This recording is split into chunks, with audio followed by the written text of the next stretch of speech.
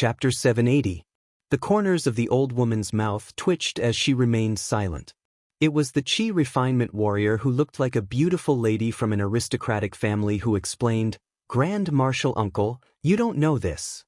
The reason why this fiend was demoted to a human cat is that he has a notorious reputation throughout the spring and autumn period. He has always been side by side with the top three, Huang Longshi, and the Prince of Northern Liang, Su Shao, as the three great devils of the world. Besides the fact that Han Xingxian is the most powerful official in the Liang dynasty and the close attendant of the Zhao family's emperor, he has always liked to torture and kill first-tier experts. Among the four great grandmasters of the martial arts world of the previous generation, the talisman general Hong Jia, who made all the Qi refinement warriors in the world helpless, was stripped of his talisman armor by Han Xingxuan's bare hands. He tore his body apart and hung his head on the flagpole. Even the red armor talisman generals are like this, let alone those first-grade Vajra realm Jianghu experts. The Northern Mang's martial arts evaluation is more or less a tie. If it wasn't for this great eunuch secretly killing countless Vajra realm Jianghu experts in the past 20 to 30 years, and a few of them being made into cruel talisman armors, causing the entire Jianghu to suffer a great loss of vitality, the Liang dynasty would definitely have more than 5 people on the martial arts ranking list. The beautiful woman looked at the old woman carefully. Senior Uncle Master comprehended the 3 Zhong Shuntong from Celestial Realm. Maybe Han Diaosi saw through it, but I don't know why he didn't do anything in the end. The young woman said, "Oh." She kicked the snow gently. Her eyes were bright and she was eager to try.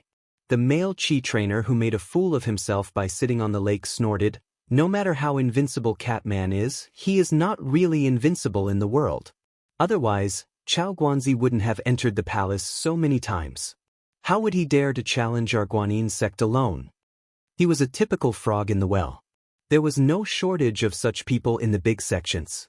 The mouth of the well was just a little bigger, but they thought it was as big as the world.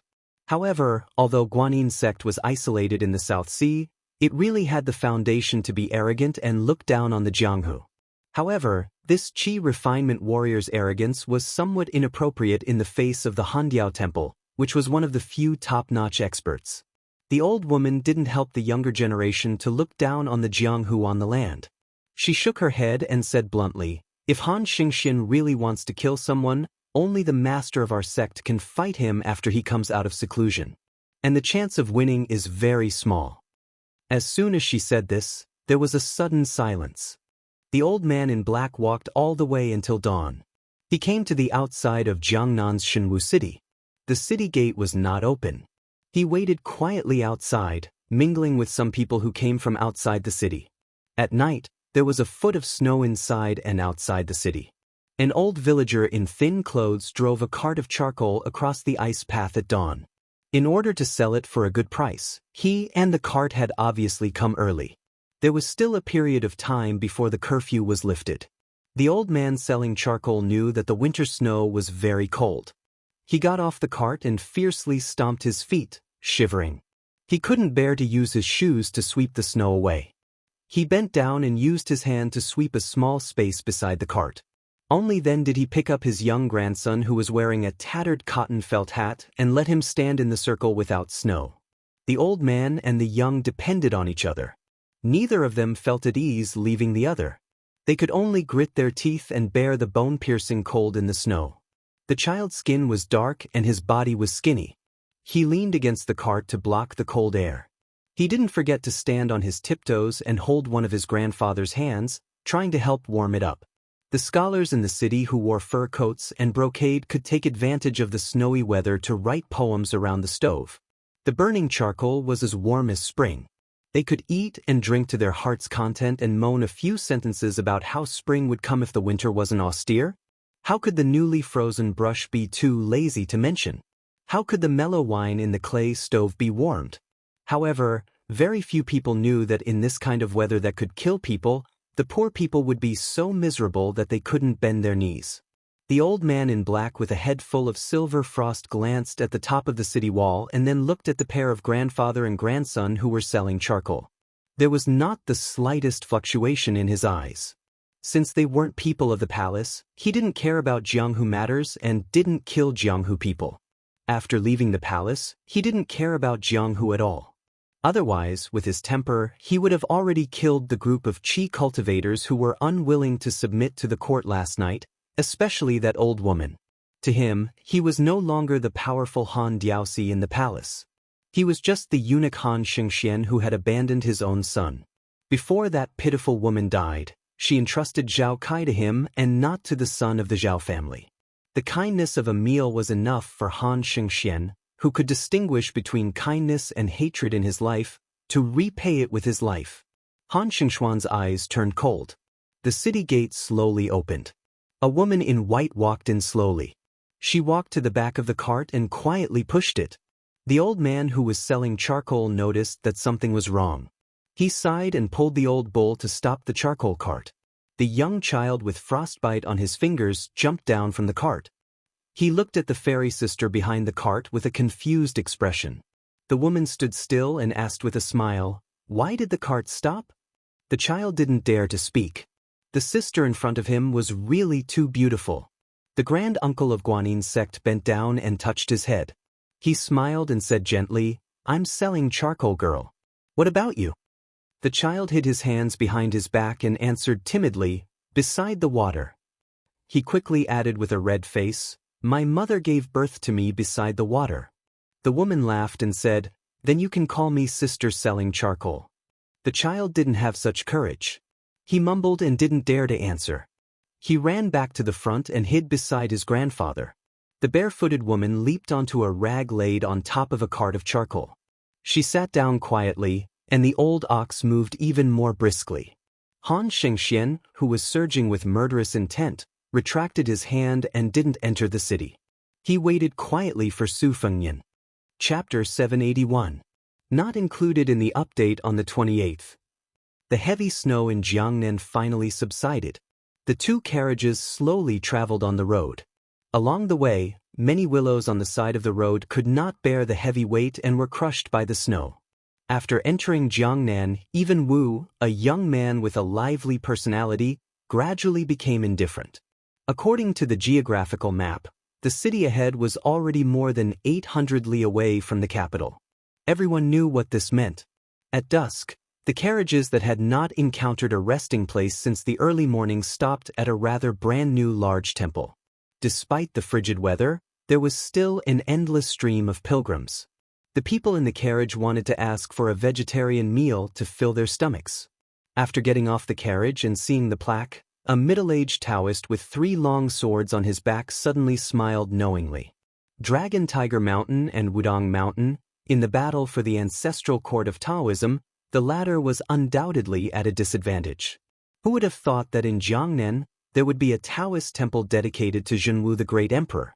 After entering the temple and taking a seat, perhaps because the Taoist in the temple saw that the guests were wearing Wudong Taoist robes and had an extraordinary bearing, it quickly alerted an elderly Taoist with an extraordinary position in the Zhenwu temple. He personally received this group of guests. After asking, he found out that Wang Xiaoping, one of the most senior Taoists of Wudong Mountain, had personally come. After the initial shock, his entire face bloomed with a smile, and he repeatedly said that he was honored by her presence. Although Dragon Tiger Mountain suppressed the world's famous caves, relying on the fact that it had the same surname as the Son of Heaven as well as the foundation of a few feather minister to create momentum, in the eyes of the secular world, the approachable Wudong Mountain, especially the few Taoists on Big Lotus Peak who did not easily leave the mountain, also had the air of an enlightened immortal. Wang Xiaoping's travels in Jianghu with the Shen Tu talisman sword in his hand, beheading countless demons and monsters along the way, had long been widely spread in Jianghu. When Su Fengyan and the others were eating, they chatted with the Taoist priest and found out that this Zhenwu temple was destroyed during the Spring and Autumn War. Afterwards, the local rich and powerful men spent several tens of thousands of taels of fine silver to build it. It occupied an area of 8 mu, which was actually against the law. However, the Zhenwu city had received a lot of incense from the old Zhenwu temple, so the parents and government officials were happy to see it happen, therefore, they turned a blind eye to it. After the vegetarian meal, The old Taoist priest personally led the group of outsiders to the Zhenwu temple. There were side halls on the east and west sides. In the main hall, Zhenwu Great Emperor was standing on a turtle and a snake. On both sides of the walls were pictures of clouds. Before Su Fengnian entered the hall, he wanted to do as the Romans did and burn a stick of incense. However, he was stopped by Wang Xiaoping. The old Taoist priest glanced at him and did not think too much about it. Su Fengnian stood in front of the futon and thought about the time when the four of them went to Wudang. His eldest sister was wandering around while his second sister pulled him to the back of Zhen Wu's statue. He saw with his own eyes that she used a dagger in her sleeve to carve a line of small words, "Banish to the 3,000 miles." At that time, he was still a child and only felt that his second sister was so rebellious that he wanted to vent his anger. Su Fengnian looked up at the statue and exhaled a long breath. It was the first time the old Taoist priest had seen such a young and white-haired pilgrim. For some reason, all the pilgrims were gathered outside. At this moment, the main hall was strangely quiet. The young masters in front of him had a head full of snow, wearing white clothes and shoes. Under the contrast, the main hall was like a god in a trance. It was as if the statue of Zhenwu Great Emperor had some indescribable immortal aura. The weathered Taoist priest, who had always been curious about the Wudang sword maniac Wang Xiaoping, could not help but feel strange. Su Fengnian, Mount Hui purple-clothed Xinyuan Qingfeng, Wang Xiaoping with 3 swords on her back, Blue Bird with her instant spear quietly hidden under the carriage as a shaft, Wu the young man, and Lu Wenbao, who was full of passion and wanted to go to Bailiang to fulfill his ambitions. These 6 people walked out of the Zhenwu temple filled with incense and walked towards the carriage. Before entering the carriage, Su Fengnian suddenly said to Xinyuan Qingfeng, "Stop here. Master Lu Hao is secretly moving to the capital from the south to the descendants of the Lu family. Go and kill as many as you can, but don't force yourself too much. It's best if you don't reveal your identity. Also, don't wear purple-clothed clothes. After all, your base is still in Mount Hui within the Guangling Dao's territory." Xinyuan Qingfeng looked at him coldly. His limpid eyes were filled with undisguised anger. Su Fengnian did not take it seriously. "Since you've decided not to do anything, then let's part ways for now. It's better than distracting me when the time comes." Xinyuan Qingfeng sneered and asked straightforwardly, "Are you holding a grudge against me for not helping you stop Han Diaoxi? Or are you afraid that I'll turn around and stab you in the back?" Su Fengnian glanced at him indifferently. "Both." Xinyuan Qingfeng glared at Su Fengnian and said, "Good," 3 times in a row before leaving. Su Fengnian looked at Blue Bird and asked gently, "Is everything arranged?" She nodded slightly. Su Fengnian lowered his head and bent his waist before entering the carriage and sitting cross-legged against the wall. Lu Qiu had followed him like a shadow on both occasions. Naturally, this damn fatty was not following him around to eat his dust or watch His Royal Highness make a fool of himself. The old troops of Bailiang were scattered all over the place. The Battle of Iron Gate was enough to show poison warrior Li Yishan's generosity. Moreover, there were more similar arrangements that were not limited to one place or one time. Most of these brave old generals and soldiers had indeed left the army for various reasons. However, many of the elites had chosen to lay low and hide in the court and the marketplace. Bailiang had now completely torn off its last layer of face with the emperor. Since Su Fengnian was certain to become the next king of Bailiang, it was time for these chess pieces to be pulled out and move closer to the barren land of Bailiang. All of this was carried out in an orderly manner according to one of Li Yishan's tricks. However, there was one hidden force that had gathered to specifically target Han Diaoxi. One group of light cavalry had 600 men. The other group of heavy cavalry had 300 men. One mountain of bandits had 200 desperados. They had the smallest number, but their fighting power was the strongest. This was because the Bailiang had recruited and raised nearly 80 men from Jianghu. Aside from the last group of hidden forces that had tried to kill Han Diaoxi, the first 2 groups had moved out in an emergency, which did not comply with military law. After they had completely surfaced, the local authorities were caught off guard. The provincial and county officials were all dumbfounded and did not dare to act blindly without thinking. They could only pass on military intelligence through the courier at top speed. They were all like ants on a hot pan, afraid that if such a large number of elite soldiers collectively rebelled, it would cause them to lose their official status. In contrast, in the capital, Song Tonglu, the head eunuch of the Internal Officials Directorate, had suddenly become the head of the Ceremony Directorate. The #1 eunuch in the world, Han Diaosi, had died of old age in the palace for no reason. To the local officials, this was a shocking news that was far away on the horizon. After the huge ripples had died down layer by layer, it did not affect the local government at all. For the first time, Wang Xiaoping sat in Su Fengnian's carriage. She asked, "Are you really going to use hundreds or even thousands of lives to fill that bottomless hole?" Su Fengnian calmly said, "There's no other way. As long as Han Diaosi is alive, I won't be at peace. Since he dares to openly intercept me, of course I have to do my best to teach him a lesson." Wang Xiaoping said no more. Her expression was not very good.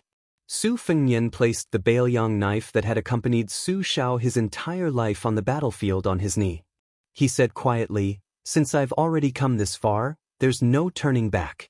I won't say nonsense like merciful people don't command troops, but I really don't have the energy to tangle with people outside of Baoyang. I might as well do it cleanly, just like the scene outside the curtain.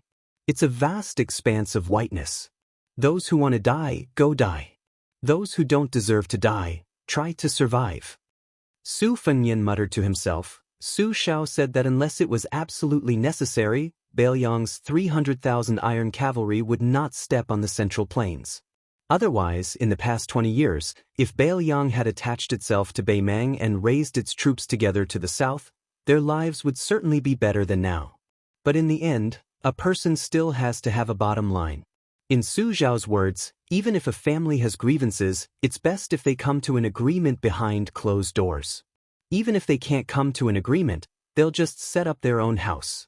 At most, they'll build a small courtyard, and the family will never interact with each other again. It doesn't matter if there are thieves or bandits outside the door. As long as Su Shao is standing at the door, there's no reason for them to open the door to thieves. Su Fengnian chuckled to himself. In the beginning, I was afraid of death partly because Su Shao had already been cursed so much.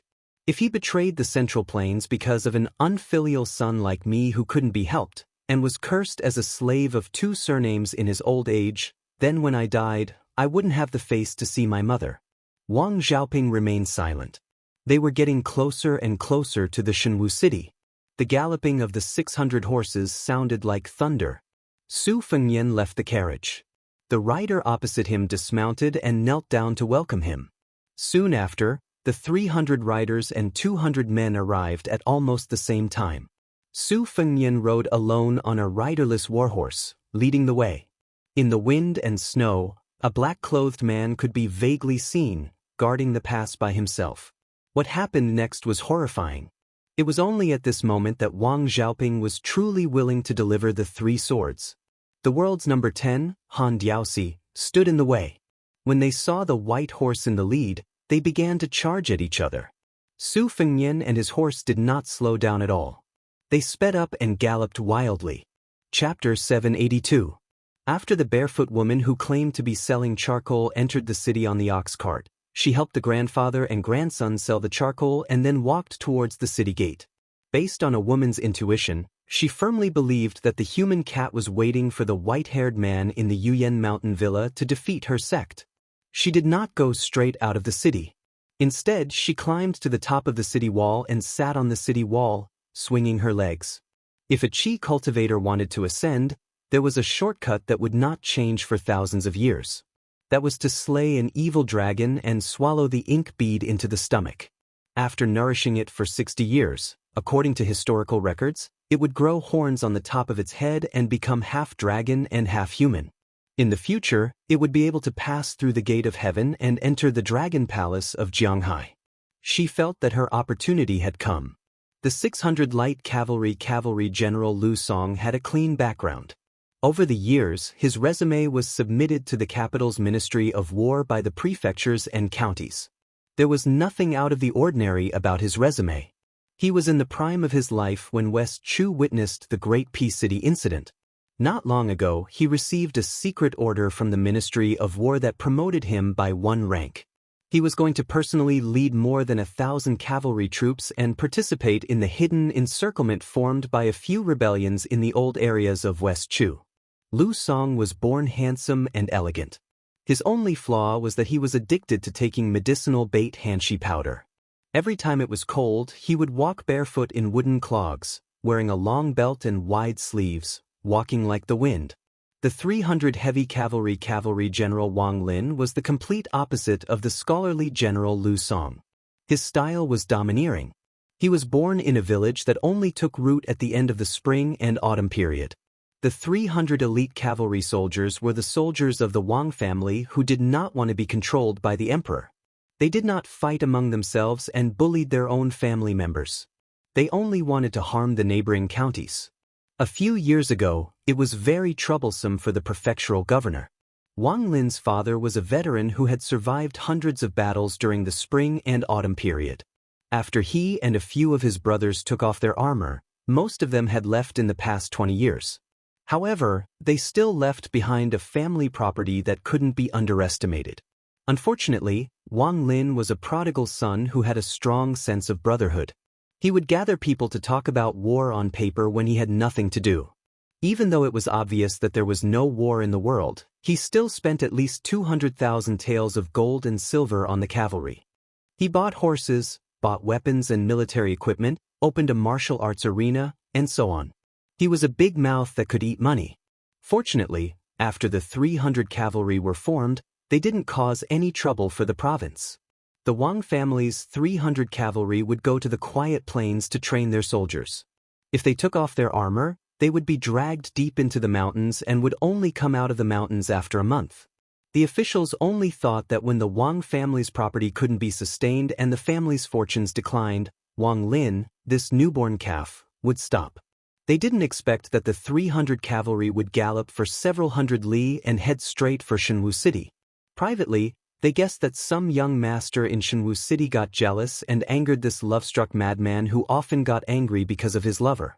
Wang Lin led 300 elite cavalrymen with official status to clear the way.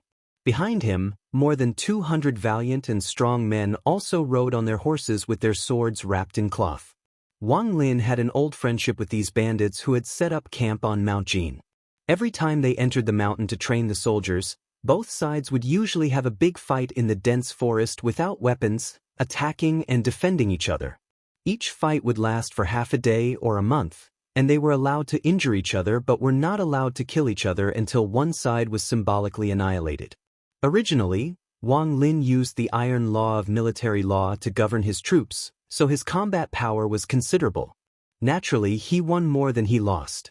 However, this year, dozens of unfamiliar faces had come to Mount Jin in batches, and they were not easy to get close to. Occasionally, they would get into a fight because they were itching to fight. Even if there were only 20 of them, they would always make the Wang family's disciples suffer. Especially that woman with the surname Ren, her attacks were ruthless. Over time, one side was willing to fight while the other was willing to fight. Thus, it could be said that they had a good friendship. After all, the two groups of people were basically of the same breath and branch, and could be connected for thousands of miles. Northern Liang. Chapter 783. This time, there was no warning at all. It could be said that all the elites had been mobilized.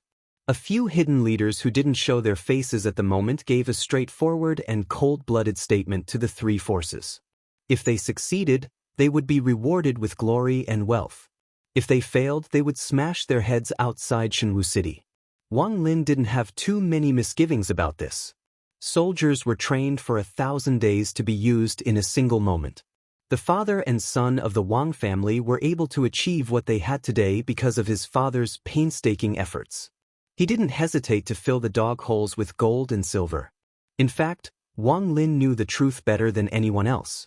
For example, the steward of the Wang family was the one who truly hid his strength. Wang Lin's martial arts skills all came from that seemingly scholarly teacher. In this world, heirlooms passed down from generation to generation could be sold. Talents and knowledge could be sold. Women's bodies could be sold. Relationships could be sold. Only idiots would be willing to sell their lives.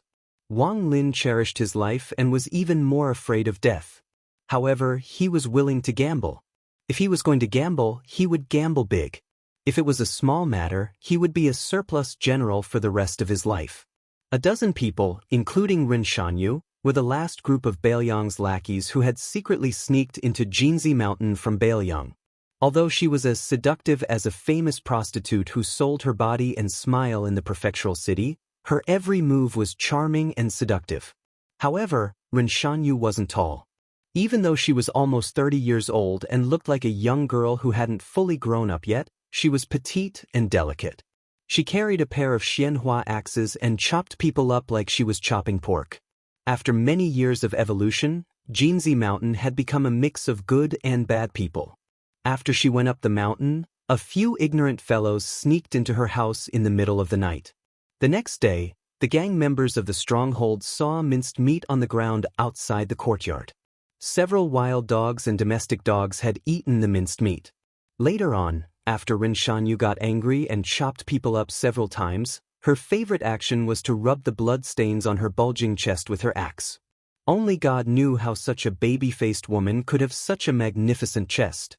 Previously, when the three forces converged, they opened their eyes wide and finally saw the main person. Whether it was Lu Song, Wang Lin, or Ren Shanyu, these desperados, they were all surprised. Was the next leader of Bailiang? This made Wang Lin a little puzzled. What kind of mortal enemy could make the heir of Bailiang go to such great lengths to save his life? Ren Shanyu's beautiful eyes wandered. In the past, it was always lecherous men who stared at her without blinking. Today, it was her turn. Ren Shanyu was only a second-rate figure among the Jianghu people in Bailiang. Compared with second-level supreme power masters like Big Sword Lu Qiantang and Witch Shu Xiu of Nanjiang, there was still a gap between them. She could only lick the blood from blades in secret places. How could she have the chance to see the young man who was once famous in Bailiang and was now famous in the world? Along the way, she stared at the heir in white who was riding side by side with Lu Song. During the ceremony in the capital, there were two magnificent feats. One was tearing apart the imperial road with one saber strike, and the other was beating up Gu Jiantang's adopted son like a dog outside the main hall. Ren Shanyu was skeptical about this. Finally, they approached the holy martial arts city. Lu Song, Wang Lin, and Ren Shanyu, who were elites in the front line, all knew in an instant that even if there was only one person on the opposite side, it would be a life-and-death battle for all of them. The black-clothed old man had a kind of momentum. He had the strength to uproot mountains and rivers and destroy cities. Outside the holy martial arts city, there was a solemn atmosphere. The ground was wide and flat, which could allow hundreds of riders to charge in an orderly manner. Lu Song and Wang Lin, who were good at riding, looked at each other and saw the relief in each other's eyes.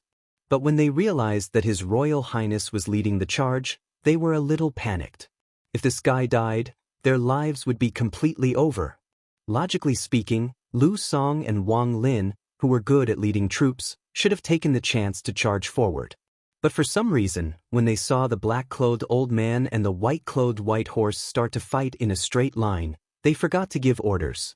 Not only were they and the 800 riders behind them slightly dazed, Ren Shanyu and the 200 bandits were also stunned. Especially the number 1 bandit of the Gold Word Mountain, who had the appearance of a young girl but was naturally charming. Her eyelids couldn't help but twitch. Killing intent rose outside the city. Inside the city, there was an inconspicuous scholar in blue robes. His figure was slender. Maybe it was because of his handsome face, but he gave people the feeling of being gentle and weak. His fingers lightly twirled a piece of willow. A piece of willow in Beimang. When a piece of sword energy stabbed into the heart, it was rumored that as long as it was not an immortal of the land, even a first-rank expert would die obediently. He had a slight smile on his face and a lazy expression. In Great Peace City, he had not been able to kill the target inside the horse's weave, causing waves in Liyang and Bailiang. It was fine. It was not bad to fish in troubled waters outside Shenwu City. In the north of the city, a young girl carried a withered yellow sunflower that had lost its petals. She walked along the perimeter of the city walls and skipped towards the east of the city. Occasionally, there would be people who woke up early and saw this young girl. They all felt pity. She looked quite normal, but there seemed to be something wrong with her head. In the east of the city, Su Fengnian urged his horse to gallop. Maybe it was because he was impatient and in a hurry to fight. He was not satisfied with the speed of the warhorse. The warhorse knelt down with a plop and leapt forward.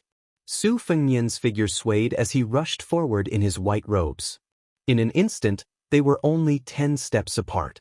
Su Fengnian's palm flipped outwards and twisted inwards. His steps were light and had an indescribable elegance.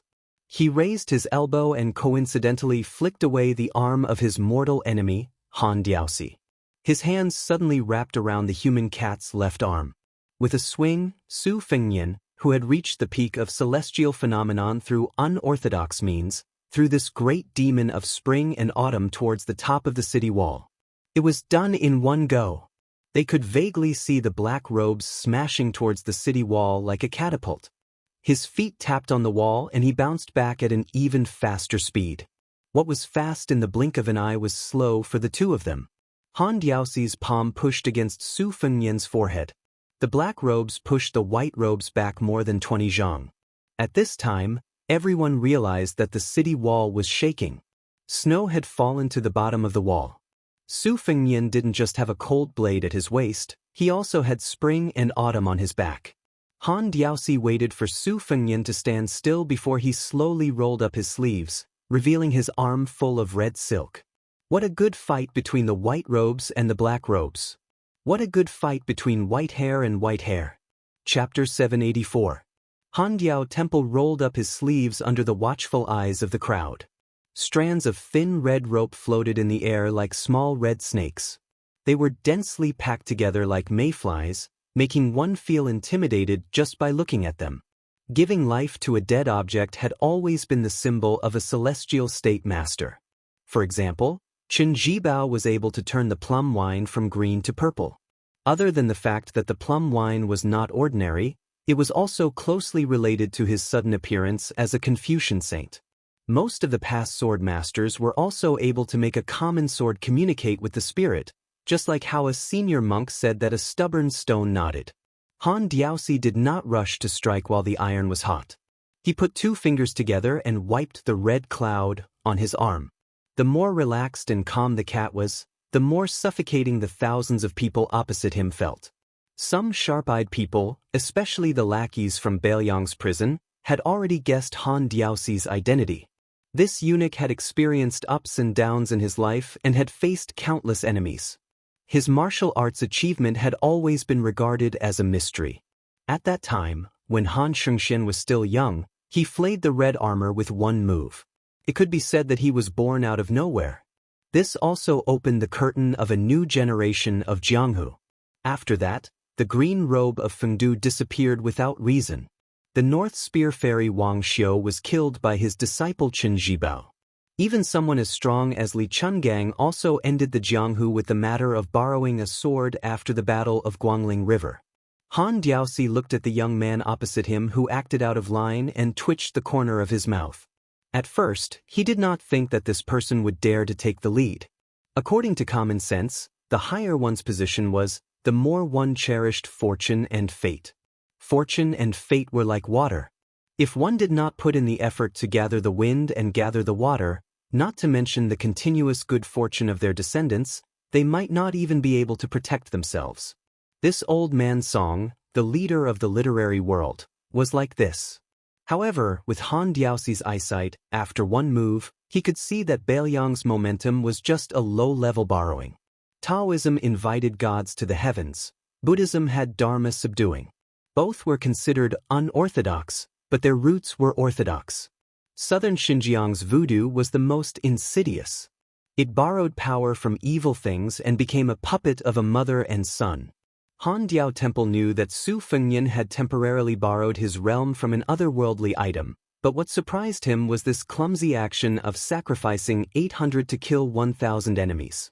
However, Su Fengnian did not seem to have suffered much from the backlash. After being forced back by his palm, he still managed to maintain his composure. His qi was not scattered, and his true form was not revealed. Han Diaoxi was too lazy to ask. He also disdained to talk nonsense with a person who was about to die. Whether he was a donkey or a mule, it was nothing more than taking him out for a walk. Han Diaoxi did something that made everyone feel funny. He bent down and pinched a loose snowball that was not too solid.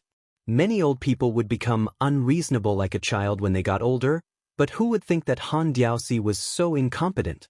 Han Diaoxi slanted his palm and pushed gently. The snowball fell to the ground, but it did not fall straight down. It leaned to the side of the post road, where there was a lot of snow that had not been cleared in time. The deepest part of the snow was about 2 feet thick. The snowball, which was not even the size of a fist, rolled slowly at first, then became as fast as a wild horse galloping. It was like thunder rolling above the clouds.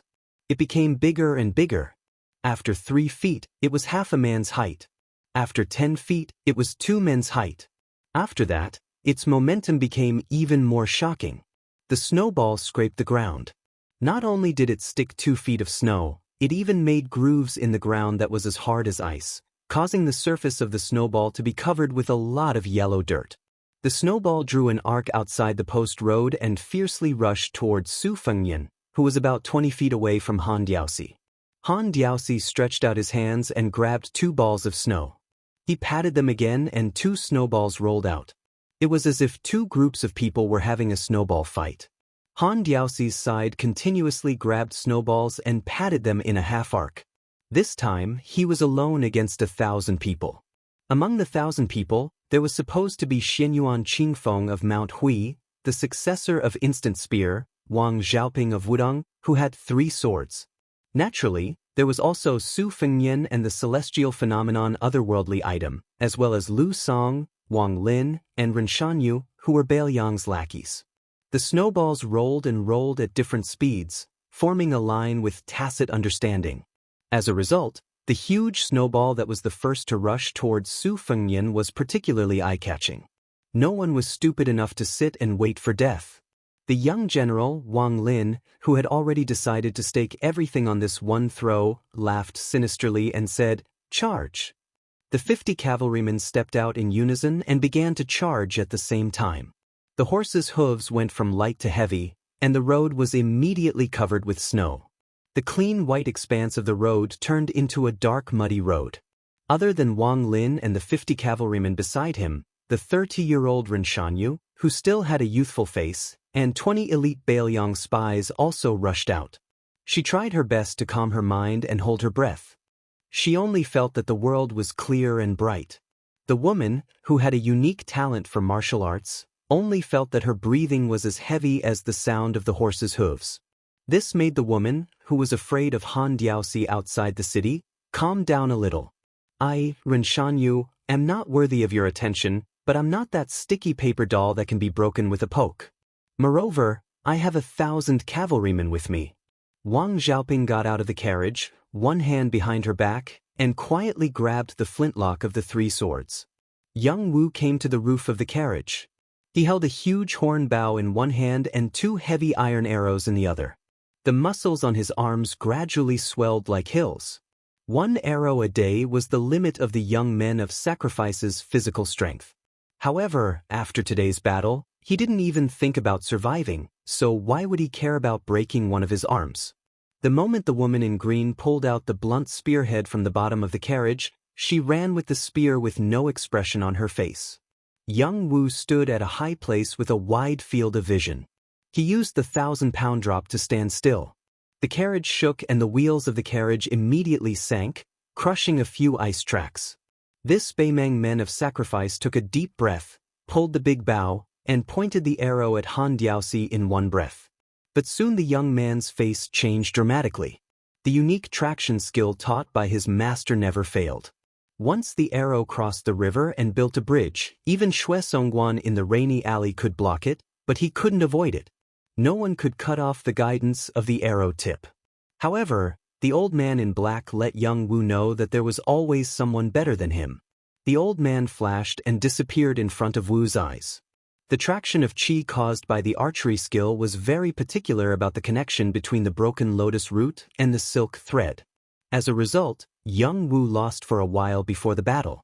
His spirit, which had reached the peak, immediately collapsed. This made the rather conceited young man a little confused. After gritting his teeth, the arrow tip began to slightly deviate along with the horn bow. He braced himself to look for Han Diaoxi's trace. Snowball, which was located in front of the white tide, was like a small mountain, and it was pressing down aggressively. Chapter 785. Su Fengnian frowned as he allowed the snowball to hit him. He didn't understand why the old eunuch would make such a bad decision. Li Chungang had once clearly said that killing one person with thousands of swords was a completely different approach from killing thousands of people. The former could achieve the combination of sword intent and swordsmanship. Therefore, in the battle by the Guangling River, the old eunuch's sword move was only the sword chi rolling dragon wall, which couldn't be considered the most brilliant move in Li Chuangong's swordsmanship career. It lasted for a whole hour, facing nearly 10,000 cavalrymen who were eyeing him covetously, without any fancy sword moves. It was a battle that could shock the world and make ghosts and gods weep. Usually, in the eyes of the lucky survivors who were lucky enough to witness it, it couldn't be considered a magnificent scene. It was all about killing with one move, or at least severely injuring with one move. Han Diaoxi wasn't a fledgling with an empty title. Instead, he was the most experienced person in the world who was best at catching rats. Regardless of the realm, Han Diaoxi could be said to be the most experienced person in the Liang dynasty in terms of actual combat experience. Su Fengnian had the celestial phenomenon that the red robe otherworldly item spared no effort to give him. His internal strength was unparalleled, even more so than when the Great Yellow Court was 60% damaged. It could be said that in today's battle, Su Fengnian had never been so confident or even arrogant. Su Fengnian got rid of his doubts and distracting thoughts. He took a step forward and punched the snowball. When the snowball tumbled down violently, the moment Su Fengnian's fist smashed it, more than half of his celestial phenomenon attainment disappeared like a flood. Su Fengnian's arm was suddenly bent. During his trip to Beimeng, Su Fengnian had experienced fierce battles on the verge of life and death. Therefore, he didn't feel anxious at all. He just followed his instinct and changed his fist into a palm. The headmaster cupped his hands together and took advantage of the momentum with his feet. He took a step back and dragged the snowball upward. He didn't want to break the snowball, but just wanted to break the rising momentum of the snowball rooted in the ground. Then, he leaned his body and bumped into the snowball with his shoulder. Using his body as a knife, he forcefully split the snowball in half. Although the two halves of the snowball were still tumbling forward, they didn't have any morale left and dissipated after 50 or 60 feet. Su Fengnian stood alone and held the saber at his waist with one hand. After he broke through the snow, the rest of the 50 cavalrymen from Bailiang had also succeeded in destroying the snowball. However, half of the armored cavalrymen also paid a heavy price. This was because after the snowball was split by the saber or pierced by the spear and exploded, there were tiny red ropes that shot out like poisonous snakes in the grass and killed the cavalrymen in one bite. The worst way to die was that more than a dozen cavalrymen and their horses collided with the red ropes suspended in the air. They were split into two and fell dead on the ground. A moment ago, they were still alive, but in this kind of battle, they often died just like that. There was no room to think about it. Su Fengnian understood the situation and felt a little bitter. The cat and man had taken drastic measures. They didn't think about how to fight with Su Fengnian, who they wanted to kill. Instead, they targeted the otherworldly item, Su Ying. The snowball passed by like a fish swimming in water. The red-robed otherworldly item hiding in the snow didn't have any room to move. It was obvious that it had been drained of the pond to fish. It didn't have any flaws. When a snowball passed by, a red-robed otherworldly item quietly floated in front of another snowball. It tried its best to hide its body and resonate with the heaven and earth. It had many unique supernatural powers. If the cavalrymen hadn't seen it with their own eyes, perhaps even Wang Xiaoping wouldn't have dared to say that she could detect the otherworldly item hiding on the other side of the snowball. However, Han Diaoxi wasn't Wang Xiaoping. Today, the silver-haired official didn't wear the bright red robe of the imperial palace. He immediately rushed behind the snowball. The cat and the otherworldly item were separated by 3 meters. Obviously, neither of them could detect the slightest trace of the other's qi. However, both of them clearly knew the otherworldly item's whereabouts. The otherworldly item had no choice but to withdraw 40% of its celestial phenomenon cultivation. It used its arms to tear the snowball apart. Almost at the same time, the black-robed old cat drilled through the snowball. The red string had one hand behind its back and the other hand slapped the otherworldly item's compassionate face. The red-robed otherworldly item was at a disadvantage because it hesitated when it withdrew its realm. If it were a cold-blooded person like Su Fengnian, not to mention 40% of his cultivation, he would have to withdraw 80% of his celestial phenomenon cultivation. Only then would he have the confidence to block Han Diaoxi's majestic attack. The otherworldly item grabbed the cat's hand and started to tear it apart. The other hands suddenly slapped the cat's temples. Han Diaoxi sneered. What an idiot who doesn't know the difference between life and death. A few strands of red silk slithered out from behind the otherworldly item like snakes, completely cutting off its connection with Su Fengnian, who still had 60% of his realm left. Han Diaoxi didn't need to use his full strength. The otherworldly item's entire body was covered in scarlet. Except for the 2 arms that were used to tear the snowball apart, the other 4 arms were covered in the red. It was as if maggots were attached to the bones. The otherworldly item grabbed one of Han Diaoxi's arms and continued to tear it apart. The other 2 arms that were slapping the cat's temples were still moving closer and closer. Moreover, under the piercing pain, the otherworldly item's free hands smashed down on Han Diaoxi's lower and middle dantian. After being hit by Han Diaoxi's red snake attached to a dragon, the otherworldly item's compassionate face didn't seem to be affected at all. Even Wang Xiaoping, who had a strong will, was somewhat moved. Ignoring the otherworldly item's 4 bloody arms, Han Diaoxi grinned evilly. Kill another celestial phenomenon. The right hand behind his back finally waved. The arm that was grabbed pushed forward, stretching the distance between them. The right hand that was covered with red snakes used its own way to counter the otherworldly item's body. It grabbed the otherworldly item's arm and pulled it back. Han Diaoxi's free arm swung out in the air behind him. When fighting against a cat, one careless move would result in a complete loss. The compassionate face was still as calm as an ancient well. Its almost rigid and stupid movements were still the same. It only wanted to be entangled. Han Diaoxi was about to tear off the otherworldly item's second arm. The white-clothed man dashed forward. Bailiang unsheathed his saber. Armor removal. Han Diaoxi had skinned and removed the armor of one of the 4 grandmasters, the talisman general Hongjia. Of course, he wouldn't do the same to this young man who was attacking him. He laughed and threw the otherworldly item away. Then his body moved backward.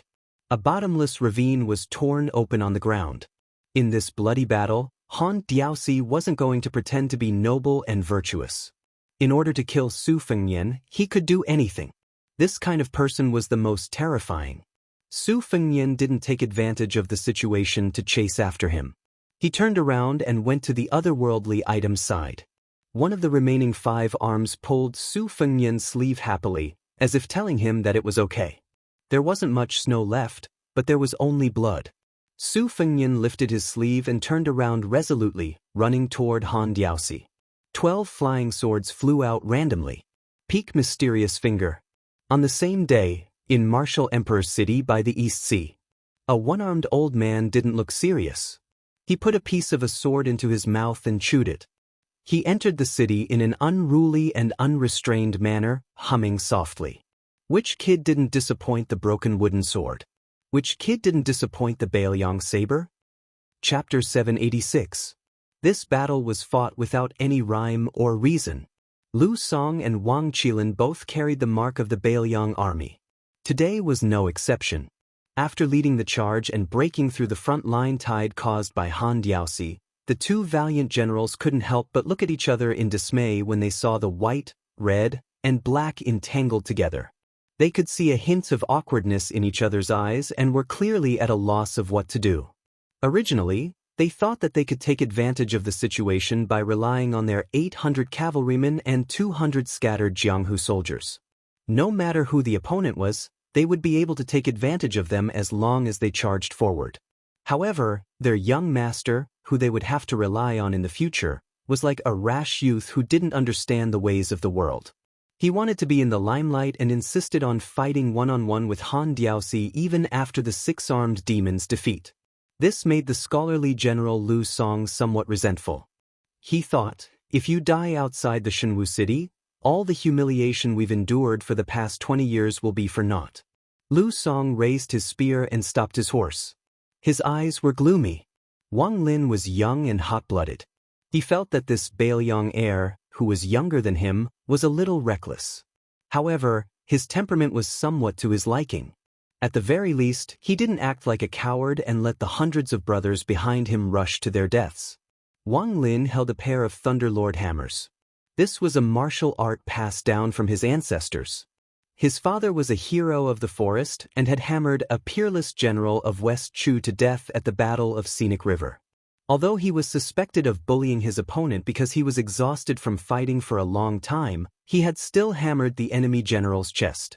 Wang Lin was born with outstanding physical strength. His pair of Thunderlord hammers weighed 60 kilograms. Not to mention fighting for a long time, it would be a huge burden for an ordinary soldier to charge on a horse. Wang Lin swung one of the hammers and stared at the battlefield. He felt dizzy and dazzled. Ren Shanyu reached out to stroke the hair on her temples. Her eyes were blurred. She had often heard that the young master of Bailiang was extraordinarily handsome and that he was a first-class playboy. She and her sisters, who had been through bloody battles, chatted in private and didn't really believe the rumors that came later. They said that he personally went to Beimang and cut off the head of the king of Northern Courtyard, Su Huainan, and even killed the fifth raccoon of Bingbing Mountain. Ren Shanyu only thought that even if he really practiced the saber seriously for a few years, his realm was limited. After all, the level of one's cultivation was related to the number of secret manuals, but it was not necessarily related. One should not bite off more than one could chew. Ren Shanyu was an experienced person, so she knew better than the average person that quality was more important than quantity. But today, she saw with her own eyes that although she was at a disadvantage against the well-deserved 10th person in the world, after all, he had made the human cat attack several times. She admitted that even 10 Ren Shanyu would not have such ability. Ren Shanyu had no way out compared to the martial artists like Lu Song and Wang Lin.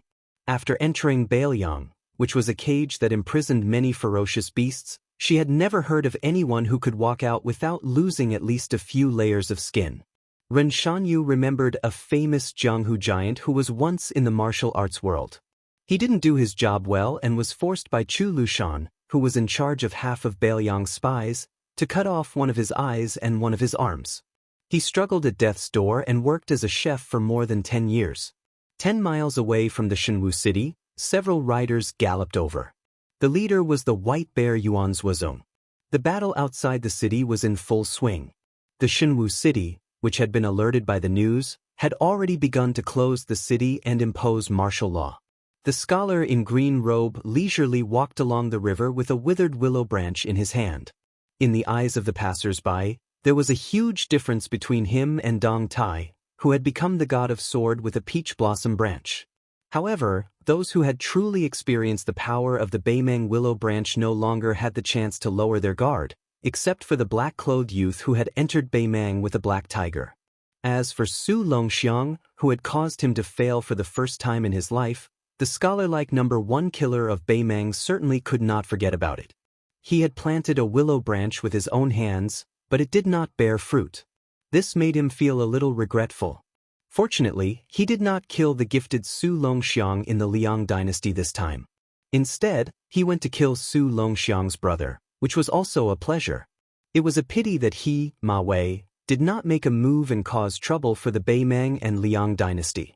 He could only settle for the next best thing, which was to launch a sure-win attack outside the Shenwu city. This made him feel a little regretful. When he seemed to be strolling leisurely, he was still a few miles away from the city gate. However, the river in the city was also nearing its end. When the city gate seemed to have been hit by a huge rock, there was a ripple of qi. With his cultivation base, he could naturally feel it clearly. However, he was not in a hurry. Every time he did the dirty work, He had to pull chestnuts out of the fire. The most important thing was to control the fire. Now he was in the pot. Haste makes waste. He was not in a hurry.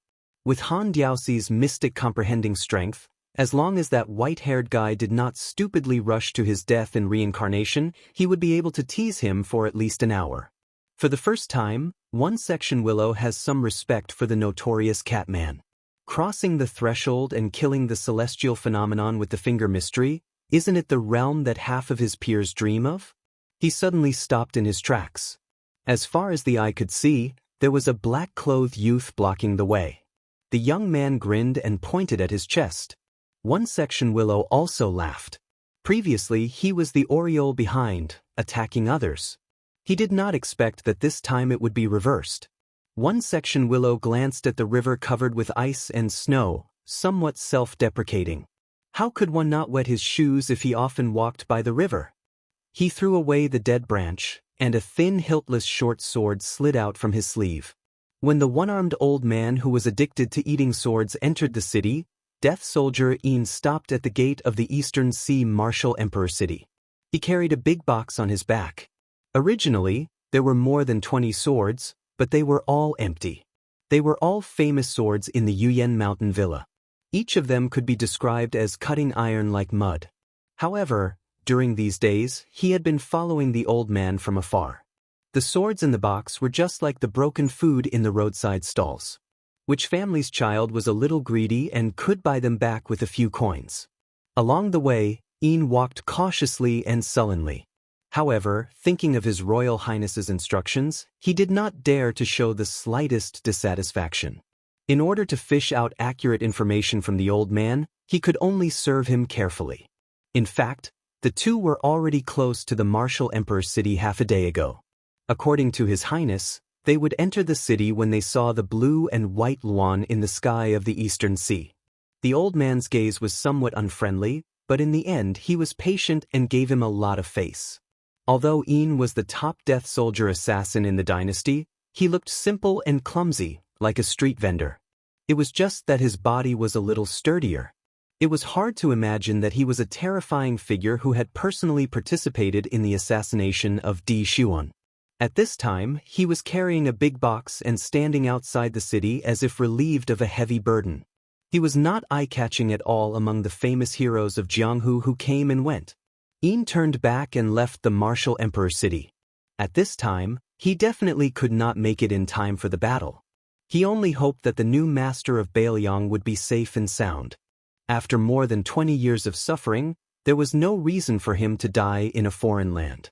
It was snowing heavily in the world, and the sky was unimaginably bright. A sword was suspended in the 9 heavens. Ancient books and poems used the words, riding the wind, and ascending to immortality, to describe the freedom of immortals.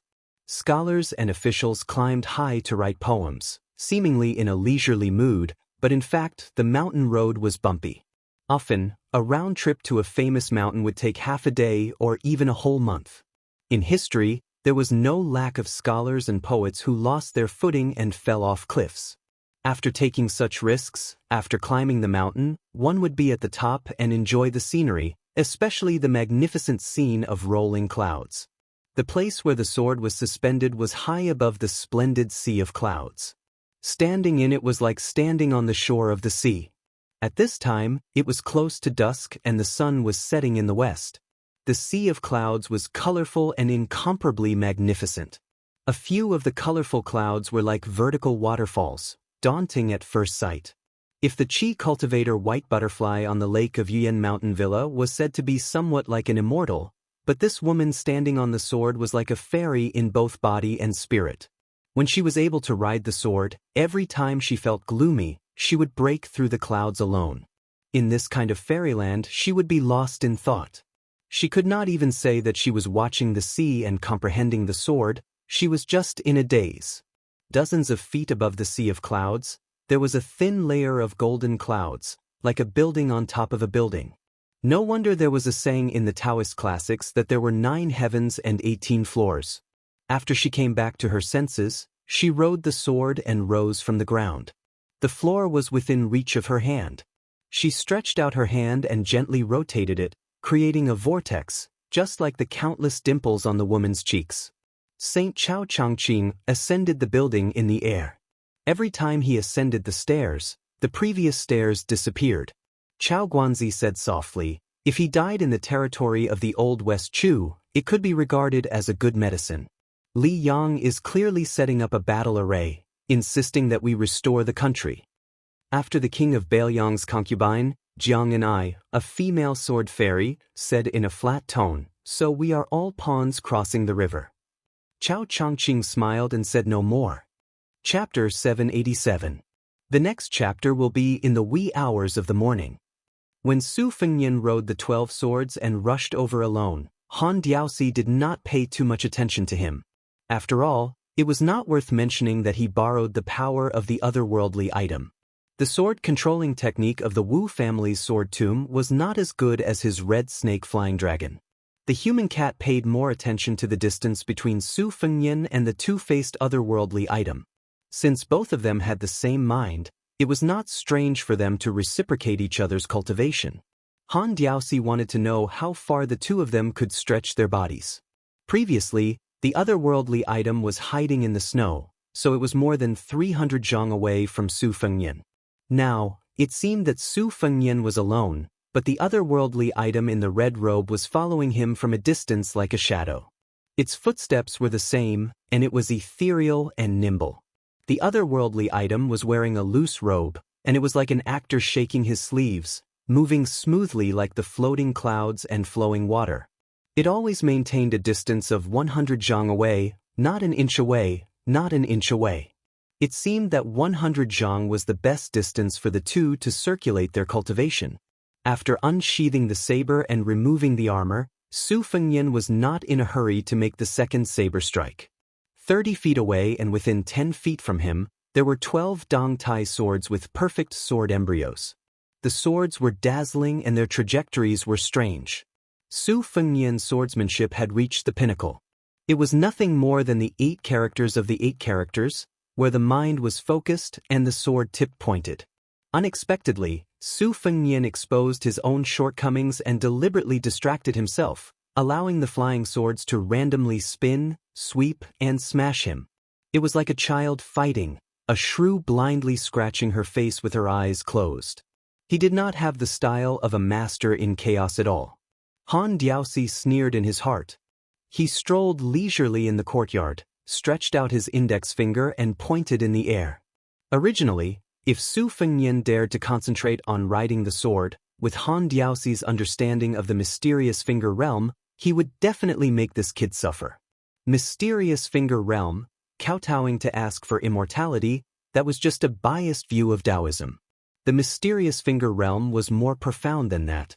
Everything in the world had a ritual, from the ebb and flow of the tides, to the waxing and waning of the moon, to the blossoming and wilting of the flowers, to the blowing of the wind.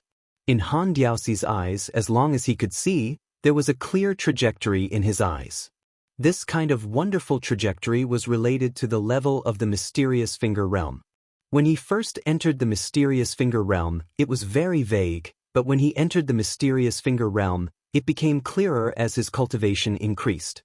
Back then, in the sword tomb of the Wu family, 9 swords defeated 10,000 cavalry. Among them, Wu Caoan's cultivation was only above average, and he was stuck at the mysterious finger realm. Compared to his 2 fellow celestial phenomenon realm disciples, they couldn't be mentioned in the same breath. However, during the battle on the grassland, the 9 of them joined hands and he was fully deserving of the title, Sword Tip. Under the Sword Tip, he killed a total of 3,700 cavalry. It was only when Wu Caoan died of exhaustion that someone else replaced him as the Sword Tip. Wu Caoan, as the sword attendant of that generation's sword crown, followed his master out of the sword tomb to gain experience and didn't practice martial arts with anyone else. After the sword crown became famous, he went to the east-facing stone tablet, looked at the west-facing great river, and went to the east-facing sea. In one night, he reached the mysterious finger realm and finally rushed to the source of the great river. 1 man and 1 sword followed the river to the east. When he went out to the sea, his mysterious finger realm had reached the peak. No wonder later generations joked that Wu Zuan used only 20 days to accomplish what other martial artists did in their lifetime. You used an otherworldly celestial phenomenon cultivation base to fight against me, Han Diaoxi, that was the same as courting death. Using the Xian finger technique to challenge me, Han Diaoxi, even though it was ingenious and purposely took a different path, it was only delaying the date of your death.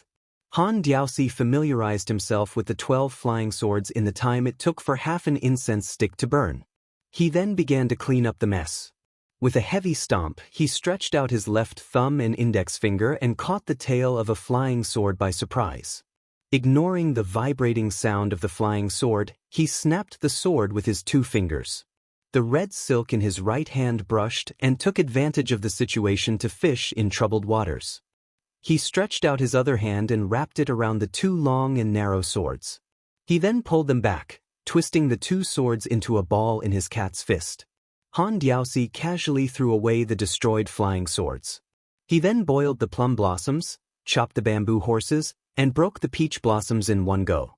He sneered, "Dong Tai, only when you use these 12 swords can you be considered serious."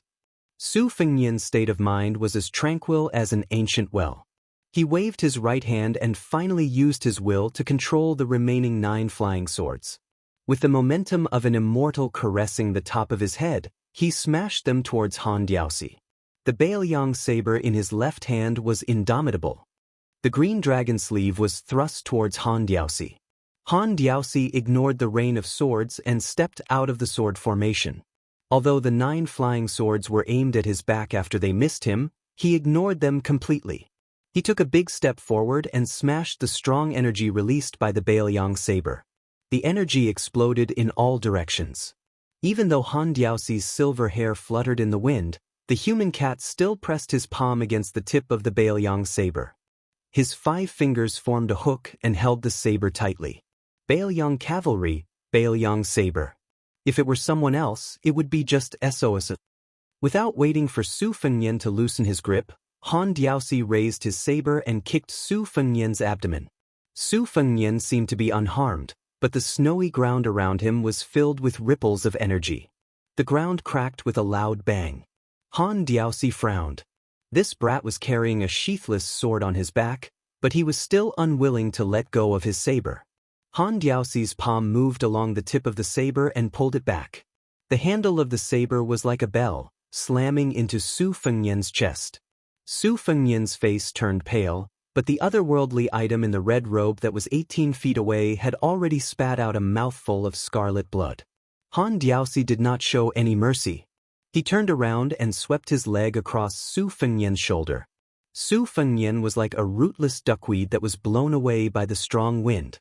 His feet left the ground, but because he was holding the saber tightly, his body that was flying through the air could not move.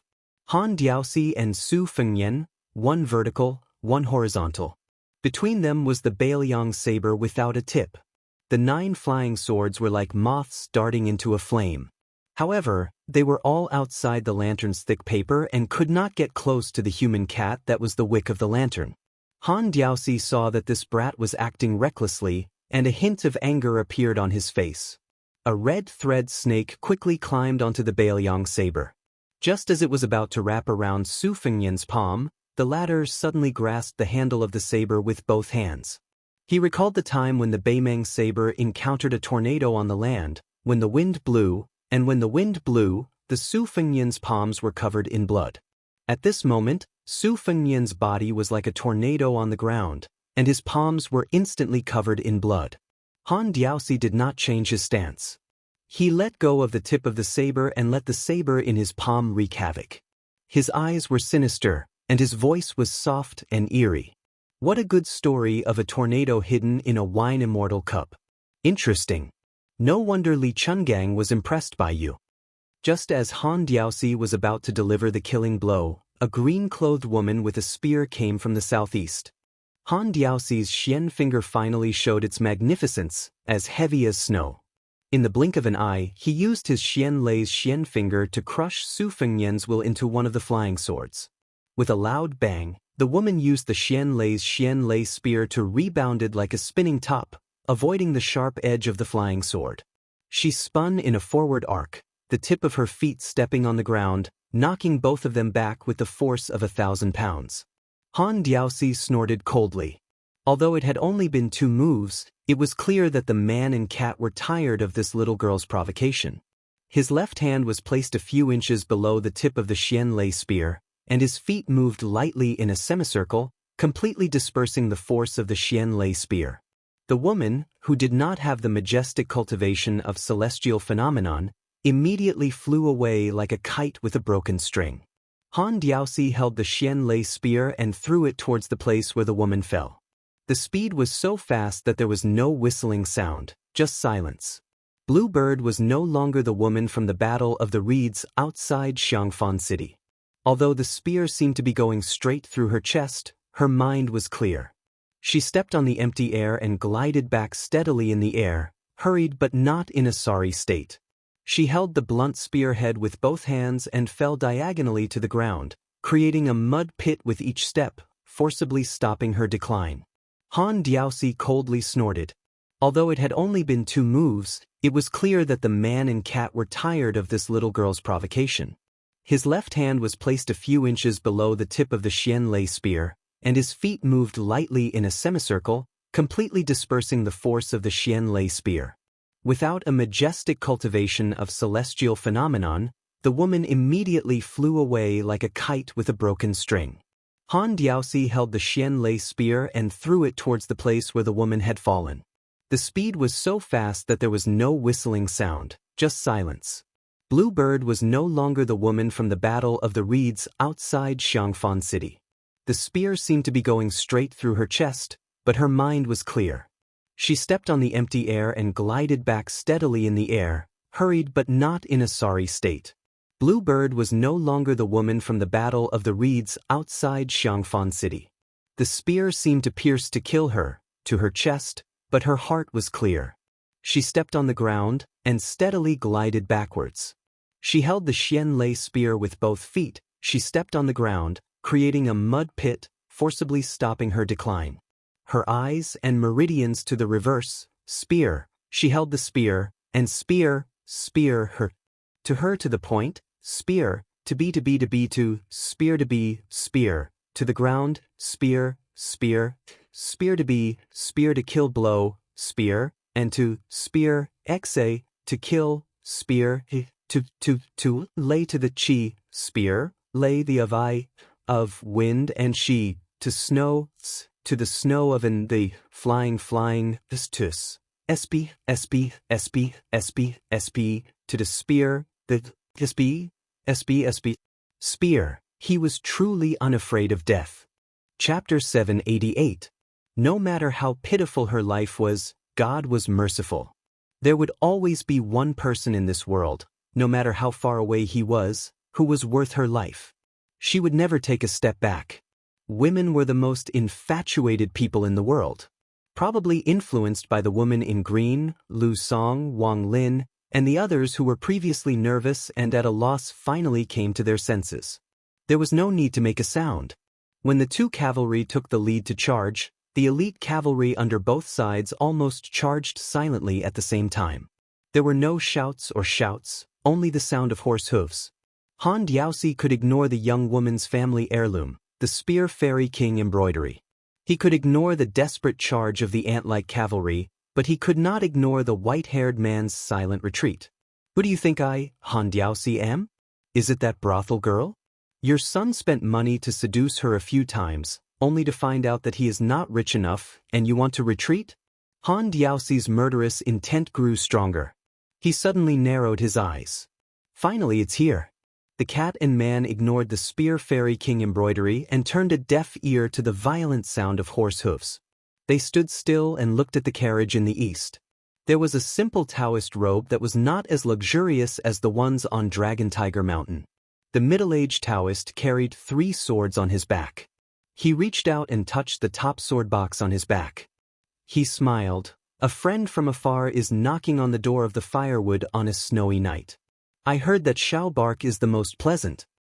Although it was called Xiao bark, it was not small. Sword maniac Wang Xiaoping's sword was thrown out. The continuous rumbling of thunder could be heard both inside and outside the city. When Wang Xiaoping first started to practice swordsmanship, she was determined that as long as she threw out a sword, she would be an immortal on earth. With a sword in hand, immortals were like floating clouds to her. Therefore, this sword had nothing to do with the mysterious finger, celestial phenomenon, or the level of the realm. Since Wang Xiaoping started to practice swordsmanship, she was known for her pure heart of swordsmanship. Even Hong Shixiang admired her. Even though the young chief had not enlightened himself and knew that he was the reincarnation of Ancestor Lu, how could his vision be bad? Little Bark's sword started from Wang Xiaoping and ended at Han Diaosi. It was like a long rainbow hanging in the sky. It was the first time that Han Diaosi showed such a serious expression. The reason why Han Diaosi was able to force his way into the ranks of the top 10 in the world was because of his unparalleled advantage in terms of cultivation level.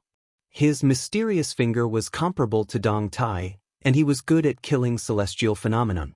Therefore, as long as one had not stepped into the lofty earth immortal realm, otherworldly items like the red robe would never enter his eyes, let alone Xianyuan Qingfeng, who took the initiative to retreat in the face of danger. However, Wang Xiaoping, who was born for the sword and was even willing to die for the sword, was different. Han Diaosi respected the sword that hung in the sky and did not feel any fear. With a wave of his sleeve, his arm was like a snake's den. The red ropes were like small snakes raising their heads to show off their power, making chi-chi sounds. This sword could not be avoided, and Han Diaosi did not want to avoid it either. Being surrounded by killing intent from all sides, facing the endless fierce attacks of everyone, especially Wang Xiaoping's sword that was currently like a rainbow, he still smiled and raised his hand to raise the scarlet rainbow. He soared into the sky and faced Little Bark head-on. The sound of a great bell resounded throughout the world. The vibration caused the walls of Shenwu City to shake again. The snow in the cracks of the walls could not stay still and rustled down. Dust flew everywhere, black mud and white snow intertwined. After the dust settled, Han Diaosi was safe and sound. Only the scarlet red around his arms seemed to have faded a bit. Han Diaosi pulled the corner of his mouth and laughed loudly. Wang Xiaoping, does this sword of yours count as slaying a flood dragon? You still have 2 more swords, why don't you use them together? After 3 sword strikes, I will peel off your skin and bones and make Wudong lose a peak. As he spoke, everyone realized that the tip of the red spear in the hands of the green-clothed girl was pressing against the back of the old eunuch's heart, but it seemed to be unable to move an inch into his flesh. The spear of Xianxia bent in an eye-catching arc, close to a full moon. It was enough to show the strength of the pretty girl. Han Diaosi saw that Wang Xiaoping was indifferent and knew that with the temperament of this Wudong sword maniac, she would not be provoked by words. He did not waste any more words and turned his head with a calm smile. Little girl, are you not afraid of breaking Wang Xiu's precious relic? On the roof of the carriage, the death warrior Wu drew his bow. The arc of the bow was better than the spear of Xianxia. With one pull of the string, 2 iron arrows shot towards the old eunuch who had been in an invincible position. After the young man shot the 2 arrows, he staggered back 2 steps. The blood vessels in his right arm burst, and suddenly a string of blood flowers bloomed. His face was pale, and his eyes were fixed on the damn cat that just didn't die.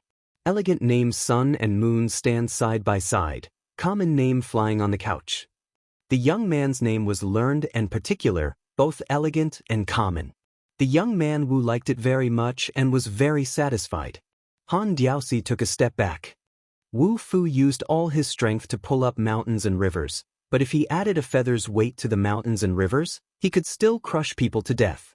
The spear of Xianxia, which was already bent to the extreme, immediately flew away. The girl in green was thrown back and rolled for 6 or 7 feet. Her green dress was no longer clean and was covered with dirt and mud. She stood up with difficulty and grabbed the falling spear of Xianxia. The spear of Xianxia was the unique skill of the Wang family. Chen Jibao's plum blossom turned from green to purple was also born of this skill. However, when used by him, the green was much better than the blue. During Wang Xiu's lifetime, his biggest regret was that he did not have a son to pass on his unique skill. That was why he taught his disciple Chen Jibao everything he knew. because the Wang family's spear skill required the support of a strong body and emphasized the counterflow of qi. It was an unorthodox and overbearing method that was most harmful to the body. A woman's body was originally soft and feminine. Such a sinister method was tantamount to adding insult to injury. Later, Chen Zhibao became famous for killing his master. Wang Xiu's death was far from what the outside world thought. The moment Bluebird held the relic, she spat out turbid air and swallowed back the dirty blood. Men of sacrifice deserved to die. Han Diaosi casually grabbed an iron arrow that was very close to his eyes. He was surprised because the second iron arrow had disappeared. Even with his almost unparalleled sharp perception, he could not find out where it was. He casually threw out the iron arrow that had already appeared. It pierced through the head of a horseman in the distance, causing him to fall off his horse and roll on the ground. Han Diaosi turned his head and glanced at the young woman who was accumulating power with her spear. He did not look at her anymore. His gaze was cold as he looked at the black mass of valiant cavalry charging with crushing momentum. He muttered to himself, "Is the human cat so unintimidating?" Han Diaosi rose from the ground. His momentum was exactly the same as Wang Xiaoping and Xiao Fei's sword. It was not something that ordinary cavalry could contend against. With a stomp of his foot, he broke the waist of a man and a horse. The horseman behind the dead man and the horse did not have time to change direction and raised his spear without hesitation. Han Diaosi did not make a move at all. He went straight ahead and struck the horseman who had bounced off the huge charging force of the warhorse. The entire warhorse crashed straight into Han Diaosi's body. It was as if it had crashed into an iron wall, and the warhorse died on the spot. The horseman who was skilled in horsemanship fought with his life on the line.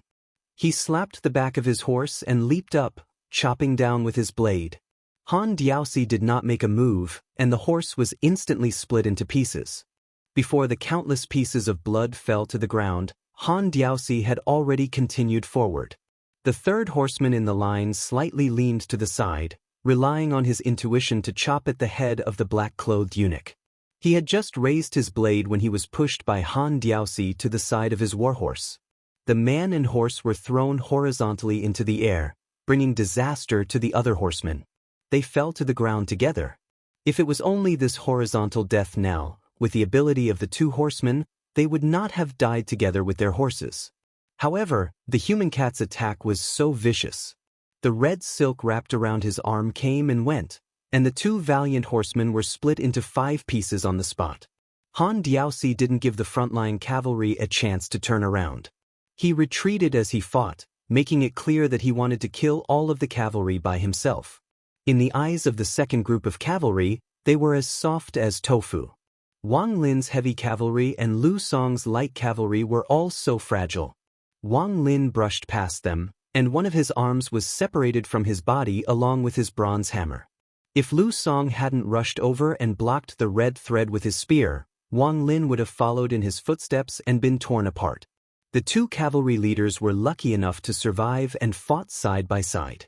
Not only did they not leave the battlefield, they continued to approach the human cat, one of the 3 great demons of the spring and autumn period. Ren Shanyu gritted her teeth and gripped the axe that was seriously incompatible with her delicate body. She took the lead and went forward to help.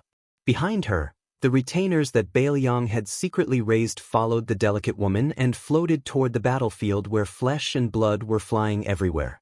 In a place where the entire army was doomed to die, the general died first. After the general died, the lieutenants died.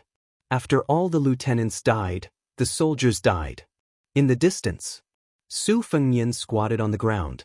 The Bailiang saber was stabbed into the ground beside him. His palms were so unsightly that his bones could almost be seen. Su Fengnian turned his head and asked softly, "Is 1 incense stick enough?" The red-robed otherworldly being nodded. Su Fengnian cupped a handful of snow and buried his face in it. After he stood up, he realized that the more he rubbed the blood and snow on his face, the dirtier it became. He raised his arm and wiped it with his sleeve. Then he grabbed the Bailiang saber. Chapter 789. Han Diaosi was like a demon in broad daylight. He arrived behind a swordsman and slashed down with his finger. Then, with a flick of his thumb and middle finger, he peeled off half of the swordsman's skin. However, he did not kill the swordsman completely. His footsteps floated, allowing the swordsman to wobble and fall. The swordsman screamed at the top of his lungs. The human cat continued to move and hunt for rats. Not far away, Lu Song, who was carrying a quiver of arrows, saw this tragic scene and could not bear to see the swordsman suffer. He took out an arrow from his quiver and shot the swordsman to death. The corpse fell back with blood oozing out of his eyes. Han Diaosi only had about 70 to 80% of the red string snakes left. They were as long as a whip. Once touched by it, it was fortunate that they only lost an arm or a leg. There were dozens of riders who were torn apart at the waist. Their armors were cut like thin paper. Perhaps this demon who had destroyed a generation of Jianghu did not feel good enough. He separated several long snakes with his whip and whipped them wildly. A few feet away from Han Diaosi's center was hell on earth. No one could get close. After Wang Lin lost his arm, he gritted his teeth and bandaged it. He threw out his remaining hammer and it was smashed by the whip. The broken pieces of the hammer flew everywhere like a rainstorm. They were directly shot down by several armored riders around Han Diaosi. One of the pieces even returned. If Wang Lin did not quickly pull out his sword to block it after throwing the hammer, he would have been pierced through the chest and died. However, even though he blocked it, the power of the strike still caused Wang Lin to fall off his horse. Lu Song rode his horse over and bent down to grab Wang Lin's shoulder. He helped him onto his horse and the two of them became one. The cavalrymen who were armed with crossbows were also rendered futile. There were a few times when they fired their arrows between the gaps of the battle formation, but they were like catkins that disturbed the enemy but did not harm them. Instead, they were absorbed by the Handiao temple with the terrifying force of a whale swallowing them whole. It looked like they had been shot into a hedgehog, but in the blink of an eye, they were all shot back in the opposite direction. A circle of war cavalrymen was completely annihilated. Most of the crossbow arrows penetrated a person's body, but their momentum was still swift and violent. Taking the head of a general in an army of millions had always been regarded as a preposterous talk. The sword emperor of Shishu who guarded the country for the emperor could not do it. Before the fall of the country, the sword masters of the Dongyue sword pool of the older generation also could not do it. However, at this time, Han Diaosi was indeed in a place where there was no resistance. Lu Song and Wang Lin who led the troops and managed the army could be considered outstanding, but they really did not have the experience of thousands of people charging to kill one person. They could not come up with a perfect plan for the time being. They could only use the lives of their troops to fight the devil's internal energy. Fortunately, there were martial arts masters like Ren Shanyu who interspersed and supported Han Diaosi. Although Han Diaosi killed casually and leisurely, after all, he did not cause the morale of the two cavalry troops to collapse. Just by helping to stabilize the continuous offensive of the cavalry troops, more than 80 Baoyang men of sacrifice had already been reduced to half. Except for a few people, they were not Han Diaosi's match. Without exception, they were all killed. It had only been less than half an incense stick's time. Ren Shanyu's hair was disheveled. She was not at all charming and charming-like when she was a bandit on the mountain. When she had time to catch her breath, she caught a glimpse of the white-haired young man who was far away from the storm. Women were fickle. Earlier, she admired the handsome Shizi's great achievement in saber skills. Now, she could not help but feel resentful. She resented him for not being a tyrant in Baoyang and provoking such a troublesome living king outside of their territory. The reason why Ren Shanyu clenched her teeth and did not retreat was not that she was risking her life to win some favor. Instead, it was because Su Fengnian's personal servant, the green-clothed woman, was holding a red spear and looking for Han Diaosi to fight to the death. That woman was unafraid of death. Under the shadow of Baoyang, Ren Shanyu, whose life was as fragile as paper, did not dare to retreat even if she was extremely timid.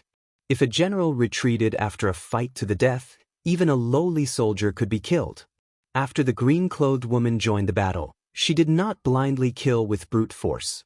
Instead, she retreated several feet away after she missed her target.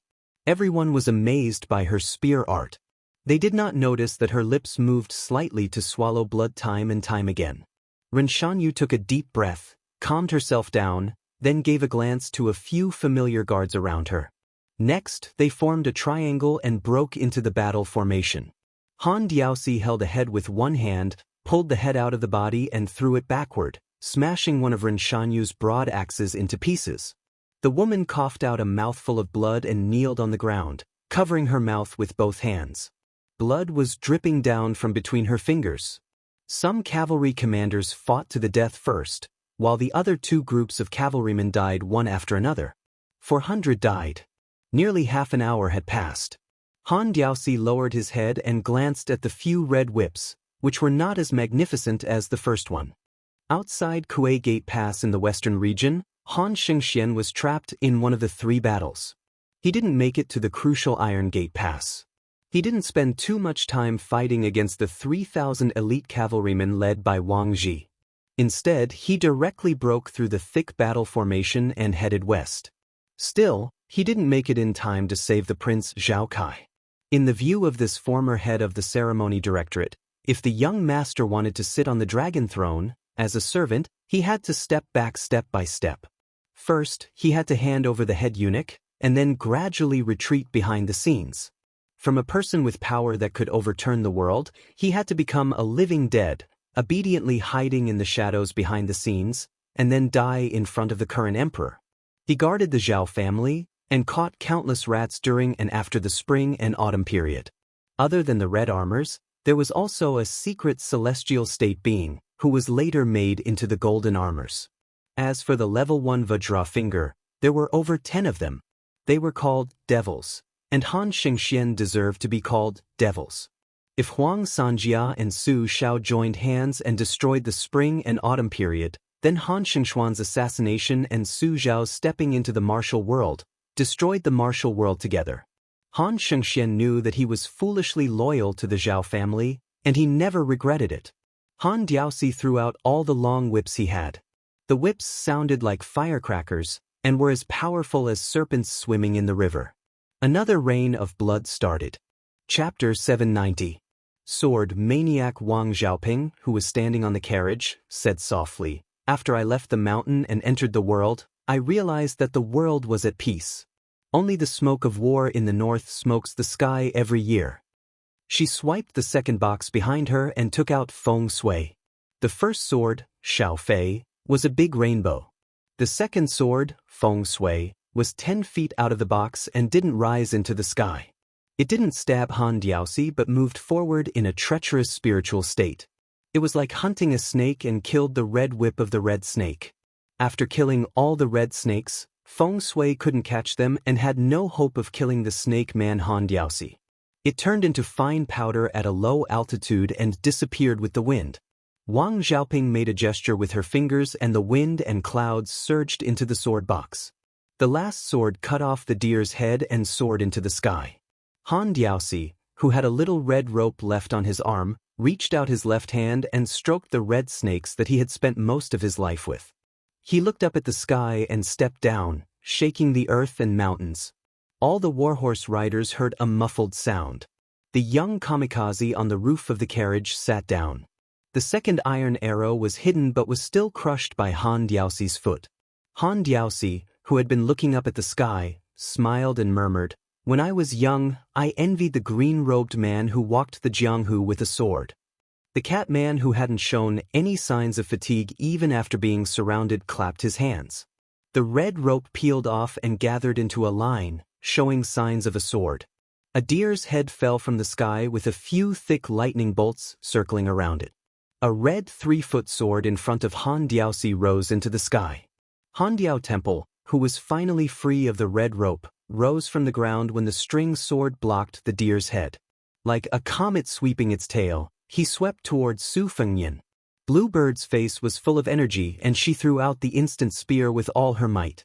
She almost exchanged her life for the spear. The Thunder Pool sword formation was set up 10 feet away. Han Diaoxi tore his chest outwards with both hands. The 9 flying swords were torn apart and floated dozens of feet away. They were like ownerless souls, without the slightest bit of vitality, lying on the ground one after another.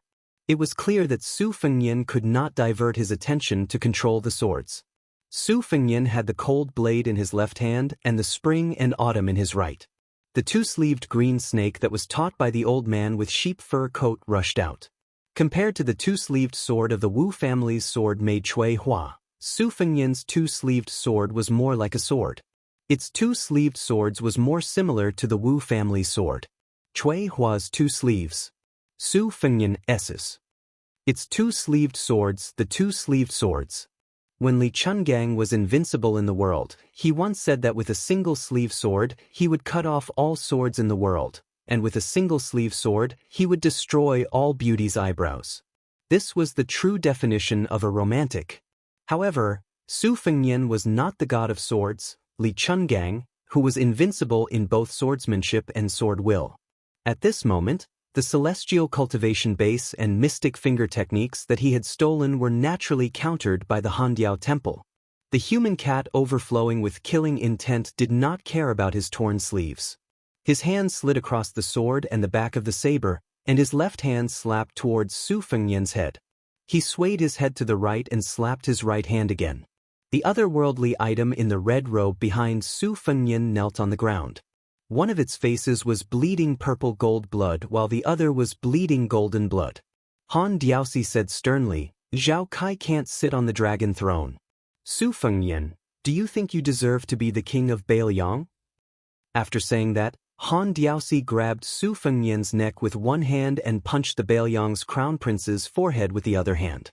The otherworldly item's head fell backward as if it was hit by a hammer. It was going to slide 80 feet away. Its 5 arms grabbed the ground and its nails fell off, but it didn't let go. Finally, it stopped 60 feet away. This ravine was stained with a shocking purple gold blood. Han Diaosi laughed coldly and said, "Bailiang saber?" The old eunuch hit Su Fengnian's arm with his elbow and broke the arm of the otherworldly item in the red robe 60 feet behind him. The Bailiang saber fell to the ground. The instant spear pierced the back of the human cat. Han Diaosi waved his hand casually. The expressionless Su Fengnian took the opportunity to raise his right hand with difficulty. The spring and autumn sword weakly pressed against Han Diaosi's chest. Han Diaosi seemed to have lost his mind. He tightened his grip on Su Fengnian's neck and lifted it off the ground. A deep bruise appeared on the neck of the otherworldly item in the red robe. Han Diaosi chuckled and asked, "There are 600 riders left, plus Wang Xiaoping who hasn't become an earth immortal, and Yuan Zuozong who came to collect the corpse. If I want to leave, can you hurt me?" The tip of the sword trembled and pointed at the human cat's chest. Han Diaosi calmed down and said, "Don't worry. After you die, I won't leave. After I kill Wang Xiaoping and Yuan Zuozong, I'll kill you again on the road to the underworld." Looking at the unusually young face and the pair of unusually cold peach blossom eyes, Han Diaosi was filled with intense hatred. He chuckled and said, "Die." Su Fengnian nodded. "Die." A sword pierced through the chest and chilled the heart. The spring and autumn sword traveled 1,000 miles. Someone borrowed the spring and autumn sword in East Sea Martial Emperor City. He once exchanged an arm with Li Chungang at his peak. He once ate countless famous swords into his stomach. This sword was fierce. Not only did it penetrate the heart of Han Xianxia, who was at the peak of his power accumulation, but it also forced his body to float backward. It was Su Fengnian's first sword attack, and it was equivalent to Ancestor Sui stabbing Han Xingshuan's heart personally. Sacrificing thousands of cavalry to die was just the icing on the cake to distract them.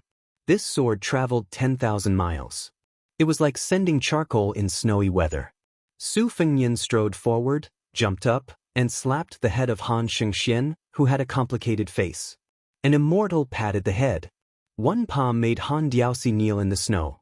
The human cat, whose heart was broken, was bleeding from his 7 orifices. He tried to stand up. Su Fengnian patted the head again. With a thump, Han Xianxia, whose silver hair was in a mess, knelt down again. Su Fengnian's knife hand cut off the head of the most powerful official in the world.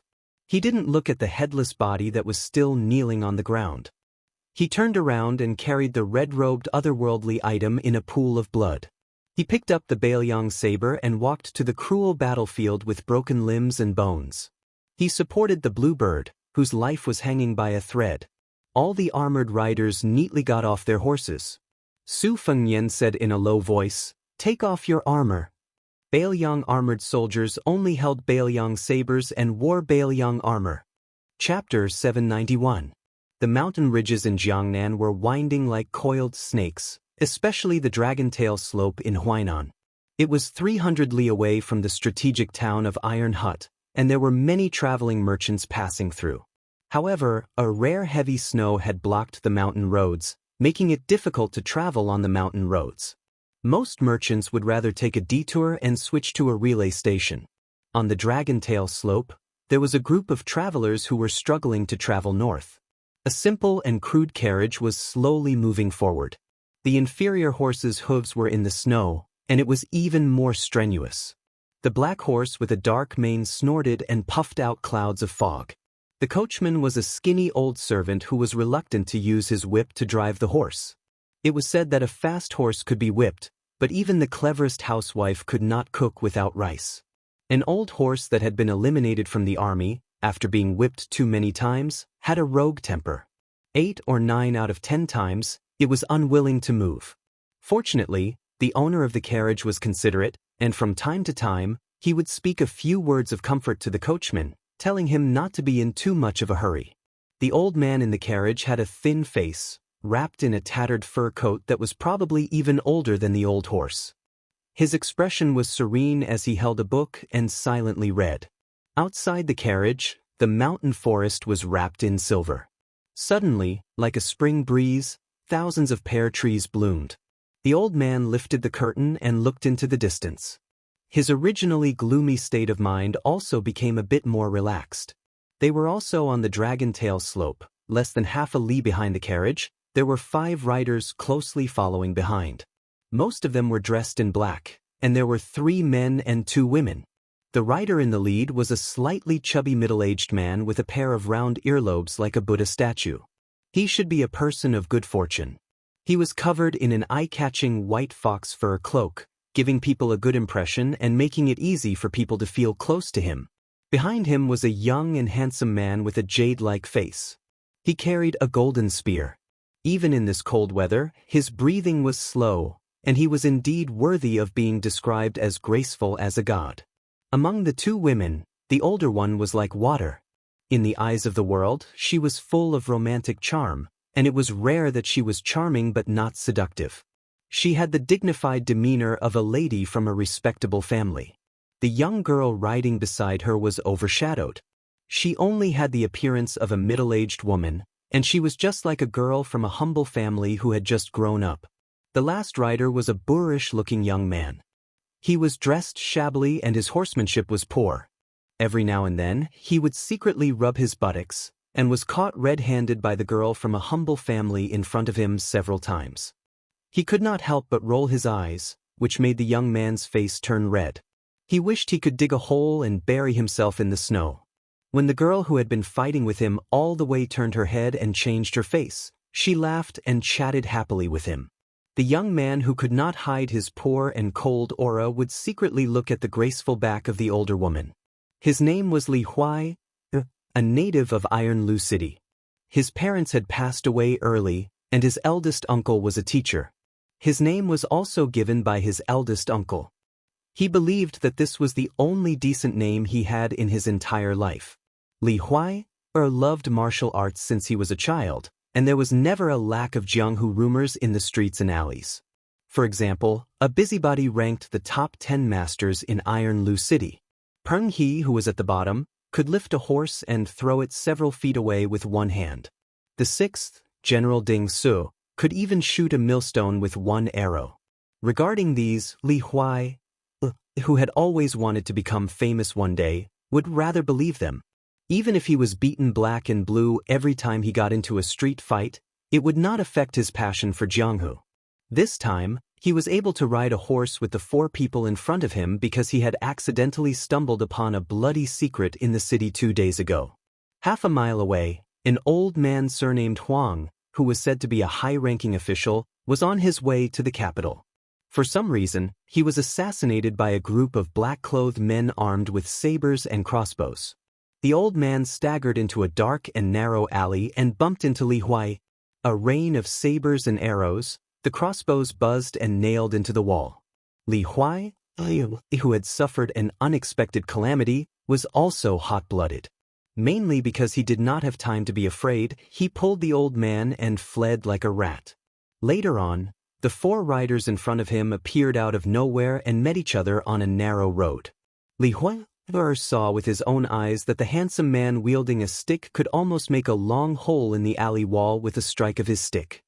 He also saw the woman in front of him moving her sword gracefully in the snow. Coincidentally, Li Huai saw that cold and beautiful face when she killed people. Li Huai knew then that as long as he could make a name for himself, he would marry no one but her. Although Li Huai was simple, he was not stupid. It was said that the experts in the world could comprehend swordsmanship by observing the tides. However, there was a river outside Iron Hut City. Whenever Li Huai was free, he would go to the riverside and stare at the surging river with wide eyes. He looked at it when there was no wind or waves, he looked at it when there was a storm or a flood. He also looked at it when there was a heavy snowfall a few days ago, but he did not see anything. Unintentionally, he heard that the unworldly experts all lived in seclusion in the mountains and forests, so he went back and forth to the mountains and ridges around Iron Hut several times. Other than taking a dump and peeing, he did not see anything. It was said that Lord Leopard, who was invincible in the nearby streets, had obtained 2 or 3 pages from a peerless secret manual. That was how he became so skilled in martial arts. However, although Li Huai had an uncle who was a teacher, his temperament was similar to that of his father, who had spent his entire life dealing with crops. He did not like to read and could not read many words. He knew that even if he obtained a secret manual, he would not be able to understand it. Li Huai looked at the men and women in front of him and felt a little discouraged. That immortal sister had said that after Lord Huang was sent to the capital, she would give him some money to return home. At that time, no one in Iron Hut would find trouble with him and he could continue to live a peaceful life. At that time, Li Huai mumbled and did not say anything. He did not dare to say what he was thinking. I just want to roam Jianghu with you.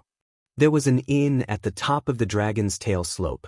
For some reason, it did not have a name. In any case, it had been open for many years and its business was lukewarm. It was just a place to make ends meet.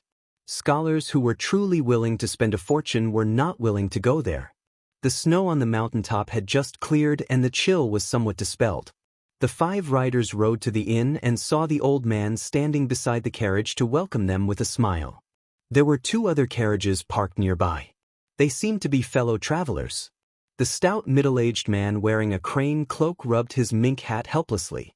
He dismounted his horse and walked forward quickly. In a low voice, he said, Lord Huang, we all have food on us to fill our stomachs. Let's not stop to rest, shall we? Chapter 792. The old man was draped in a stone-blue silk cloth. After the weather cleared up, it showed a unique reddish-brown luster under the sun. After all, the old man was a ranked official. In addition, he had a scholarly aura. He was somewhat awe-inspiring to the common people. The sable hat man came from a wealthy family. Naturally, it was not because of old Master Huang's status as a secondary 8th-rank official that he personally took the risk and did not hesitate to shed all pretense of cordiality with the officials in the western part of Guangling Path. It was because old Master Huang held an important position and did not have a high rank. Although he had just entered the ranks, the weight of his words could be described as reaching the heavens. The western part of Guangling Path respected old Master Huang's pleading for the people and his outspokenness. This time, when he went to the capital to take up a post, he entered the court, together with the northern scholar Zhu Guyu, and was promoted to the position of imperial censor. However, when Lord Huang went to the capital to meet the emperor, he carried memorials that were enough to make several dozens of officials in the western part of Guangling Path go or stay. This brought a fatal disaster to old Master Huang. If it were not for a large number of knowledgeable people who had the money and strength to help old Master Huang block several waves of dishonorable and ruthless assassinations, old Master Huang would not have been able to take half a step out of Guangling Path, much less the majestic Great Peace City. In his view, old Master Huang was clean and had a strong character. However, sometimes he was too pedantic and did things too rigidly. This unknowingly brought great danger to the Jianghu warriors who were secretly protecting him. However, he could not tell them directly. Sometimes he could only laugh bitterly and comfort himself that if not for old Master Huang's personality, he would not be able to become an imperial censor. Old Master Huang, who was full of guilt, saluted the warriors with his fists in thanks without saying anything. Li Huilhe and the others dismounted and saluted back respectfully. Ningzong, who was known for being generous in his family's prefecture, had to settle for the next best thing. He laughed softly and said, "Then let's have lunch with Lord Huang and then hurry on our way. At the border of Guangling Path, there will be a group of people waiting for us. The famous Wulin elder Liang will personally come out. When that time comes, those small fries will not dare to be so rampant." The young girl wrinkled her delicate nose and grumbled in a low voice. Since old Master Liang is highly respected in Jianghu, at the age of 80, and is able to wield a 60-pound pear blossom spear so well, and has the help of fellow Wulin practitioners, why is he unwilling to walk 200 to 300 miles? The sword-wielding woman frowned and lightly shouted, "Xianxia, don't be rude." On the contrary, it was Lord Huang who resolved the situation. When he walked slowly towards the inn, he explained to the young girl with a pleasant smile, for these well-known Jianghu aristocratic families and sects, not to mention the direct family members and gang members, even the servants and guards who just make a living have to be recorded in the register. They have to deal with the government and have to look up to them for a lot of things. When I was young, I was still the kind of Jianghu people who only sought pleasure and revenge. Once I leave, I will never return. Ningzong, who felt this the most deeply, smiled and said, "Lord Huang is very knowledgeable. At home, you know everything in the world." The thin old man waved his hand and self-deprecatingly said, "Just reading 10,000 books is not enough. One also has to walk 10,000 li. The principles in books are dead, but people are alive. If I, Huang Shang, don't read for a day, I will not be able to eat or sleep in peace. Over the past few decades, I have indeed read a lot and often visited the countryside. However, I know my own weight. I am too stubborn and do not know how to live as a person. This time, it is Huang Shang who has implicated so many heroes and good men. Of course, there are also Miss Zhou and Miss Hu are not inferior to men. Other than the books on the first floor that were taken away, Huang Shang is already a penniless pauper. On this journey north, I was thinking that if there was a day when I was no longer an official, I would write a chivalrous tale in hopes of repaying you." Ningzong's face lit up with joy. This is a good thing to go down in history. The young girl called Xianxia chirped excitedly, "Lord Huang, please don't forget me. I am called Hu Xianxia." Lord Huang smiled and agreed. The woman surnamed Zhou, who had an otherworldly aura, and the handsome young man who carried a stick looked at each other and smiled faintly. Li Huilhe, who had nothing to do with him, followed the crowd and stepped over the threshold with his head lowered. He had always thought of himself as a useless burden, self-abased and taciturn. The inn was not big, and every table was covered in oil that had accumulated over the years, giving off a greasy glow. It was not something that could be wiped clean with a rag. Ningzong, who had rich experience in Jianghu, looked around and felt a little uneasy. There were 5 tables in the inn, and the same group of 5 people occupied 2 of the tables facing the window. Among them, there was a robust young man who exuded a bloody aura. This was nothing. At the main table, there was a young man with white hair, wearing white clothes, white shoes, and a white jade belt. He had a pair of peach blossom eyes that were hard to see. Ningzong felt that this person was troublesome at first glance. Even if this type of person's skills were average, just by looking at his posture, he was an extremely difficult person to deal with. On the left of the white-haired young man sat a dark-skinned young man, and on his right sat a man who was raising a cup of wine. Ningzong, who had a good eye for people, immediately felt his scalp go numb. The man was estimated to be 9 chi tall. Although Su Zhan, who was an expert in using a stick, had a majestic figure, he was still slightly inferior. Ningzong's family was not far from the military camp of an elite troop in Guangling. He had seen the killing aura that climbed out of a pile of corpses on the battlefield and was very familiar with it. If this group of people stopped official Huang from going to the capital, Ning Zong reckoned that even if he sacrificed a few lives on Dragontail Slope, it would still be useless. At one table were Su Fengyan, young man Wu, and Yuan Zhuozong. At the other table were Cavalry General Lu Song and Wang Lin, who had participated in the battle outside Shenwu City. Bluebird was severely injured and couldn't travel south to Shangyin Academy. She followed the group to Bailiang. With Chu Lushan personally clearing the way and using both the carrot and the stick to build relationships, no matter how difficult a problem was, it could be easily solved. Su Fengyan's trip this time was to go to the academy to pick up people, and then he would go to Qingzhou to secretly meet with two groups of people. After that, he could go to Bailiang. How to absorb the 100,000 refugees, who could mount and dismount, was a difficult problem that Li Yishan deliberately left for him to solve. Only by making them live eyes could he truly open up a new situation in Bailiang. The reason he brought along the scholarly General Lu Song and the injured Wang Lin was that he intended to train them to become his direct subordinates and trusted aides, so that before smoothly nailing them into the Bailiang army, they would have to gradually familiarize themselves with each other. The soldiers under their command had suffered disastrous casualties. Su Fengyan couldn't just pat his buttocks and go their separate ways, leaving these two meritorious ministers hanging on one side.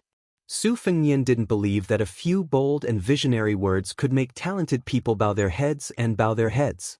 As for the White Bear, Yuan Zhuozong, whose military strength was second only to Gu Jiantang and Chen Zhibao in the Liang army, it was he who asked to go south with them.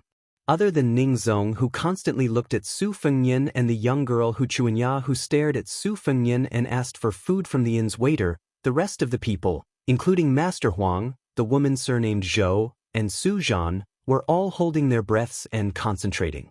The last 2 jars of wine from the inn's cellar were taken from Su Fengyan's table. Fortunately, Ning Zong knew that excessive drinking would make things worse, so from the beginning he didn't think of warming his stomach with wine. However, Huang Chang, who went to the capital to take up the position of imperial censor, only had 3 hobbies in his life: reading, drinking, and eating crabs. Every year his pitiful salary was spent on these 3 things. At this time, the ideal time to eat crabs had long passed. Although there were books to read in the carriage, the journey was rushed and his life was in danger. He didn't even have time to take care of the several jars of wine that were meticulously made with osmanthus seeds. At this time, Huang Chang smelled the wine and was somewhat moved. However, he cultivated his body and qi all year round, so he didn't say anything. Su Fengyan sat by the window and asked with a smile, "Old sir, I still have half a jar of wine that I can't finish. I'm a bit distressed about the money. How about I sell it to you at a cheaper price?" Huang Chang's heart was moved, but he still smiled and shook his head. Jiang Hu was dangerous, and compared to the treacherous storms in the officialdom, many times they were the same. It was just that people's hearts were filled with evil intentions. Hu Chuanya, whose innocent heart was tied to the elegant young master, Su Zhan, saw Su Fengyan. Her heart was in turmoil, but the words that came out of her mouth were sharp. "He's quite handsome, but his hair is white. It's scary to look at. If I see him in the middle of the night, I'll definitely think I saw a ghost." Chapter 793. If it were an ordinary disciple traveling with a servant, and the master was humiliated like this, it would be inevitable that the servant would jump to become an accomplice, and teach the unrestrained young girl a lesson. But what made Ning Zong more and more uneasy was that not only did the master laugh it off, but the men at the 2 tables also did not seem to care, especially the white-haired young man and the 2 men at the table next to him. The way they looked at Hu Chuanya was unexpectedly a bit of straightforward admiration, as if the little girl had said these harsh words. She was a first-class heroine of Jianghu. Ning Zong originally hoped that the people at the 2 tables would fly into a rage so that he could mediate between them. As long as they could settle things peacefully, it would mean that they weren't here for Lord Huang. Not to mention apologizing on the surface, Ning Zong, who only wanted to be safe, would be completely fine even if he failed miserably. However, the situation developed unexpectedly. Those people didn't show any sign of denouncing. Perhaps they thought Hu Chuanya's childish words carried no harm, so the white-haired young man didn't force her to sell the half-jar of wine. After Huang Shang finished the meal, Ning Zong quickly paid the money and left the inn with them. Just like duckweed meeting on water, they didn't meet again. This made Ning Zong, who was on the horse, feel relieved. He couldn't help looking back at the inn's door and vaguely saw the white-haired young man pour a glass of wine for the man next to him. Hu Chuanya was still resentful after being glared at by her companions who had known her for many years. She whipped the horses but hard. Wang Lin, who had followed his father's footsteps, was seriously injured and lost an arm. However, he was still happy and satisfied. Compared with Lu Song, who was cautious on the journey to the south, he was also careless in front of Su Fengyan. After Huang Shang and the others left the inn, he sat beside Wang Lin with a bowl in his hand. Su Fengyan just poured wine for Yuan Zuozong and also poured a bowl for Wang Lin. Wang Lin said flattering words that no one took seriously.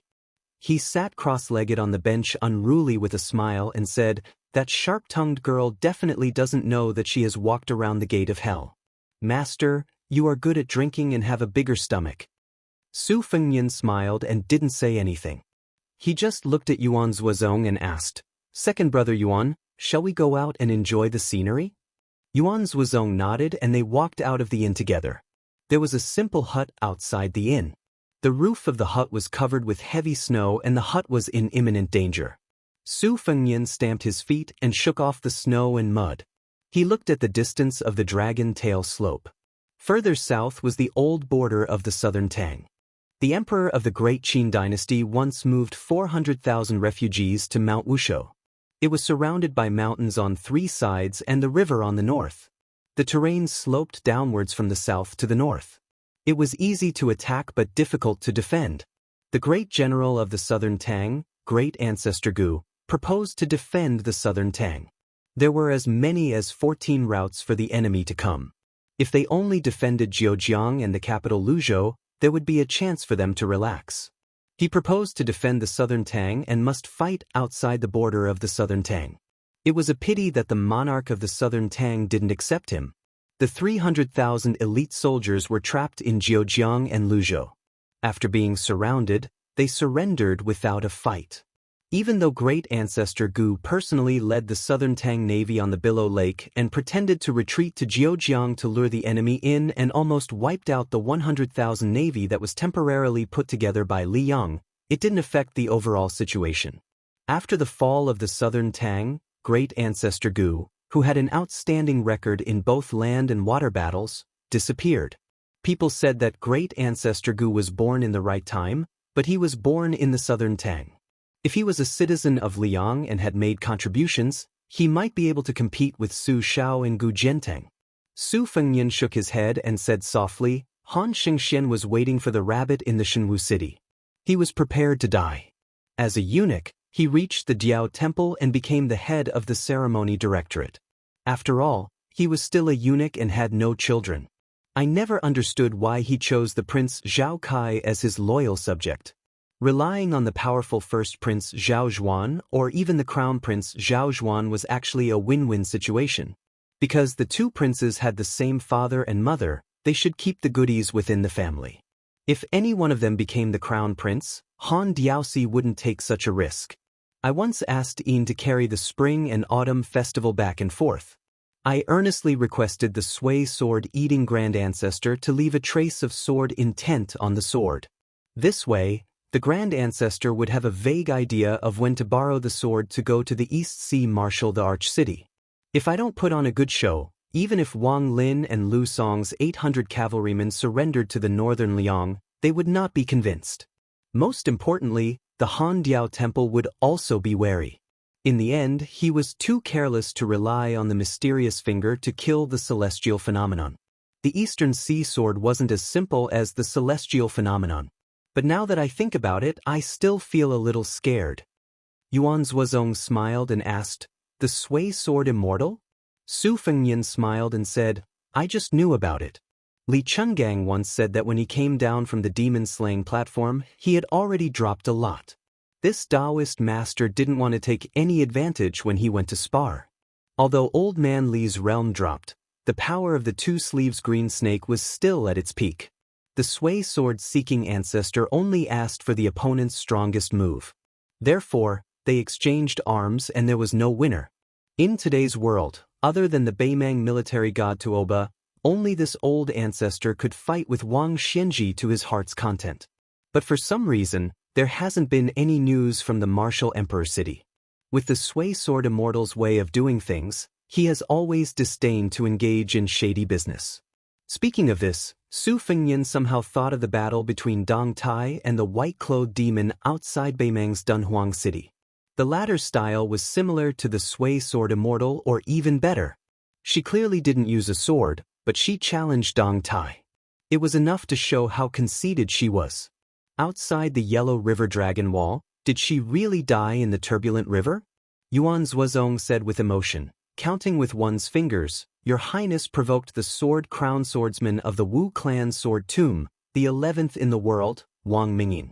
Later on, you went into the hinterland of Beimeng alone and killed the demon Xieling. Then, you fought with Tuoba Chunsun and even brought back the head of the 5th raccoon of Bubang Mountain. This time, you killed Han Diaoxi, so you haven't been idle. I'm afraid there are hundreds of descendants of the Liang vassal kings. None of them are as hard-working as Your Highness. The cold wind was mixed with the unique grassy smell of the mountain, refreshing the mind. Su Fengnian smiled and said, Probably the bigger the melon field, the bigger the thief. The crippled man, the ugly woman, the talented man and the beautiful woman, they are all well-matched. I should feel honored to have these famous rivals in the Jianghu. Second brother Yuan, you've been hiding your strength all these years. Chen Zhibao has entered the saint state. It's not right if you don't become a celestial state. Yuan Zuozong laughed and said, I'm far from being comparable to Gu Jiantang of the Thunder of Mind and Chen Zhibao of the Plum Wine. However, I'm good at fighting. I wonder when I'll be able to fight side by side with Your Highness on the battlefield? Su Fengnian sighed with his hands in his sleeves. In Beimeng, I heard from an old Beiliang soldier that he often dreamt of the Iron Horse Glacier. Yuan Zuozong looked into the distance and said softly, I'm not optimistic about West Chu's restoration. Su Fengnian nodded and said, just like Su Zhao's refusal to rebel in the past. It seemed that he had disappointed many soldiers, but he didn't do it even though he knew it was impossible. It was not easy for him to see the balance of the world. He didn't want to be an emperor. In his words, even if he was an emperor, could he still have 3,000 concubines? Or could he eat a few more bowls of meat in one meal? To conquer the world, one needs to rely on strong men, strong horses, and strong swords. To rule the world, one needs countless scholars from aristocratic families to work together and gather sand to form a tower. Since the hearts of the people are not on Su Zhao's side at all, he will be a short-lived emperor who rules by drawing rivers. I am destined not to live to this day. Yuan Zuozong smiled from the bottom of his heart. My adoptive father never plays tricks. He's wise. Su Fengnian turned his head and said, Fengnian was unscrupulous in the past. I've made a fool of myself in front of second brother Yuan. Yuan Zuozong didn't look at his royal highness. He looked at the white mountain scenery. Yuan Zuozong's blind loyalty is not inferior to Han Shengxian. Chapter 794. Dragon Tail Slope Turned Downwards. Inside the carriage, the old man shook his head and smiled. Huang Shang really is measuring the heart of a gentleman with his own yardstick. What a pity about that half a jar of wine. Other than Huang Shang, who was about to take up an important position, Li Huai was also sitting in the carriage.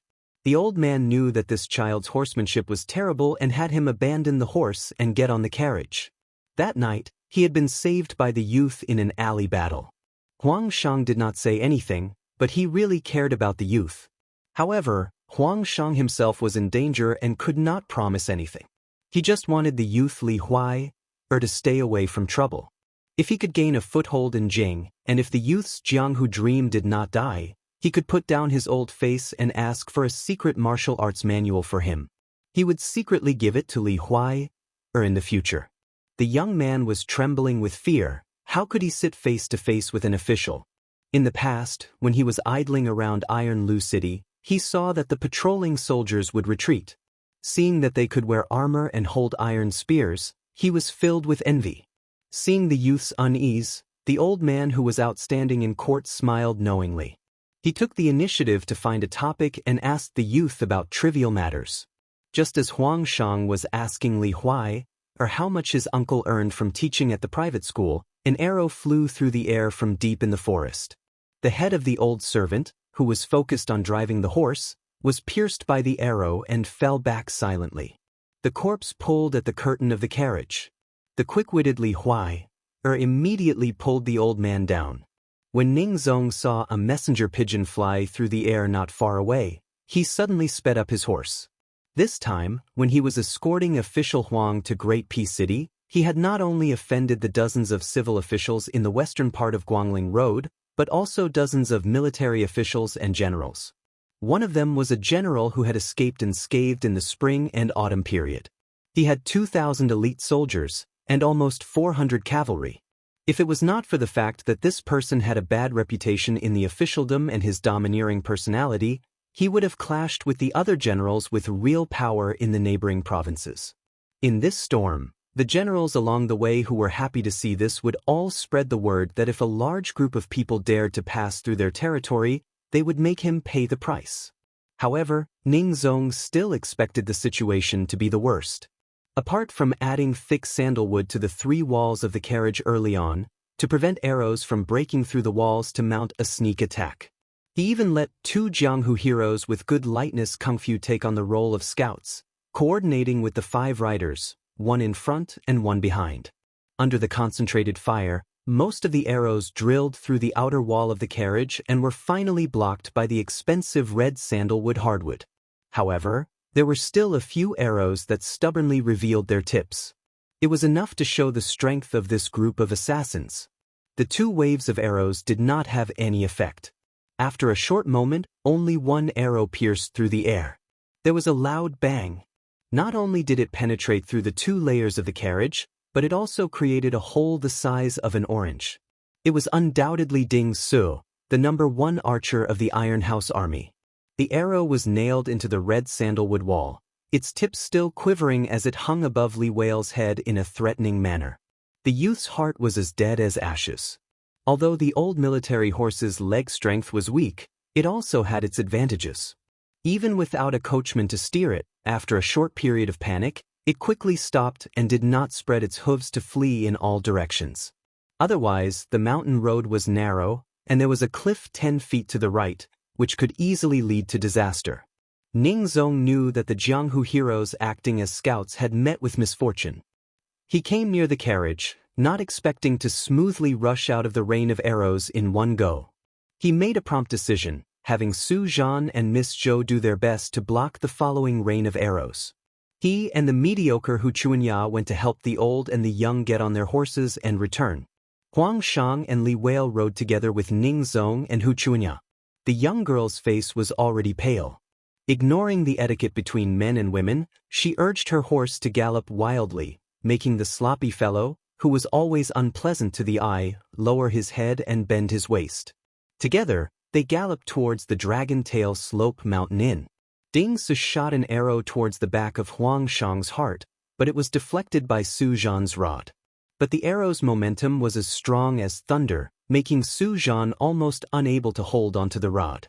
Ding Su shot 2 arrows together for the second time. One arrow continued to target the old man and Huang Shang, while the other arrow chased after the young man. In the middle of the mountain road, a woman's figure was like an ink-black swallow. She floated down from the horse's back and moved backwards.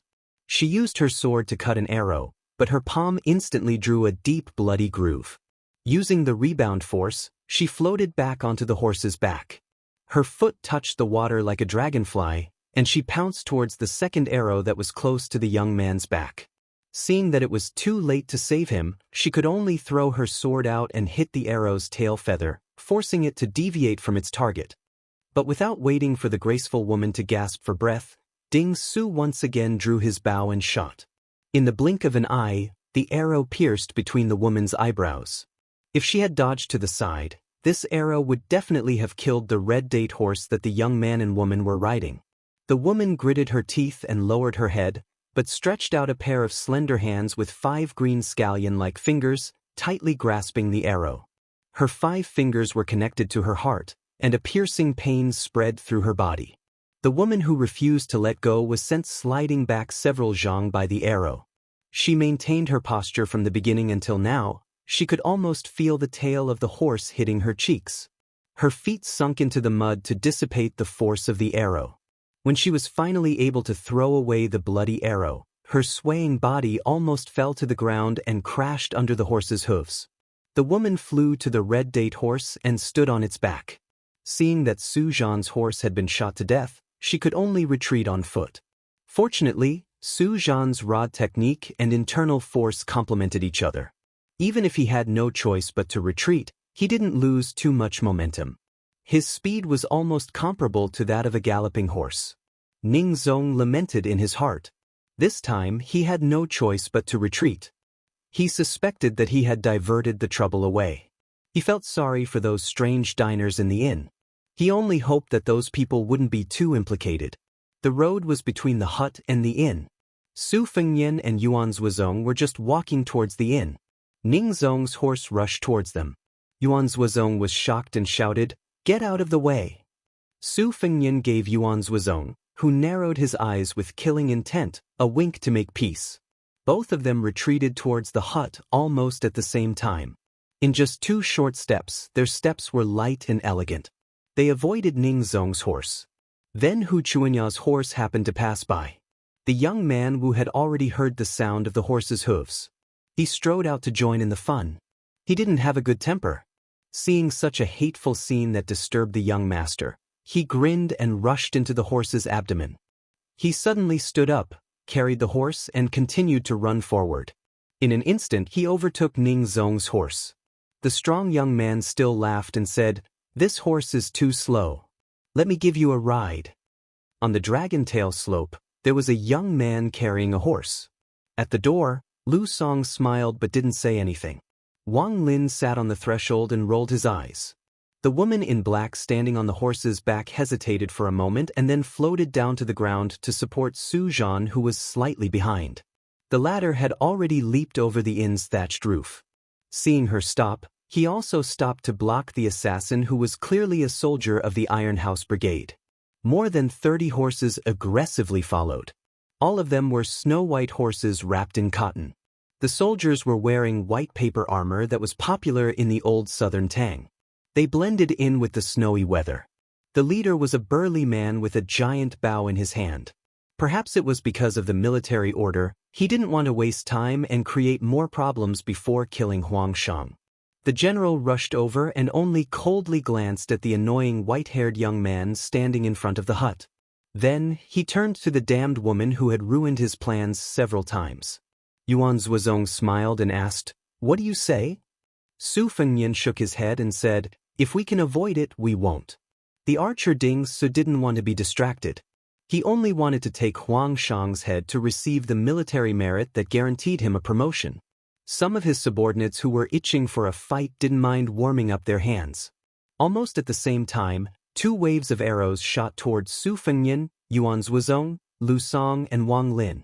Lu Song shook his head and used one hand to remove the arrow. Wang Lin was full and had nothing to do. He held the arrow with one hand and deliberately shouted and fell back. Lu Song's eyes had some pity.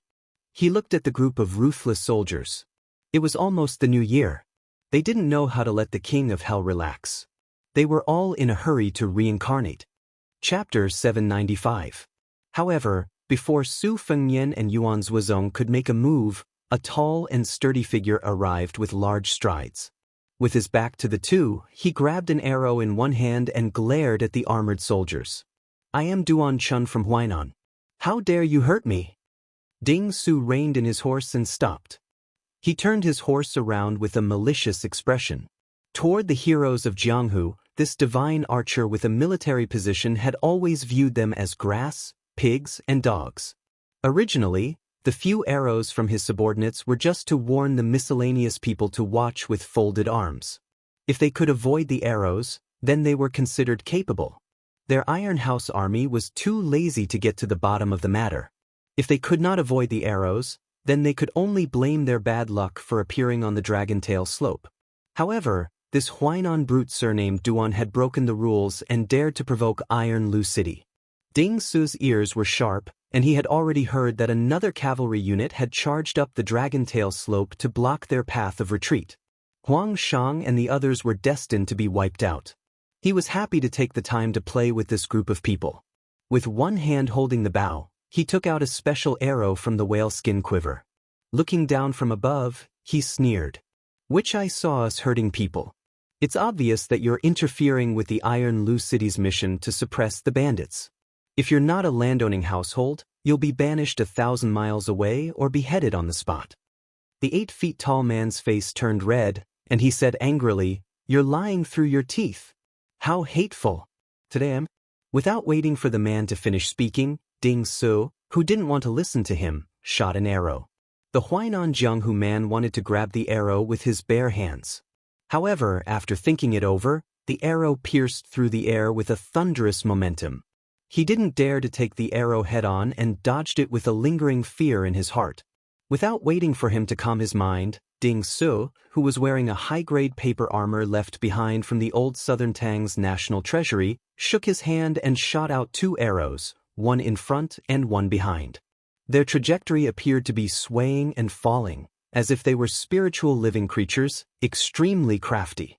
The Wulin man, who had a small reputation in the Wulin world of Lianghuai, groaned inwardly.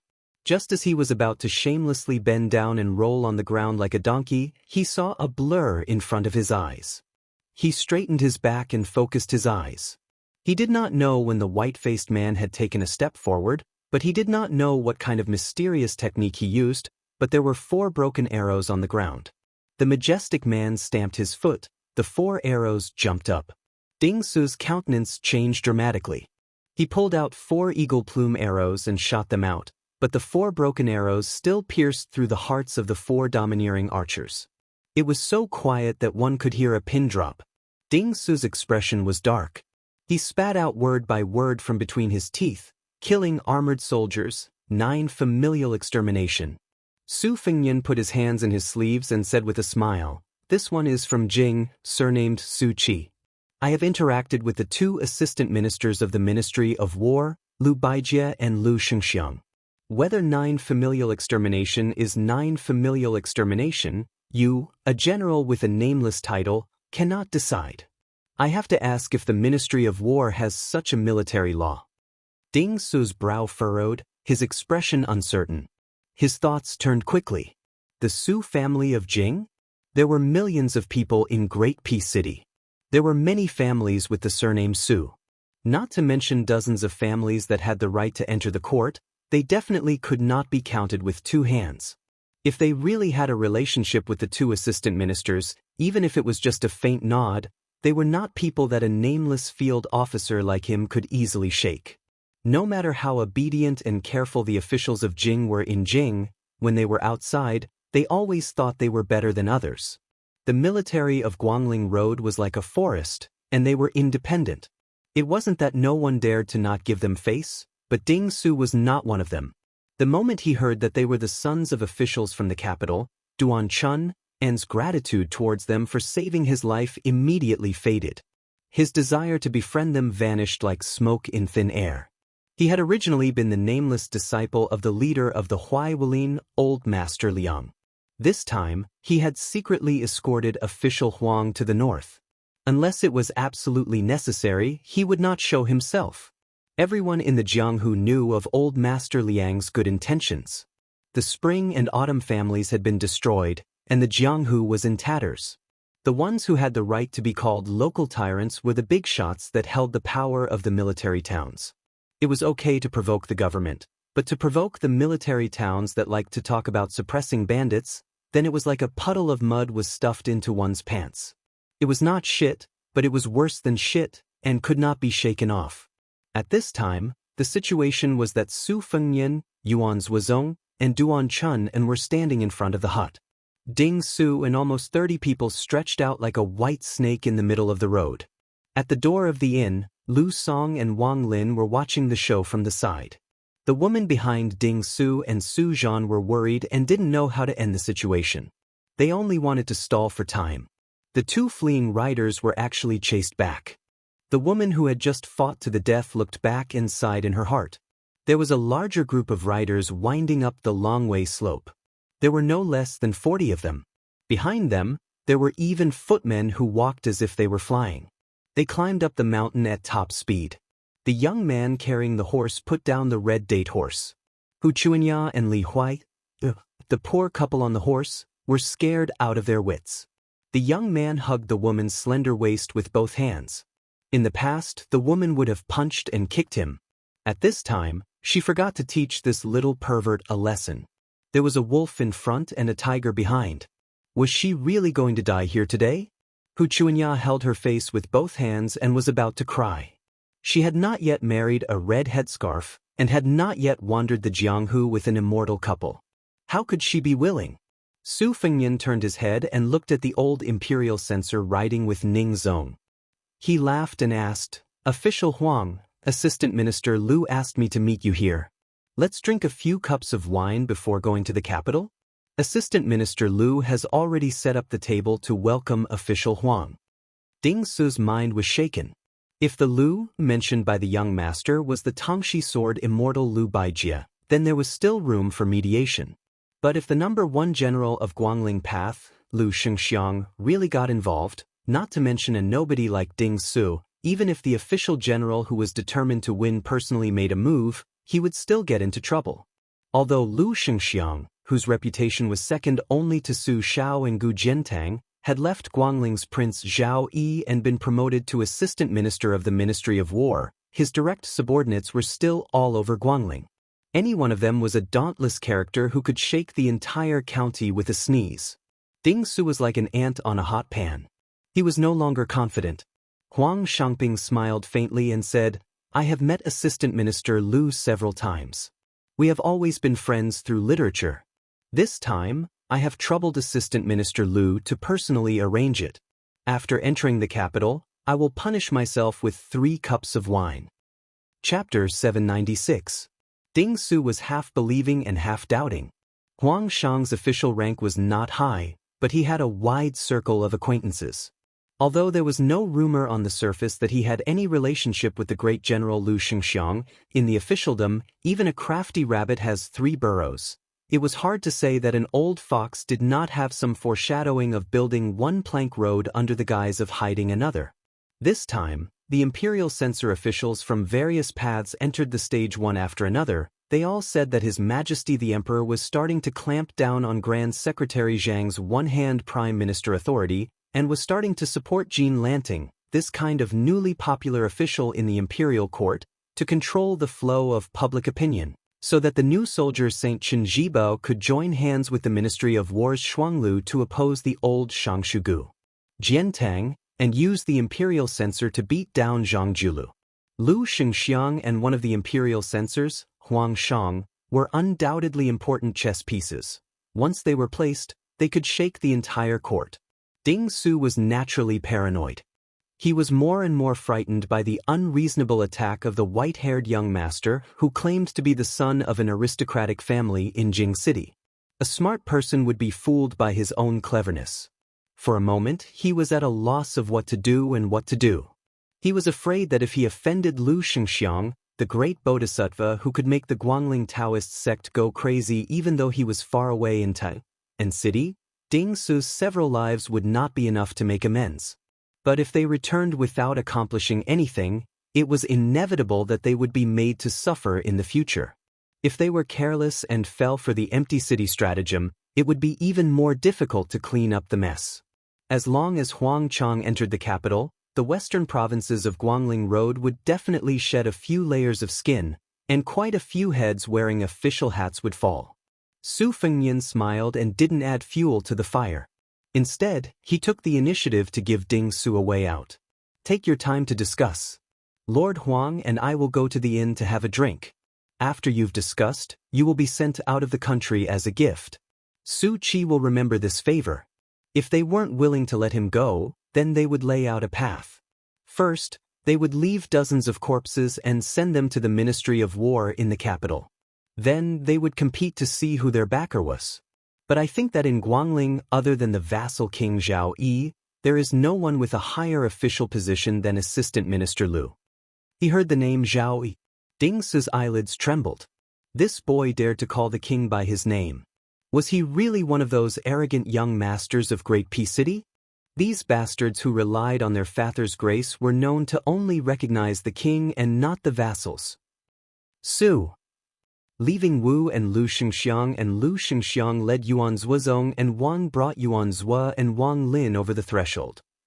With and under of Wu and to bring to. Earlier, Old Master left in a hurry and didn't have time to drink. There is still half a jar left on the table. Would you like to satisfy your cravings now? Huang Shang was an official.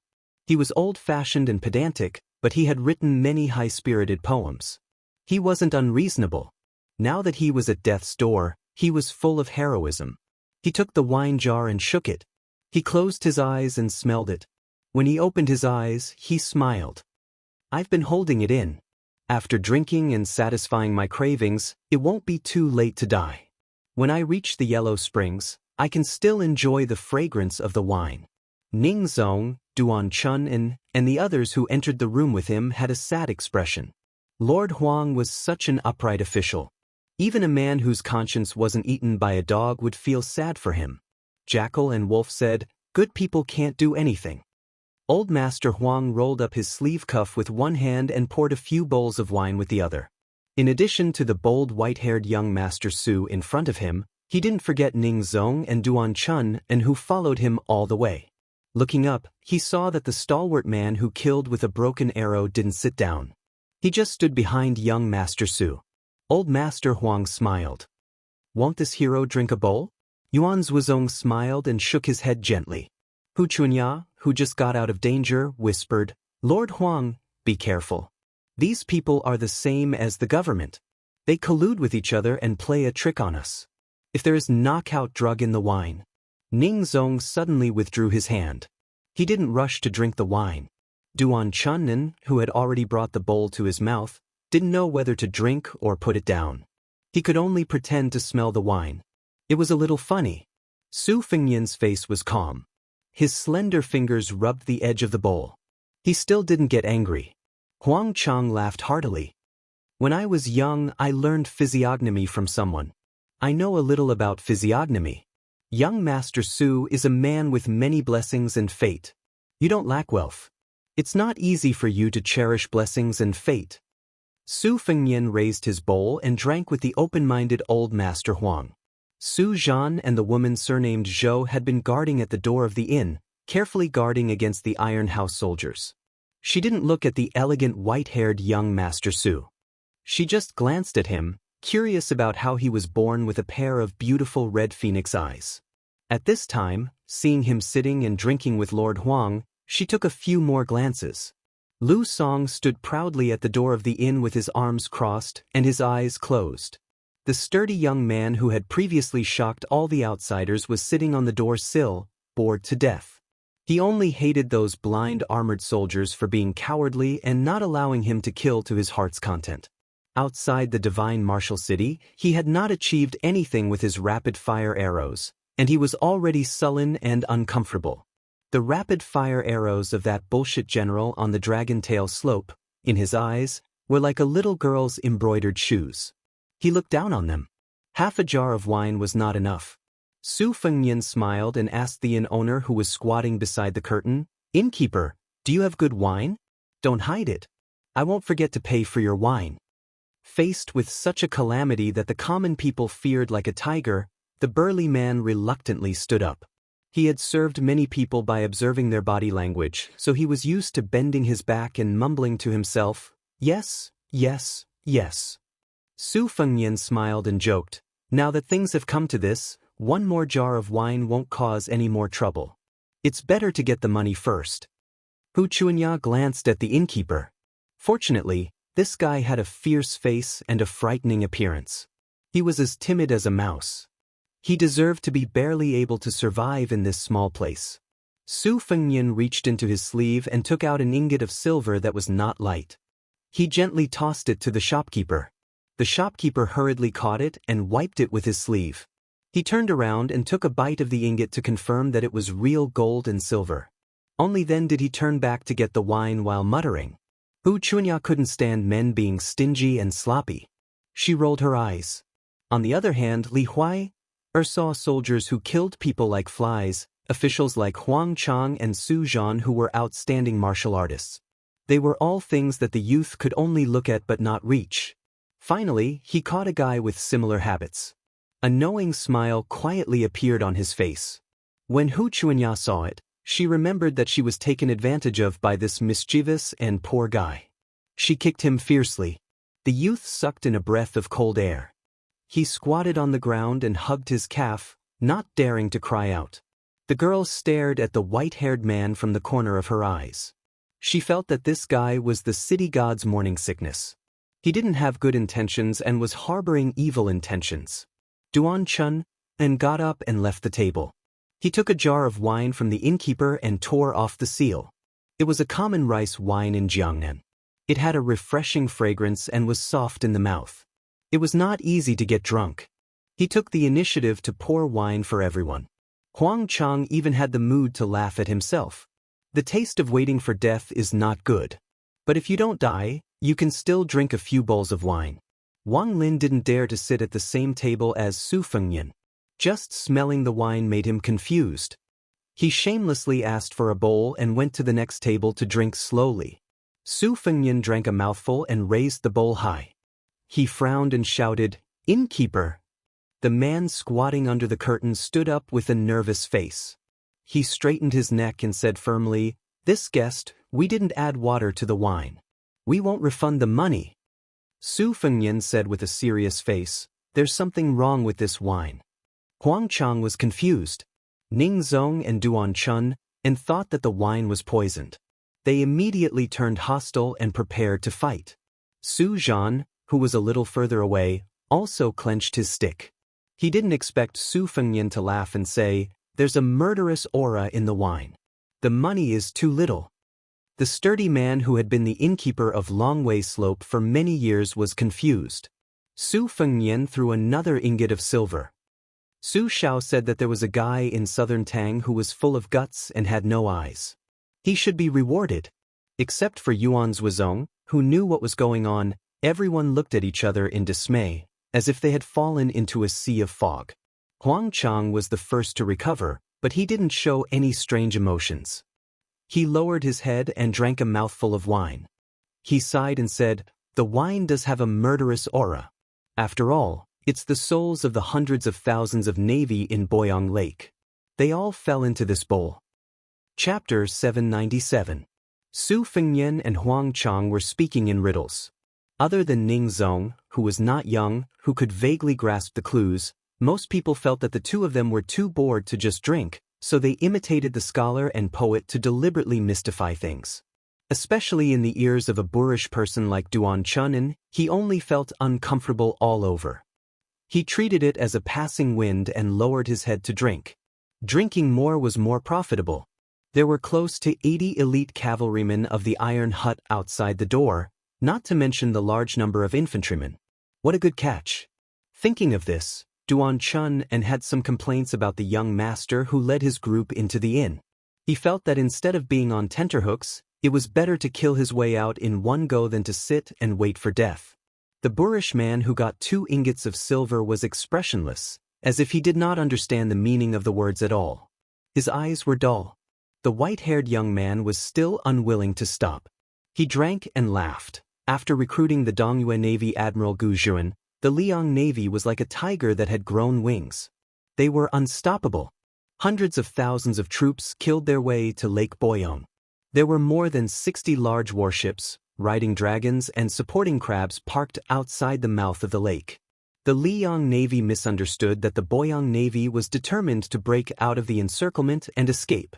Every division fought for military merit, so the heavy and difficult-to-float riding crabs and supporting crabs were parked outside the river and only allowed the light and agile boats to sail into the inner lake. Little did they know that the Boyang Navy who was guarding Lake Boyang was resurrected, Du Jiankong, who had come back from the dead. This person even personally led 3,000 men of sacrifice to block the narrow channel at the mouth of the lake, causing the Liang navy to be cut in half at the waist, unable to respond to each other. He then let his 2 sons rush into the riding crabs and riding dragons, filling their boats with oil. They set fire to the boats and perished together with the giant ships. Finally, the unstoppable Liang navy was intercepted on Lake Boyong. The fire that was rumored to be visible to the entire southern Tang burned for 3 days and 3 nights. This person did not say a word about the death of his sons. Even his 2 daughters-in-law who came from Jianghu aristocratic families went into battle and died together at Lake Boyong. It could be said that one person sent all the black-haired people in vain. If the family line was cut off, it would be considered unfilial. After the success of this battle, the navy of Lake Boyong disembarked, ready to die to reinforce the capital. While they were on their way to the capital, they did not know that the southern Tang sovereign had long been tempted by the Li Yangzhao's bestowal of the Duke of Nangua. He angrily rebuked this man for being disloyal and sent a secret envoy to bestow him with 2 pots of poisoned wine. The navy of Lake Boyong surrendered without a fight. The 80-year-old General Du Jiankong was beheaded after his death and placed in a box. The king of the southern Tang kingdom wore a hemp robe and opened the city gate. He held the box in his hands and begged for forgiveness. He then knelt down to welcome the imperial advisor. That day, the southern Tang kingdom was destroyed.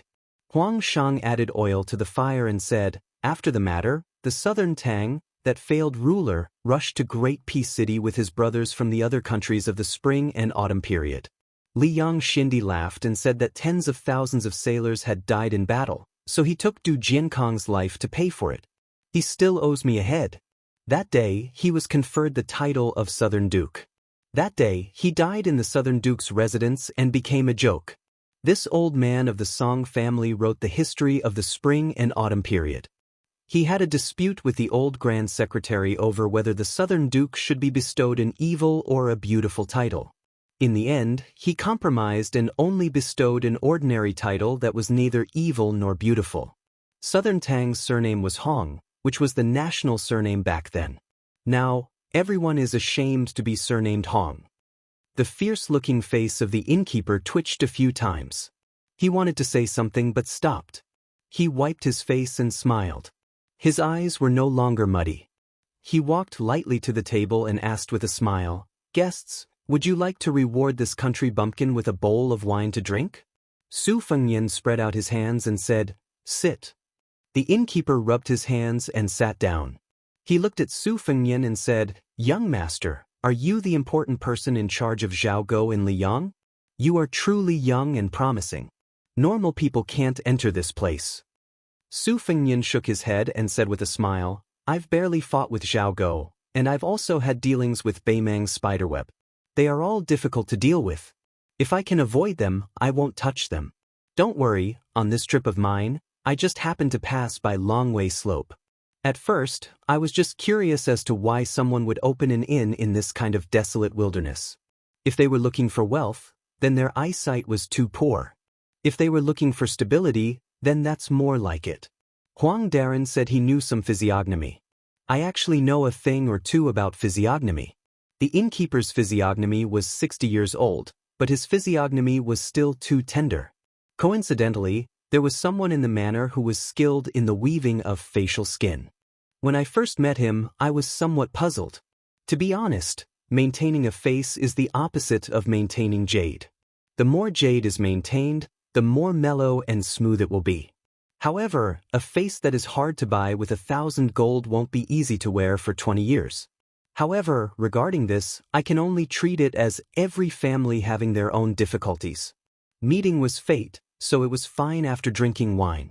However, when I walked out of the inn and went to the thatched shed to enjoy the scenery, I guessed that when the weather was clear, I could see Nantang Boyong Lake.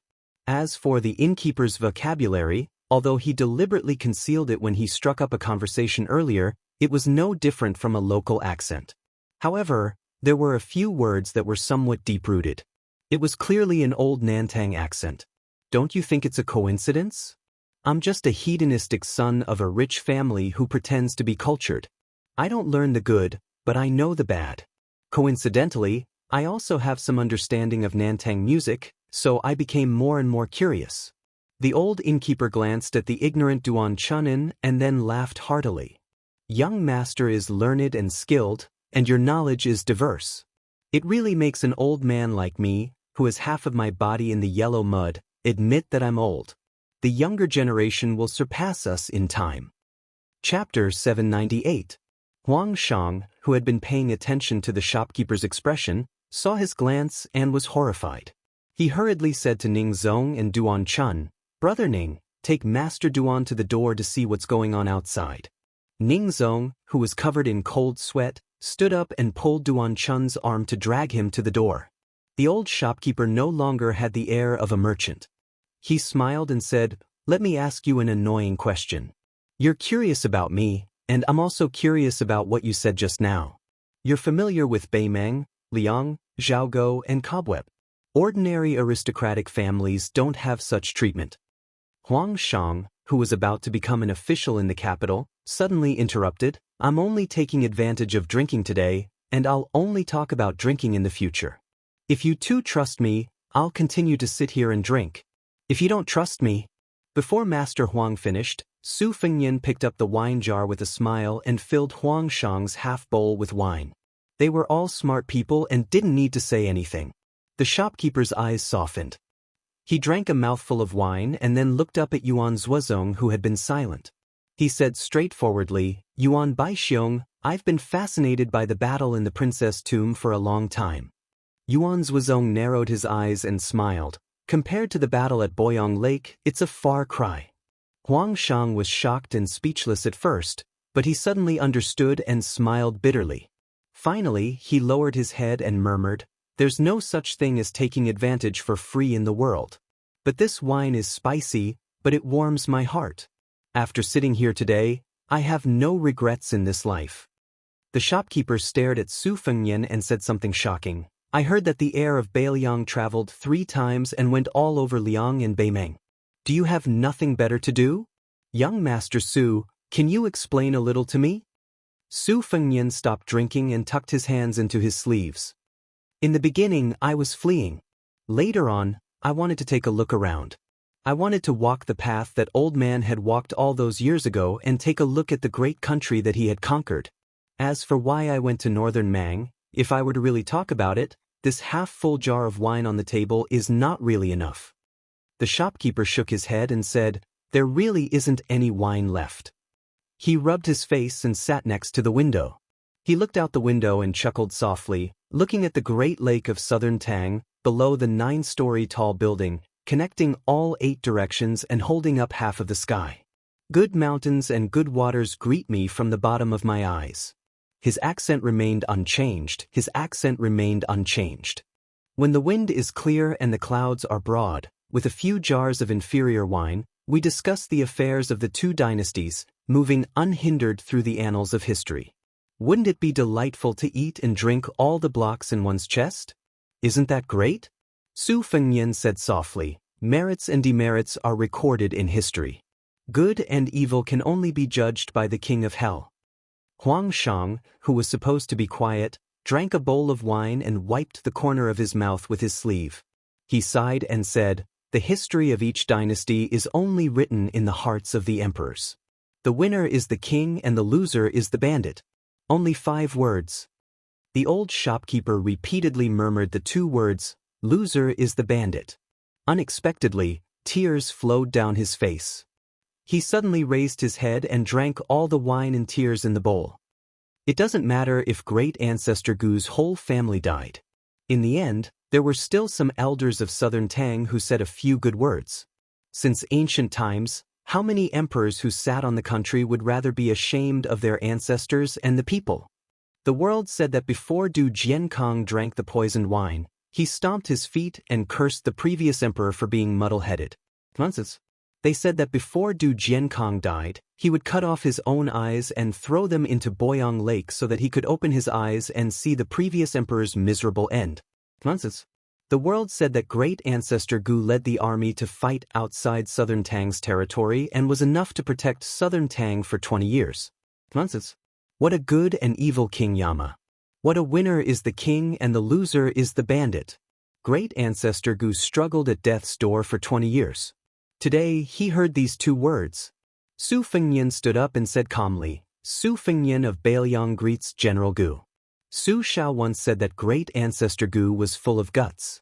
South Gu was far better than North Gu. He was the Li Chungang of the imperial court.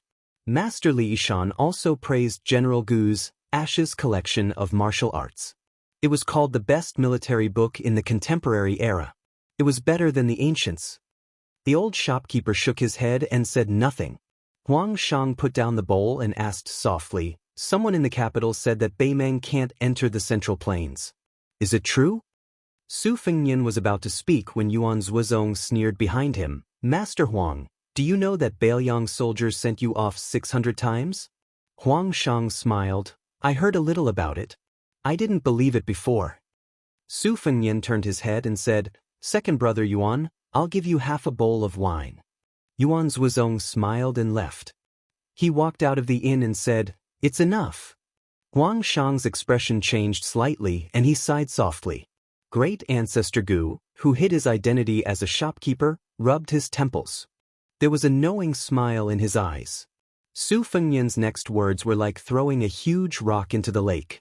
Bailiang's infantry still lacks a deputy commander. General Gu has received 2 ingots of silver. You have to give me an explanation. As for Master Huang, don't go to the capital to die. You can choose a civil official position in Bailiang. It was not up to Lord Huang to decide whether to go or not. Su Fengnian was determined to use force before courtesy. Even if he had to knock him unconscious, he would still tie him up. Anyway, the soldiers of the Iron Hut died because of you. Even if Master Huang jumped into Boyang Lake 100 times, he wouldn't be able to clear his name. It's better to go to Bailiang with me. Great ancestor Gu laughed, You're straightforward. You're worthy of being Su Zhao's son. I like you. Let's make things clear first. You get what you pay for. What deputy commander? What infantry commander? Let that Yen Wenluan, who squats in the latrine and doesn't shit in it, do odd jobs for me. Huang Shang said helplessly, Then I beg His Royal Highness to knock me out first. Su Fengnian put his hands in his sleeves and smiled like a fox. Chapter 799. The fire on the dragon tail slope burned the simple inn and the corpses of the soldiers. Su Fengnian squatted at the side and spread his hands lazily to warm himself.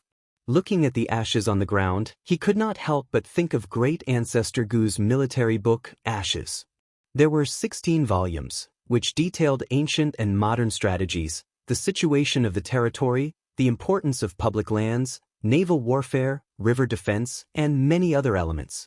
It first proposed that the land was the foundation of the country's military strategy and gave an incisive overview of the world. Xiangfan was the land of the world, and Bailiang was the land where lions hunted rabbits. In fact, they all came from the same ashes. Secondly, the situation and the imperial government complemented each other, and neither could be missing. Especially the emphasis on the exploration of mountain sand mines, it could be said to be all-encompassing. Li Yishan's vision was very high, and he sincerely admired Ashes, praising it as a new paradise for the military strategists of later generations. Unfortunately, the southern Tang dynasty collapsed, and half of the 16 volumes were confiscated by the national treasury. Most of them were pocketed by Gu Jiantang, and the remaining 8 volumes were scattered among the people. Bailiang only had 3 volumes. When Su Fengnian was young, he was often punished by Li Yishan to copy miscellaneous books. The 3 volumes of Ashes undoubtedly made him suffer a lot. At that time, he would never have thought that today he would be drinking at the same table with the military book's author, and that they would return to Bailiang together. If they met earlier, perhaps his master would have had another drinking buddy. Hu Chunya stared blankly at this sloppy guy. Not only did he order his retainers to kill the dragon-tail slope, he even had the mood to leisurely warm himself by the fire. Why didn't he hurry up and run away? She did not even have a good impression of this guy in white. After escaping from death, she did not even think of thanking him, let alone repaying his kindness. She just felt that he was not pleasing to the eye. It would be nice if she could step on his snow-white body a few times and leave a few black mud marks on the soles of her shoes. However, Wuxia subconsciously glanced at the 9-feet-tall man not far away. It was this person who walked out of the inn. After a few sips of wine, it was completely quiet outside. He dragged the corpse of the Iron Lu City's master archer general into the burning inn like a dead dog. Seeing this, Wuxia, who was hiding in the thatched shed, almost vomited. As for the young Li Huier, who was ignorant of worldly affairs, his eyes were wide open from the beginning to the end, foolishly watching people collect the corpses.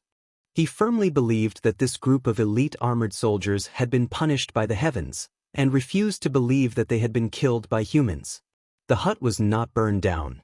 Great Ancestor Gu and Huang Shang stood in the hut and looked to the south together, sighing. Birds of a feather flock together. Ning Zong, Su Zhan, and the woman surnamed Zhou naturally gathered together. The woman took advantage of the fire to retrieve her sword. Her hands were badly mangled, but fortunately, her muscles and bones were not injured. She applied an exclusive golden sore medicine and wrapped it in a clean silk cloth, and did not care about it anymore. No matter if one traveled alone or in a group, gold, silver, and soft goods were a necessity in Jianghu. The delicate bottle to hold the ointment was even more indispensable. The woman surnamed Zhou was not old, but she was already experienced in Jianghu. She relied on herself to reach the 3rd level of strength. For a woman who could not be said to have any family inheritance, it could be said to be a miracle. Wuxia had always been rude when speaking, and this time was no exception. She heartlessly asked a question that made Ning Zong's eyelids tremble. "Will this guy kill us to silence us?" The woman surnamed Zhou put her palm on the sword hilt and remained silent. To a swordsman, a sword was not only a lover's beauty, but also a lover's love. Sometimes, it was also a strict senior. Looking at a sword was like looking at a person, reminding people that Li Chungang once held a wooden horse and ox with a sword. Dong Tai also twisted a peach branch like holding a sword, and the 9 swords of the Wu family held a sword until they died in the wilderness of Beimeng. In Jianghu, there were many sabersmen who turned to swordsmanship, and few swordsmen who turned to other weapons. Practicing swordsmanship from childhood to old age, they stuck to one thing until death. Even if they could not achieve anything in their lifetime, they would not abandon the sword midway. Although Su Zhan's family had declined, a dead camel was still bigger than a horse, and his family was still not thin. His father, Su Dachu, wrote the Observing Skills scripture, which could be said to be a comprehensive collection of staff techniques. When the Su family of Lianghuai was mentioned, even the bandits who disregarded human life would give them a thumbs up. It was only because it was said that when Su Dachu was young, he was fortunate enough to meet the spear immortal Wang Xiu.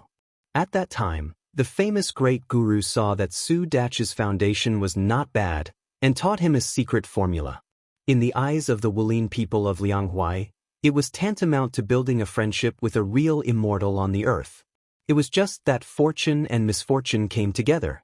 After Wang Xiu was killed by Chen Zhibao, the foundation of the Su family, which had been relying on the spear immortal for many years, began to decline day by day. It was no longer the same as before. Su Dachu died depressed, and Su Zhan was used to seeing the fickleness of human nature, so his temperament became colder. Compared to Wuxia's pure disgust, which came from instinct, Su Zhan had a few more hidden feelings of jealousy and reverence for that enigmatic young master. However, he did not want to be noticed by Zhou Qinghuai, so he was suffocating. Zhou Qinghuai said calmly, "I only heard that Master Huang will not be going to the capital for the time being, and will be going to Shangyin Academy to visit a friend. I don't trust this group of people, so I will accompany them. Uncle Ning and young Master Su, what do you plan to do?" Chapter 800. Ning Zong shook his head. He didn't dare to puff himself up at his own cost. More than 100 of his soldiers had died and all his belongings were there. He had to hurry back to remedy the situation. Since Sir Huang was safe for the time being, Ning Zong wasn't so chivalrous that he didn't care about the survival of his family. Ning Zong didn't hide it and said directly, "Qinhu, I can't go to Shangyin Academy with such a big thing happening." Su Zhan said in a low voice, "Uncle Ning, don't worry.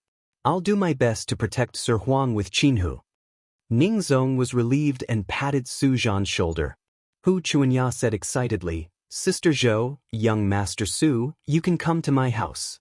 Ning Zong smiled. The reason why he had brought this girl along this time was partly because she had insisted on joining them, and partly because Ning Zong had a plan in mind. Hu Chuanya was the only daughter of the Kaisher Mountain's master. The Kaisher Mountain had a high prestige in the Lianhui region, and was second to none in the Zheojiang region. Zhao Hongdan of the Kaisher Mountain wielded the drunken sword, and when she sparred with others, she liked to drink. The more intoxicated she was, the better her swordsmanship would be, and it was rare for her to meet a worthy opponent. She had the strength of level 3, which was equivalent to one of the 6 assistant ministers in Jianghu. Hu Chuanya didn't follow Zhao Hongdan's surname because the real master of the Kaisher Mountain was Zhao Hongdan's wife, Hu Jingxia. She was a famous tigress. Hu Chuanya's grandfather was an elder of the southern Tang dynasty who had retired from Zheojiang. During the Spring and Autumn War, he had led thousands of soldiers. He was ruthless and killed people like flies. Zhao Hongdan was considered to have married into the Hu family of the Kaisher Mountain. After hastily burying the old servant who had served Sir Huang for many years, Ning Zong cupped his hands and bid farewell to everyone at the bottom of the Dragon Tail slope. He rode straight to the south while Duan Chun and rode to the north to report. Previously, Yuan Zhuozong deliberately left a few war horses behind and did not send them to the king of Hell's palace. Now they came in handy. Su Zhan, Zhou Qinghu, Hu Chuanya, and Su Fengnian, great ancestor Gu, Yuan Zhuozong, rode 2 carriages. Huang Chang and the young man, Li Huai, rode in the same carriage. Lu Song was the coachman of this carriage, while the kamikaze warrior, Wu, drove the other carriage. Wang Lin was unwilling to sit in the carriage, so he sat behind the young man and muttered, saying that the woman surnamed Zhou's buttocks were like the full moon, and her eyebrows were raised. Not only was she good at giving birth, but she was also a seductive beauty. After he brought her into his family, she would definitely give birth to a large nest of babies. Ever since Wu left the Shenwu city, he had been arguing with Wang Lin. Now that they were talking about a woman's figure, they were on the same side for the first time. This was how children were. They were the most unwilling to show weakness on this topic. They were afraid that they would be treated as a fledgling who had never tasted meat. They had just left the Dragon Tail slope and had not yet turned into the courier road when a group of people blocked their way. There were about 20 of them, and their momentum was very domineering. These 20 riders were wearing a variety of clothes. There was an enchanting woman wearing a colorful thin gown in the winter, and a handsome and delicate young man nestled in her arms. There was a boorish man who was bare-chested and had a live snake as his belt. There was an old man in brocade who was dozing off. His head was nodding like a chicken pecking at rice. There was a handsome young man who was holding a folding fan and wearing a fox fur coat. There was an iron tower giant who was 10 feet tall and held a copper ball in his hand. There was also a dwarf who was jumping around. He was standing on a tall horse that did not match his body size. His big robe was almost dragging on the ground. He was so bizarre that people would think that they had fallen into the ghost city of Fengdu. Hu Chuanya looked on with a sluggish expression. This time he really hit the nail on the head. He had seen a ghost during the day. Su Zhan and Zhou Qinghu's gazes met, and they both saw a trace of horror in each other's eyes. Although the 20 riders were blocking the path, their positions were very clear. The 2 of them recognized the rider at the back, a bald man with a scarred head like a monk. However, he was wearing a rare Daoist robe that was neither from Mount Longhu nor Mount Wudong. On his shoulder stood a gorgeous parrot. This person could be considered the #1 great calamity in the Jianghu of the 2 rivers. He killed people as he pleased. Even Master Liang had suffered a great loss under his hands. At that time, Chaosher Mountain was angry that a woman in the volcano had been humiliated to death by him. They did not hesitate to mobilize all of their forces, mobilizing 100 light cavalry servants. However, even Zhou Bao and Zhou Qinghu were unable to do anything about it. However, this kind of troublesome devil was only stopped at the back of the 20 riders. Everywhere in the Jianghu, one's seniority was determined by how much strength one possessed. If one's strength was not up to par, one would have to obediently sit on the side. However, they were unable to succeed. The leader of the 20 riders kept a distance behind them. He was a sturdy man with an ordinary appearance. Whether it was his appearance or adornment, he was not eye-catching. Behind him, a coquettish woman in a colorful thin dress clicked her tongue and pretended to be surprised. Ghosts wailed and wolves howled at the Dragon Tail slope, and more than 100 bowls of Mengpo's soup were handed out on the Bridge of Helplessness. This young master's skills are not inferior to our devil sect. Su Fengnian frowned. Devil sect. 60 years ago, the great immortal Qi Xuanzhen had single-handedly wiped out 6 devil sect celestial demons on the devil-slaying platform. It was earth-shattering. Since then, the devil sect, which was at its peak, had been unable to recover. Like a rat crossing the street, they only dared to act sneakily. How did they manage to gather such a large group of disciples and disciples today? Could it be that they were trying to recruit him into the devil sect? Could it be that after hearing that Hong Shixiang, the reincarnation of Qi Xuanzhen, had committed suicide, these guys really thought that it was time for them to make a comeback? Su Fengnian gently squeezed the horse's belly, and the horse's hooves were light. He asked with a smile, "What? You want me to be the leader of your devil sect? You have good taste." Chapter 801. Hearing Su Fengnian's arrogant words, the woman was like a fox demon coming out of an ancient temple deep in the mountain. Her delicate hand pushed away the pale green youth in her bosom, who was as handsome as a woman. She held her chest and pretended to be resentful. Her charming eyes were like silk as she said, "Nujia doesn't mind Gongzi becoming the cult leader, but Nujia's words carry little weight. I can't keep my word." Su Fengnian's horsemanship was exquisite. Even if he did not wave the whip with both hands in his sleeves, the warhorse still stopped as if it had a tacit understanding. With a mocking smile he asked, "Your devil cult has dominated the Jianghu for 100 years, but your vitality was greatly damaged by Qi Xuanzhen alone. For the last several decades you have been like a stray dog. I heard that even the second-rate schools dare to ride on your head and defecate and piss. What good will it do for me to be the cult leader who doesn't live up to the name? Don't tell me I have to pay for your basic necessities? Look, your auntie can't even afford to buy thick clothes. And that poor man holding the copper ball, his upper body is bare. And then there's that parrot behind him, let me see, its breed is not good. It's a primrose that costs only several hundred taels of silver. If it were me, if I wasn't the Shifei, who can't be bought with 100 taels of gold, how could I have the face to roam the Jianghu?"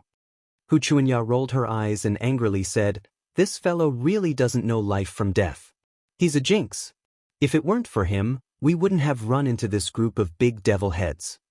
The fox-like woman who was called Auntie smiled sweetly and sweetly said, "Auntie is too poor to wear warm clothes, but don't I still have you, Gongzi?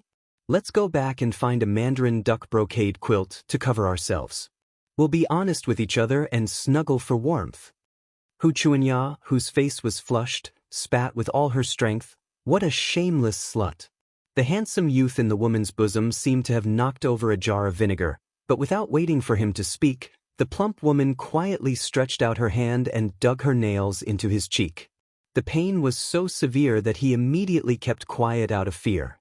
The woman was looking at Su Fengnian with a face full of spring, but as soon as she turned her gaze, she quickly turned to glare at the young girl Hu Chuanya with a cold, murderous intent. She lifted her sleeves and rolled up a strand of hair on her temples. A beautiful butterfly appeared in front of Hu Chuanya's eyes. The young girl was pleasantly surprised, but without thinking, she wanted to grab this adorable plaything with her fingers. However, Zhou Qinghu, who was beside her, quickly pulled out his Qinghong sword and slashed the butterfly into 2 halves. However, the butterfly that should have died did not fall to the ground. Instead, one died and the other 2 came back to life, turning into 2 butterflies that fluttered their wings and pounced towards the young girl. Only now did Hu Chuanya realize the severity of the situation and hurriedly reined in the horse to retreat. Zhou Qinghu's expression was grave. He changed from slashing to slapping. The sword collided with the butterfly, unexpectedly producing 2 muffled, ping sounds. The butterfly did not die, it bounced back several feet and leisurely returned. The woman laughed so hard that her chest shook violently. She looked more and more like a fox spirit that had cultivated into a spirit.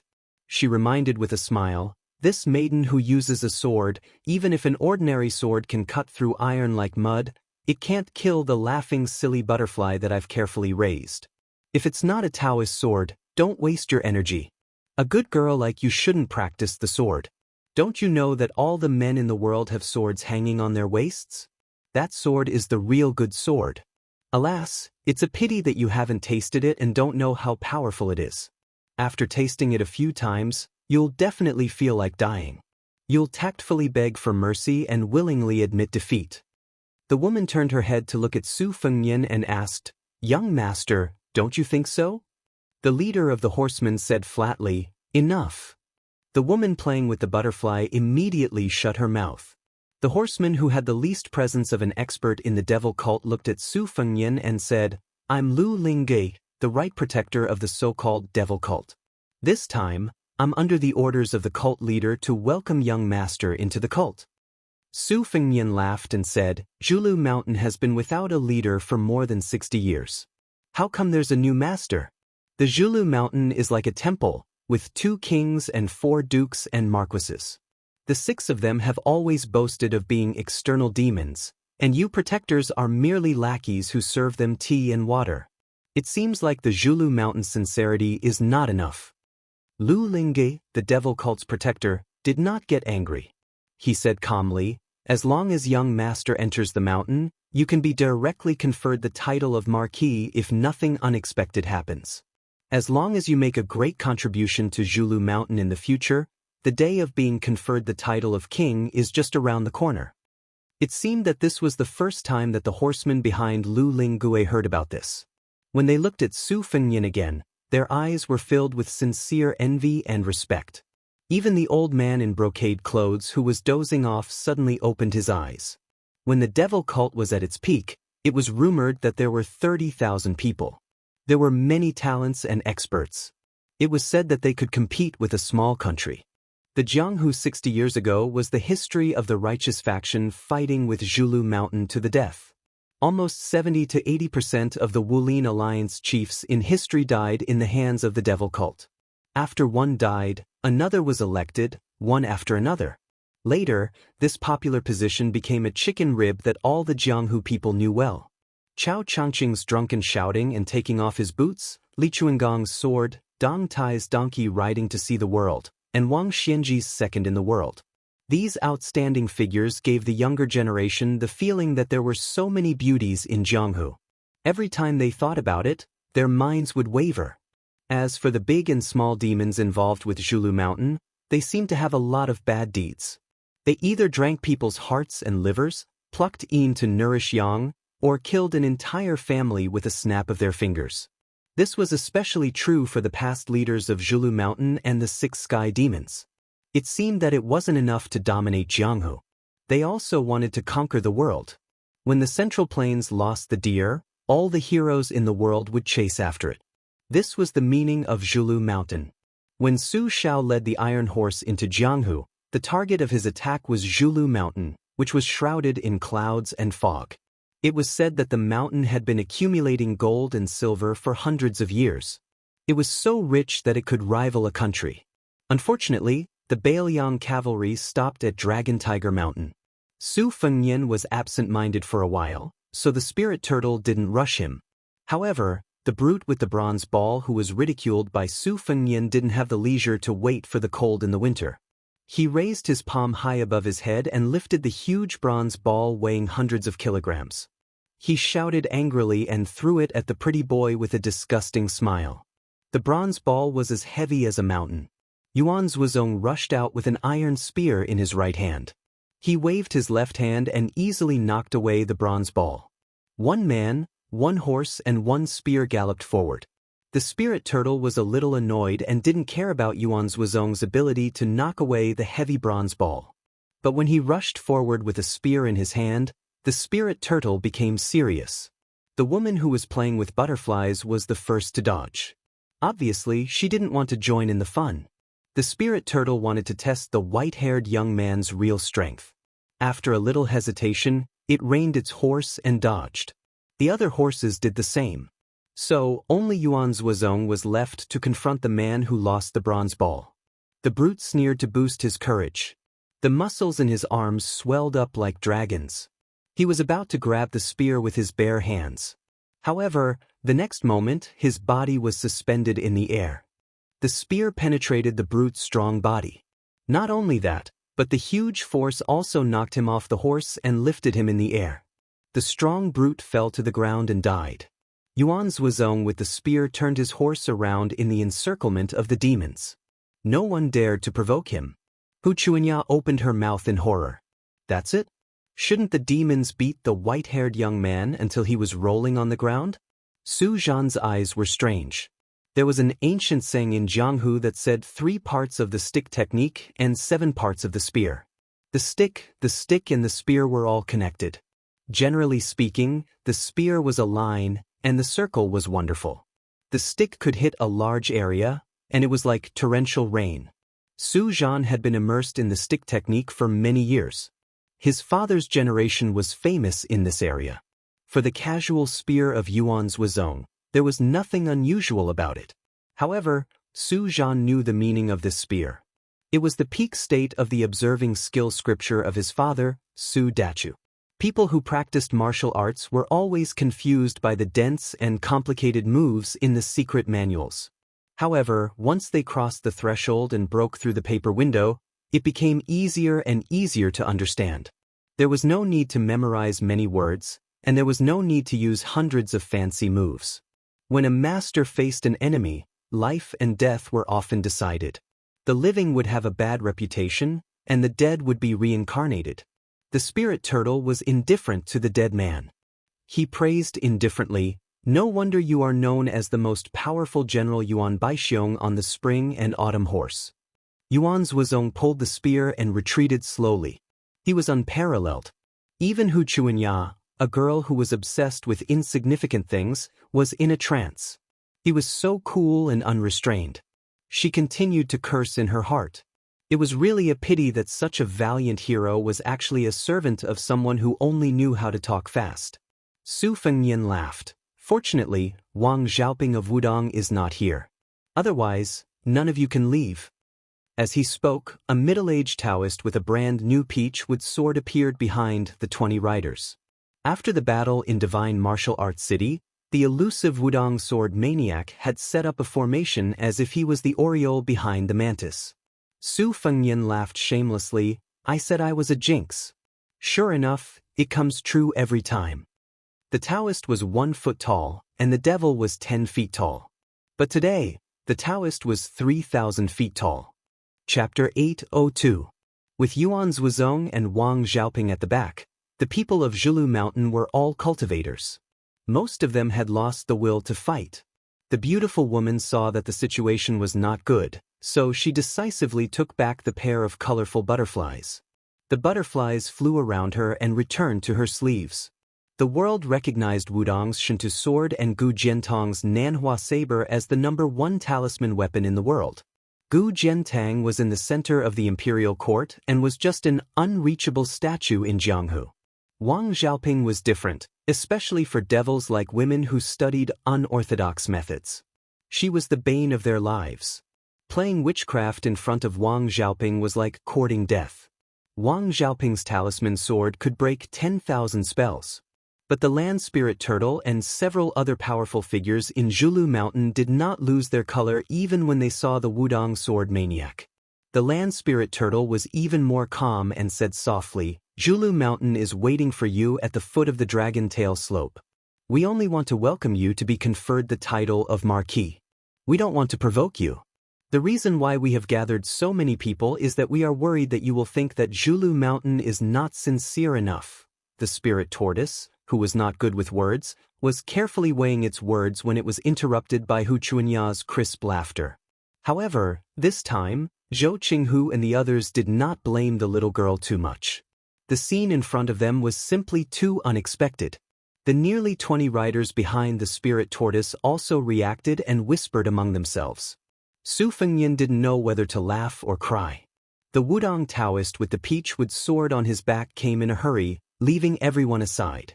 Probably because he didn't like Su Fengnian's pretense. Su Fengnian, who had his hands in his sleeves, casually raised his cuffs and wiped his cheeks. This vulgar action caused the woman's delicate body to sway. The handsome young man in her arms with a gentle face hated Su Fengnian even more for taking all the limelight. Su Fengnian was in a good mood today and did not mind these people from the devil cult blocking his way. He said, "If Zhulu Mountain is sincere, ask your hierarch to come and see me in person. Otherwise, there is no need to talk." Conferred the title of Marquis?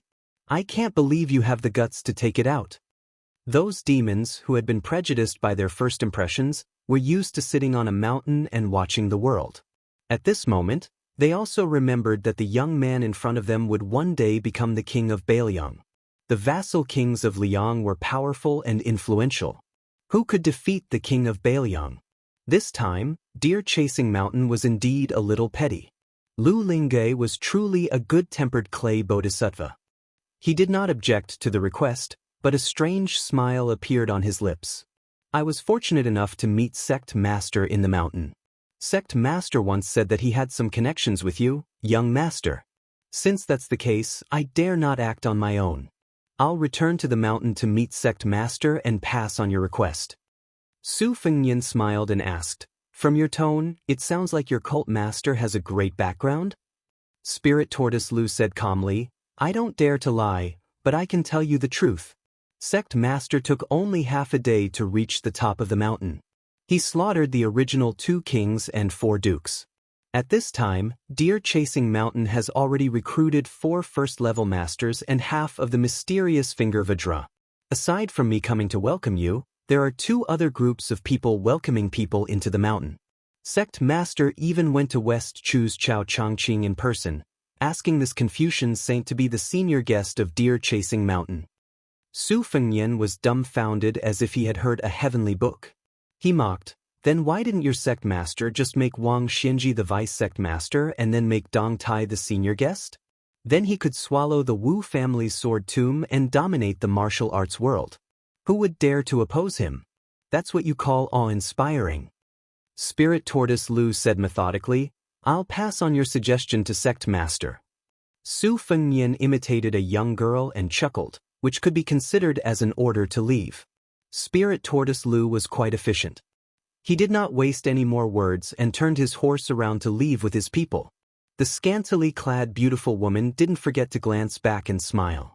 Su Fengnian stood there in a daze. He didn't care much about the devils of Deer-Chasing Mountain, whose strength couldn't be underestimated. However, he was a bit wary of the cult master who was like a flood dragon in the clouds.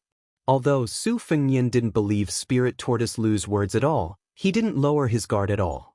Deer-Chasing Mountain had stood in Jianghu for 800 years. The catastrophe 60 years ago wasn't the most tragic in the history of the demonic cult. 100 years ago, almost all the sword immortals, except for Ancestor Lu, who was the first in 500 years, had gone to Deer-Chasing Mountain and killed a lot of people. In each dynasty, the founders were mostly talented and wise, and their successors were not too far behind. Occasionally, there would be a Lord of Resurgence who would turn the tide, but he could only prolong the dynasty's reign. However, there were a total of 9 cult leaders of Deer-Chasing Mountain, including the previous Lu Songtao. All of them were the overlords of Jianghu who were only 1 step away from Wang Xianxia. The cult leader's seat would be left empty for decades rather than for a mediocre person to sit on. Whoever became the cult leader, no matter how unknown they were outside of Deer-Chasing Mountain, would definitely be an extraordinary figure. Take Lu Songtao for example. After he suffered qi deviancy derangement, he left Deer-Chasing Mountain and killed more than 10,000 people. This caused the Jianghu and the imperial court to feel uneasy and try their best to stop him. However, it was all to no avail. In the 9 kingdoms of spring and autumn, Lu Songtao had killed 2 emperors. One of them was dismembered by Lu Songtao on the dragon throne, while the other lost his head on the dragon bed for no apparent reason. The number of officials, generals, and ministers in the Central Plains was uncountable. It was rumored that in the end, the divine master of Dragon Tiger Mountain, Zhao Gusu, personally went to the Dragon Lake and sacrificed 6 purple golden lotuses. She used the power of a celestial to engrave the prophecy of the 9 words and killed Lu Songtao from thousands of miles away. The outstanding people of the same generation as Lu Songtao, be it the sword immortals or the people of the 3 sects, without exception, did not attain immortality. It was probably because the will of heaven was angry that it did not do anything, so the gate of heaven was closed for 20 years. Su Fengnian laughed at himself. A few years ago, he liked to listen to stories of people like Lu Songtao the most. When he really thought that he had rolled back and forth in the mud a few times, he no longer envied him. Lu Songtao flew all day long and could not be killed by hundreds of slashes. What kind of Jianghu people were they? They were all immortals. Su Fengnian shook his head slightly and shook off his messy thoughts. He did not want to think about the Zhulu mountain or the hierarch. He pulled out his sleeve and made a gesture to move forward. Great Ancestor Gu, who had demanded an exorbitant price for the position of commander of the Bailiang infantry, followed quietly. The two of them walked side by side. The old man, who was no longer lethargic, laughed softly and said, "Your Highness, I shamelessly asked you for a troublesome official position. Please don't take it seriously. Now, I know what the Bailiang cavalry lacks and what they need. I won't cause you any trouble." Su Fengnian did not puff himself up at his own cost. He nodded and said, "Previously, I let the Huaihua great general Zhong Hongwu take off his armor and return home. My actions were not honorable. It would not be easy to immediately make a move on Yanwenwan, even if Su Shao personally made a move, let alone me. But please rest assured, General Gu. The position of the deputy commander of the infantry will definitely be yours." Great Ancestor Gu laughed and asked, "I, Great Ancestor Gu, have some fame in naval warfare. As the deputy commander of the infantry, aren't you afraid that Yanwenwan, who has outstanding military achievements, will push you aside and make you lose face? Even you, the one who recommended him, will be disgraced?" Su Fengnian shook his head and said, "On the surface, it seems that Yanwenwan has the right time, place, and people. However, when I first traveled the Jianghu, there was a saying on the inn's wall, 'The one who stands at the top cannot sit for too long.' Don't rely on a moment of pride to cover the future. Yanwenwan has cultivated his direct descendants for 20 years, resulting in a pool of stagnant water. This person seems to be at the peak of his power. His words carry weight in the Bailiang infantry, but in fact he is not really an iron bucket. In the officialdom, a local snake has its advantages, and a dragon that crosses the river also has its advantages. Besides, if Yanwenwan's table manners are too ugly and he really wants to lose face with a hedonistic son like me, I will take advantage of this situation and let him accompany Zhong Hongwu to enjoy his grandchildren." Great Ancestor Gu turned his head and glanced at the carriage that Huang Shang was in. He sighed and said, "If Huang Shang is a foolish but loyal scholar, he will not go to Bailiang." Chapter 803. Su Fengnian smiled and said, "The descendants of Bailiang's generals are the so-called descendants of generals. Other than some second- and third-class families, very few families let their descendants go to the border to live a military life. The commander of the cavalry, Zhong Hongwu, did not let Zhong Qingxin join the army. First, he didn't want to cut off the family line. Second, he had a sinister eye. He believed that the military had ruled for 20 years and had accumulated a lot of corruption. In the end, it would be a civil official who was familiar with politics to take over. But these years, the imperial court has been waving its hoe vigorously and sparing no effort in poaching people. In the past, it was Yan Jieshi who became a relative of the imperial family. Following that, it was Jean Lanting who gained power. Now, it was the great scholar Yao Baifeng who entered the capital to become an official. Actually, to me, it doesn't matter how much ability Huang Shang, who is about to go to the capital and enter Taiwan, has. The key is that he is willing to go to Bailiang to become an official. That's enough. The imperial court has disgusted Bailiang for 20 years. In the future, the tables will turn." Hearing this, Great Ancestor Gu laughed heartily. Some of the tentative moves he had made in his heart also disappeared at this moment. The white-haired boy was so young, but he was already so generous. Why should he, an old man, be so narrow-minded? Perhaps it was because after the soldiers of Longwei Slope intercepted them and the devil cult blocked their way, the group walked unusually calmly. They steadily approached Kaisher Mountain. Before entering the mountain, there was a wine stall by the side of the road. When the old wine seller saw Hu Chuanya, it was as if he had seen his own daughter. He refused to pay for the wine and took out good wine to greet the group. Hu Chuanya didn't put on any airs and personally poured wine for Huang Darren, Su Zhan, Zhou Qinghu, and the others. As for Su Fengnian and his group of people, she ignored them. Su Fengnian didn't have a good impression of this unruly woman. At this moment, he thought that no matter how annoying a woman was, she still had a soft heart. Perhaps Hu Chuanya would never know that her most likable moment was not when she wore heavy makeup to get married or when she was high-spirited in Jianghu. Maybe it was this kind of insignificant frown and smile. Su Fengnian sat and drank. Great Ancestor Gu drank a bowl of wine and was in high spirits. He looked up at the mountain and saw the green after the snow melted. He said loudly, "Heaven and earth don't care, but the wine does." Huang Shang drank it all in one gulp. He wiped his mouth and smiled. It doesn't matter if it's good or not. Su Fengnian didn't join in the fun. He just smiled and clinked bowls with Yuan Zuozong and took a sip. It was reasonable that Kaisher Mountain was far away from the downtown area. The 40 miles of road into the mountain was narrow and difficult to pass. Otherwise, it would have been suppressed by the government. However, the next 20 miles gave people a feeling of suddenly opening up. The road was paved with large bluestone slabs, which could allow 3 carriages to drive side by side. It could be seen that Kaisher Mountain was very rich. The road was surrounded by green mountains and clear waters. Hu Chuanya was talking in a low voice with a middle-aged man who had a high position on the mountain. She turned her head and pointed at Su Fengnian from time to time. The man's face was deep and his eyes were fierce. Obviously, he didn't have a good impression of this uninvited guest. Su Zhan and Zhou Qinghu naturally didn't want to make trouble.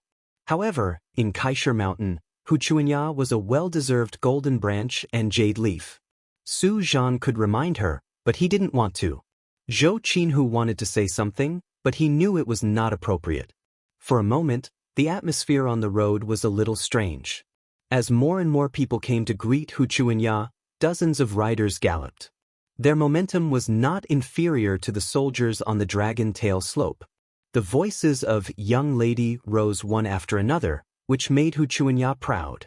Especially when a green-robed swordsman with an elegant look rode down the mountain alone and appeared in her sight. Hu Chuanya's eyes were wet as if she had been greatly wronged. The swordsman with a good temperament was like a man in his 40s. The older he was, the more popular he was. There was an ancient long sword at his waist with 2 hanging tassels. In addition to the sword, there was also an eye-catching wine pot. The green-robed man bent down on the horse and patted his daughter's head lovingly. Then he cupped his fists and bowed to the crowd. Su Zhan and Zhou Qinghu, the 2 juniors, hurriedly bowed back respectfully. Kaisher Mountain was rich and had a lot of people. They roamed Jianghu alone and couldn't afford to offend them. Relying on friends outside, especially nameless soldiers roaming Jianghu, was the same principle as a young scholar hoping to make a name for himself in the literary world. They all paid attention to the fact that many hands picked up firewood to make a name for themselves. It was a blessing to be able to form a good relationship. One's reputation depended on one's own efforts and even more so on the support of seniors. Zhao Hongdan, who had married into Kaisher Mountain, knew his daughter's character. She didn't seem to believe in the slandering words at all. Instead, she paid special attention to Su Qi. When he went up the mountain, he took the initiative to rein in his horse and said gently, "Chuanya is still young. Thanks to young Master Su for taking care of her on this trip. I hope young Master Su can be frank with me on this visit to Kaisher Mountain. Since we've met, we're all brothers and can treat Kaisher Mountain as our home." Su Fengnian smiled and said, "Su Qi has been famous in Quarry Mountain for a long time. Hero Zhao's 96 drunken swordsmanship is even more well-known in Jianghu." Su Qi was really a little nervous before entering the mountain this time. "After meeting Hero Zhao, I can finally relax." Zhao Hongdan laughed heartily and repeated the compliment a few times. On the sunny side of the mountain, There was a continuous stretch of secluded small buildings with bamboo groves. The scenery was elegant and elegant. It was for the guests of Kaisher Mountain to stay. The small buildings were built with small water bamboos. It was warm in winter and cool in summer. Most of the furniture in the buildings were also made with bamboo. There were bamboo flutes, bamboo beds, bamboo tables, and even some bamboo root carvings that were made by masters. Zhao Hongdan personally helped the group settle down. Only then did he bring his daughter, Hu Chuanya, up the mountain to meet the real owner of Kaisher Mountain. After leaving the building, Su Fengnian walked along a stone path into the bamboo groves. There were wooden fences on both sides of the path. Along the path, there were large red lanterns hanging on the bamboo groves. Presumably, after the sky turned yellow, the light stretched out in two continuous lines. It was a rare and beautiful scene. Su Fengnian walked and walked until he arrived in front of an ancient temple. The spring water gurgled. The ancient temple was worshipped by the Hu family of Kaisher Mountain. It probably wasn't open to visitors outside the mountain. There was a plaque with the words, "Multicolored Zen Temple," written on it. The couplet on the door was also very interesting. If you don't turn back, who will save you? If you can change your mind, why do you need my mercy? Turn back. Su Fengnian smiled. He wanted to turn around and go back to his residence. The otherworldly item in the red robe appeared next to him. After recuperating for a while, its two faces had mostly recovered. However, its 6 arms had turned into 5, which made it look even more strange. Su Fengnian didn't want to enter the temple, but he didn't want to hurry back either. He walked to the brook outside the temple and squatted on a big rock, listening to the murmuring of the brook. The man and the otherworldly item were in a peaceful state of mind. The otherworldly item lowered its head and saw that Shi Yan's boots were stained with mud. It reached out and gently peeled it off. Su Fengnian smiled. Don't clean it up. It will get dirty when we go back. However, the otherworldly item was still tirelessly doing this quiet and trivial task. A child's ear-piercing scream came from behind them. Ghost! Ghost! A group of well-dressed children were carrying bamboo baskets and hoes to dig winter bamboo shoots. They had harvested something in the bamboo forest. At this moment, they suddenly saw a woman in red who could turn her face around. Of course, they would think that she was a wild ghost hiding in the bamboo forest. Don't be afraid. This is the temple. Let's smash that ghost to death together. Yeah, Dad said that evil can't prevail over good. Ghosts are most afraid of the sound of chanting in the temple. Let's smash it while reciting the 1,000-character classic. When a slightly older boy shouted, he threw the hoe in his hand fiercely. The other children echoed and followed suit. The children in the quarry mountain could use medicine to strengthen their bodies at a young age. Their strength was much greater than ordinary children's. 7 or 8 hoes were thrown toward the brook. The few girls who were crying also gathered their courage. Their arm strength was relatively weak, so they couldn't throw their hoes to the stream bank. They began to recite the 1,000-character classic that almost all private schools would make their children memorize when they entered the school. After throwing the hoes, none of them hit the target. The boys began to bend down to pick up lighter stones. Unfortunately, for some reason, whether it was the hoes or the stones, their trajectories were changed. They lost their accuracy and fell around the white-headed ghost and the red-dressed ghost. The children weren't as timid as they were at the beginning. The more they fought, the braver they became. Even the most timid children began to laugh and throw stones as fun. After throwing all the stones around, they switched to the winter bamboo shoots in the bamboo baskets. Su Fengnian's arm was tightly gripped by it. That was why he didn't turn his head. Let's go. Let's call Mom and Dad to beat the ghost, a boy ordered. A little girl glanced at the otherworldly item in the red robe with disdain. She said with disdain, "Ugly. It's really a ghost." She called it an ugly monster. Perhaps it was better than all of Han Diaoxi's fierce methods outside Shenwu City. Su Fengnian was about to speak when he turned his head and saw that other than one of its arms tightly gripping his arm, its other 4 arms were cupping the 2 faces of joy and compassion. Its fingers were like hooks that seeped with blood. It was as if it wanted to tear off their faces. He gently raised his hand and pulled down her fingers bit by bit. He looked at the brook and wrapped his arm around her shoulder, letting her head rest on his shoulder. Her eye sockets were bleeding, for streams of blood and tears blurred her two cheeks. Su Fengyan murmured, "Su Ying, how can you be so beautiful? When I was outside Shenwu City before I borrowed the spring and autumn sword, I thought, it's not bad to die with you." Her face was crying for joy and her face was smiling for compassion. Chapter 804. The sun was setting in the west. At the peak of Mount Lantua, there was a mound of soil that had been used as a prison for almost 40 years. Suddenly, a golden light shone from it, as if a clay bodhisattva had cracked open, revealing an invincible golden body. Other than this mound of soil, there was an old monk sitting cross-legged on the ground, wearing a tattered kasaya. He was old, his snow-white eyebrows drooping down to his knees. He spun around on the ground, exposed to the sun and wind, causing his skin to be dark and wrinkled. It was like a dried-up field, making his white eyebrows look even paler. When he saw the mound of soil loosening and dirt falling to the ground, it was almost imperceptible. However, in the ears of this Tantric Buddhism Dharmaraja, it was as if thunder was ringing in his ears. His long eyebrows fluttered in the wind, and his body became as still as a mountain. As a great monk of Mount Lantua who claimed to have never lied in his life, he and another senior monk had been taking turns to wait here for more than 20 years. The white-browed old monk stood up and lowered his head submissively. He saw the debris falling down continuously and golden light radiating from his body. The Immortal was revealed. At this moment, Mount Lantua was suddenly filled with the chanting of sutras. The mountain appeared even more majestic and dignified under the chanting. The old monk facing the east looked back to the west, and the sun was setting. He did not know if it was an illusion, but the mound of soil was like a sleeping lion that finally stopped napping. After opening its eyes, it shook off the dust and began to swallow the mountains and rivers. The afterglow lit up, and compared to the radiance of the sun in the sky, the brilliance was not inferior at all. Mahavairakana. The elderly Dharmaraja slowly turned his head, and an old monk who seemed to have returned to the world of the living appeared in his vision.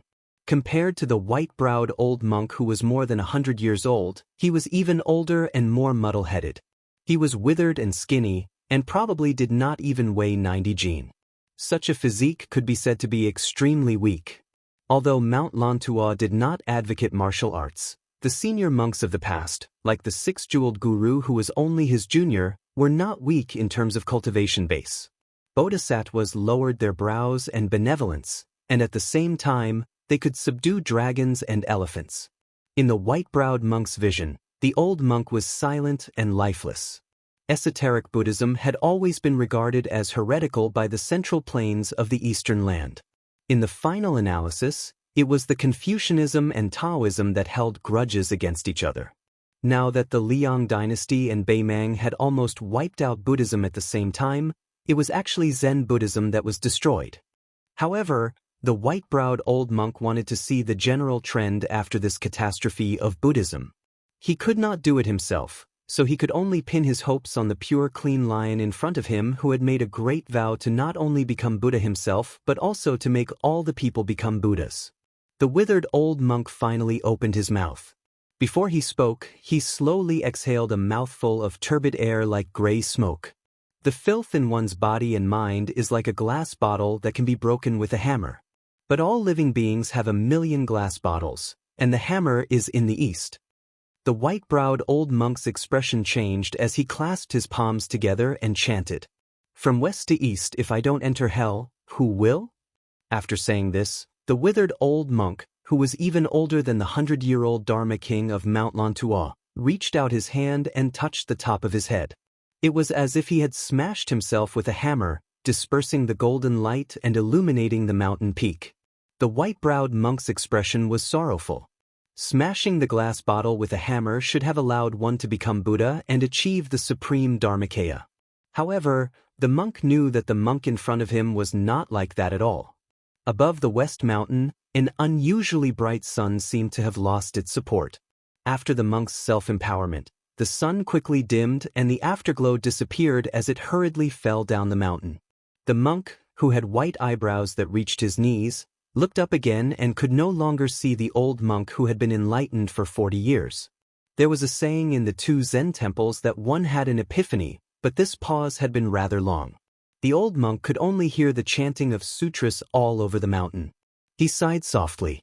Outside the Iron Gate Pass, an old monk flew across the desert and the Gobi Desert. Once, he stopped to use his fingers as a knife to cut off the flesh of his arm and feed it to the young eagles between the cracks of the mountain wall. Another time, he squatted in the desert and watched the insects swim away. When the dying old monk came to the Kuei Gate, he seemed to be over 10 years younger than before. He stood still outside the Kuei Gate, absent-mindedly and dizzily. Judging by the people who came in and left the Kuei Gate in a hurry, it seemed that they had been here for days and nights. When the warriors of the Kuei Gate prepared to go and ask them some questions, the old monk had already disappeared. There were many dangerous mountains and deep streams in the northern border of western Shu. It was difficult to reach the central plains. An old monk dressed in a monk's robe moved like a swan. He came and went like the wind. He saw mountains and rivers and stepped on them. His withered skin had already begun to glow, like a winter tree in the early spring. However, his eyes were getting more and more dizzy. His kasaya fluttered in the wind. His next step was where he wanted to land. He met a boatman pulling a boat on the shoal. The old monk appeared at the stern of the boat. He stepped into the bone-piercing cold river and listened to the chants of the Shu men. He slowly pushed the boat for 20 miles. Then he flashed across hundreds of feet in the deep mountains and old forests. With a loud bang, the old monk suddenly stopped. He held a winter bird that he had bumped into with both hands. His palms were badly mutilated. The old monk's eyes were confused. He first came to his senses, then silently grieved. Then he fell into confusion again and his eyes became unfocused. He stood there for half an hour. During this time, the heavy rain fell on his head, and the snow and frost penetrated his bones. Until one morning, when the sun rose in the east, he suddenly turned around and headed east. He walked for thousands of miles through the yellow sand. He passed by the pool of Jin City, the ditch of Qiansun, and the narrow path before he finally set foot on the central plains. He took shelter under the wall of a small town and watched people walk with umbrellas. He watched people wash their clothes by the stream that was not higher than his knees. He listened to the night watchman's sound under the moon and stars, and he met frozen bones on the roadside in the ancient capital of the famous city. One day, the old monk, who was only 60 years old, saw a single word on a lonely grave in the wilderness. He didn't know why, but after traveling for thousands of miles and seeing thousands of people, he had already forgotten who he was, where he was going, and who he was seeing. The old monk continued to travel east in a daze. One day, he came to a green mountain. The wind shook the pine forest, and the sound was like waves. Using his mind, he floated up to an ancient pine and looked into the distance. He listened to the sound of the pine trees. After a full 10 minutes, he said hoarsely, "Pine trees." He firmly remembered the word, Lu. In addition, at this moment, the pine trees were like drums. The old monk was no longer old. He looked like a middle-aged man in his 40s. To this monk from Mount Lantua who had traveled 10,000 miles to the east and forgotten the past, he was indeed not confused at this moment. He smiled and said, "Lu Songtao." Jiang Hu soon learned that a young crazy monk had come to the western regions. He traveled east, and his mouth seemed to be singing and reciting. Wherever he passed, he would suddenly kill anyone he did not agree with. Suddenly, he would instruct others to pass on the Dharma. On the boundless plain, young monks who seemed to be in their 20s were singing loudly and riding the wind. It was still the same useless song that had begun to spread across the central plains. Heaven and earth are useless, they are not worthy of my attention. The sun and moon are useless, they cannot exist together. Kunlun is useless, if it does not come, then it is me. Compassion is useless, I am sanctimonious. Peace is useless, my sleeves are empty. The great river is useless, it goes east and never returns. Wind and snow are useless, they cannot fill one's stomach. Grass is useless, it withers with each passing year. Meditation is useless, how can one become a Buddha? The young monk who was swaggering forward suddenly stopped and looked into the distance as if he was looking at the scenery hundreds of miles away. He held his belly and laughed loudly. A series of loud laughter suddenly resounded between heaven and earth. He did not restrain his laughter. The tattered kasaya on his body began to flutter. Wherever he passed, there was no trace of him. He tore a gully in the ground. The young monk sprinted for 600 miles. He broke walls, entered forests, and jumped mountains. Finally, he collided with a white-robed monk who was also sprinting from 600 miles away. The ground within a radius of 3 miles instantly sank into a huge round pit. After the collision, the young monk paused for a moment and then continued to run forward like a river flowing east. He was still laughing. The emperor is useless. It is only 100 years. The king of hell is useless. He envies me for being free. Immortals are useless. All mortals laugh. The sun rises in the east and sets in the west. Where am I? Where am I going? Who in the world could block the path of this young crazy monk? Dong Tai had already gone to the sea to visit immortals. Chao Changqing was determined to restore his country. Could it be Wang Xianxia in the martial emperor city? The world did not know that there was a mountain between the crazy monk and Wang Xianxia. On the main peak of Mount Zhulu, there were 3,000 white jade steps. A white-robed devil who had just entered Mount Zhulu was looking down at the world. There were 2 big spiritual energy fish, one red and one green. They looked like carps but were not carps. They looked like dragons but were not dragons. The fish's whiskers were extremely slender. The fish floated in the air as if they were swimming. They swam around the white-robed man mysteriously. Besides the 2 strange creatures beside the white-robed man, there were 2 men of different ages near the steps. One of them was standing and the other was sitting. The younger one was less than 30 years old. He was short and had a dull look on his face. He sat on the steps and looked at the mountain scenery with his hands supporting his cheeks. The older one was about 40 years old. He carried a long cloth bag with a broken spear inside. The middle-aged man asked softly, "Sect master, let Deng Mao stop that monk from the west?" It was Bei Meng's words. The white-robed man asked calmly, "Can you stop Tuoba?" The man who called himself Deng Mao laughed self-mockingly and shook his head. The sect master's meaning was very simple. If he could stop Tuoba, he would have the ability to stop that gray-robed monk. After all, even the white-robed monk Li Dongxin had not succeeded. The short man said, even if he is Lu Songtao who escaped a calamity back then, he might not be able to defeat the current Wang Xianxia and Tuoba when he was at his peak. The white-robed man sneered, "Wait until you defeat the 9th in the world, Deng Mao. Then you can say that." Deng Mao laughed softly, "It will happen sooner or later.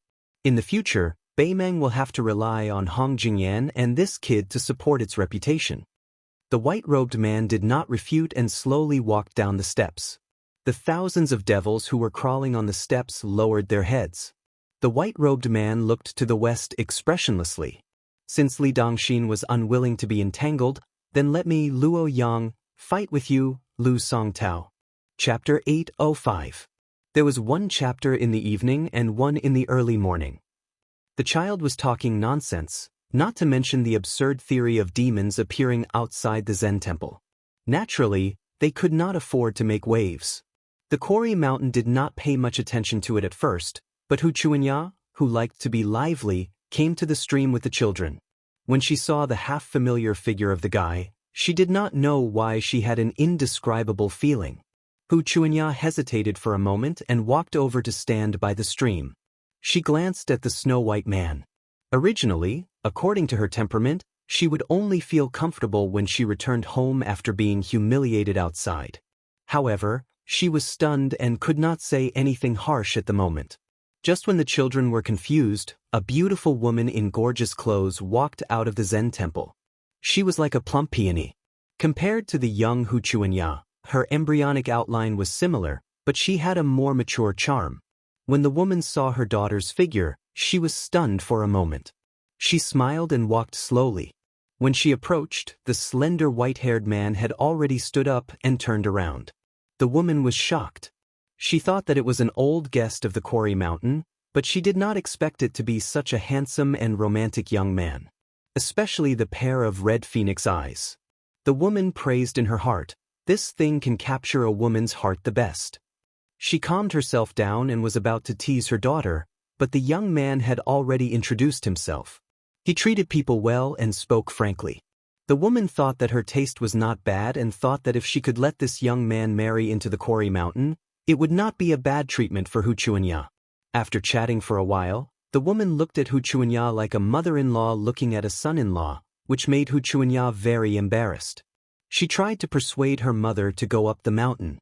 However, the woman kept looking back and chatting with the handsome young man, asking him to go up the mountain to enjoy the scenery when he was free tomorrow. The young man agreed. When the mother and daughter almost disappeared from his sight, he went down the mountain to his residence.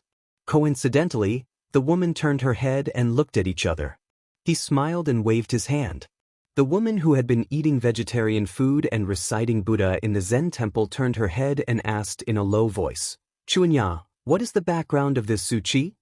Wuxia and Xianxia rambled on about the two disturbances at Longway Slope. The woman laughed bitterly, laughing at herself for having the thought of letting him marry into her family.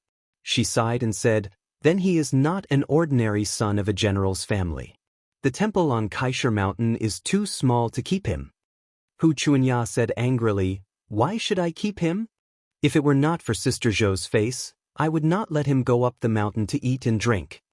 The woman stretched out her finger and poked her daughter's forehead. She teased, "No one knows a daughter better than a mother. Why are you still pretending to be a tigress in front of your mother? Don't look at how crazy you are now. Mother knows that when you get married in the future, you will definitely be a good wife and mother." Wuxia and Xianxia held her mother's arm and giggled like a spoiled child. She asked curiously, "How did mother know that guy is a general's son?" The woman was Xianxia, the famous fierce woman of the quarry mountain. She said softly, "This young man has the same momentum as your grandfather. He must be a man who has rolled in blood and bones. Even if the government officials are polite to you on the surface and arrogant in their bones, they are not like this. Moreover, you said that this man killed more than 100 Iron Hut soldiers on the Dragon Tail Slope. You must know that in the Liyang Imperial Palace, the civil and military officials have always minded their own business. If there is no big shot from the military in their family, they would not dare to be so bold. Otherwise, even if you are the legitimate grandson of the Minister of the Six Ministries, you would not act so domineeringly.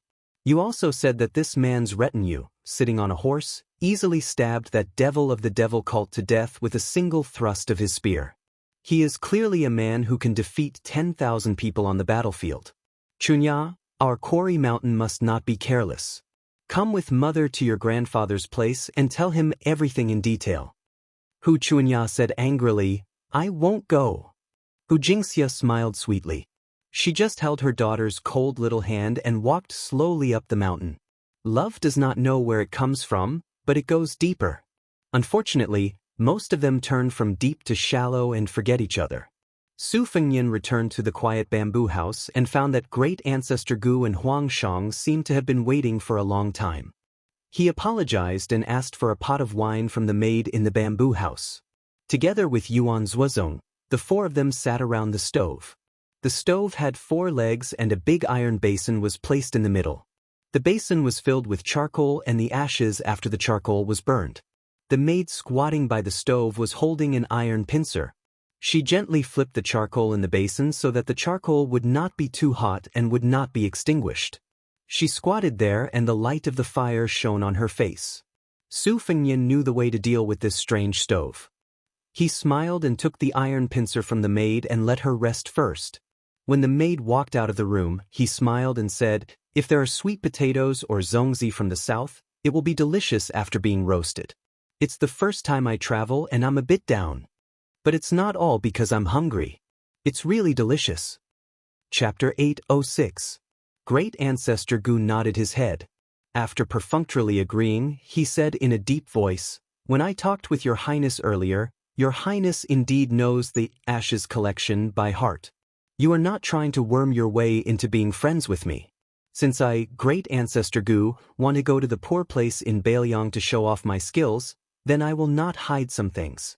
Just as the Ashes collection said at the beginning, the world's most dangerous places are not because of the geographical location, but because of the people.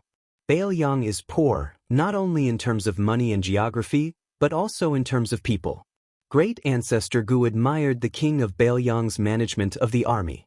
However, in these years, the imperial court has been making things difficult for Baoyang, making it impossible for Baoyang to form a decent group of scholars.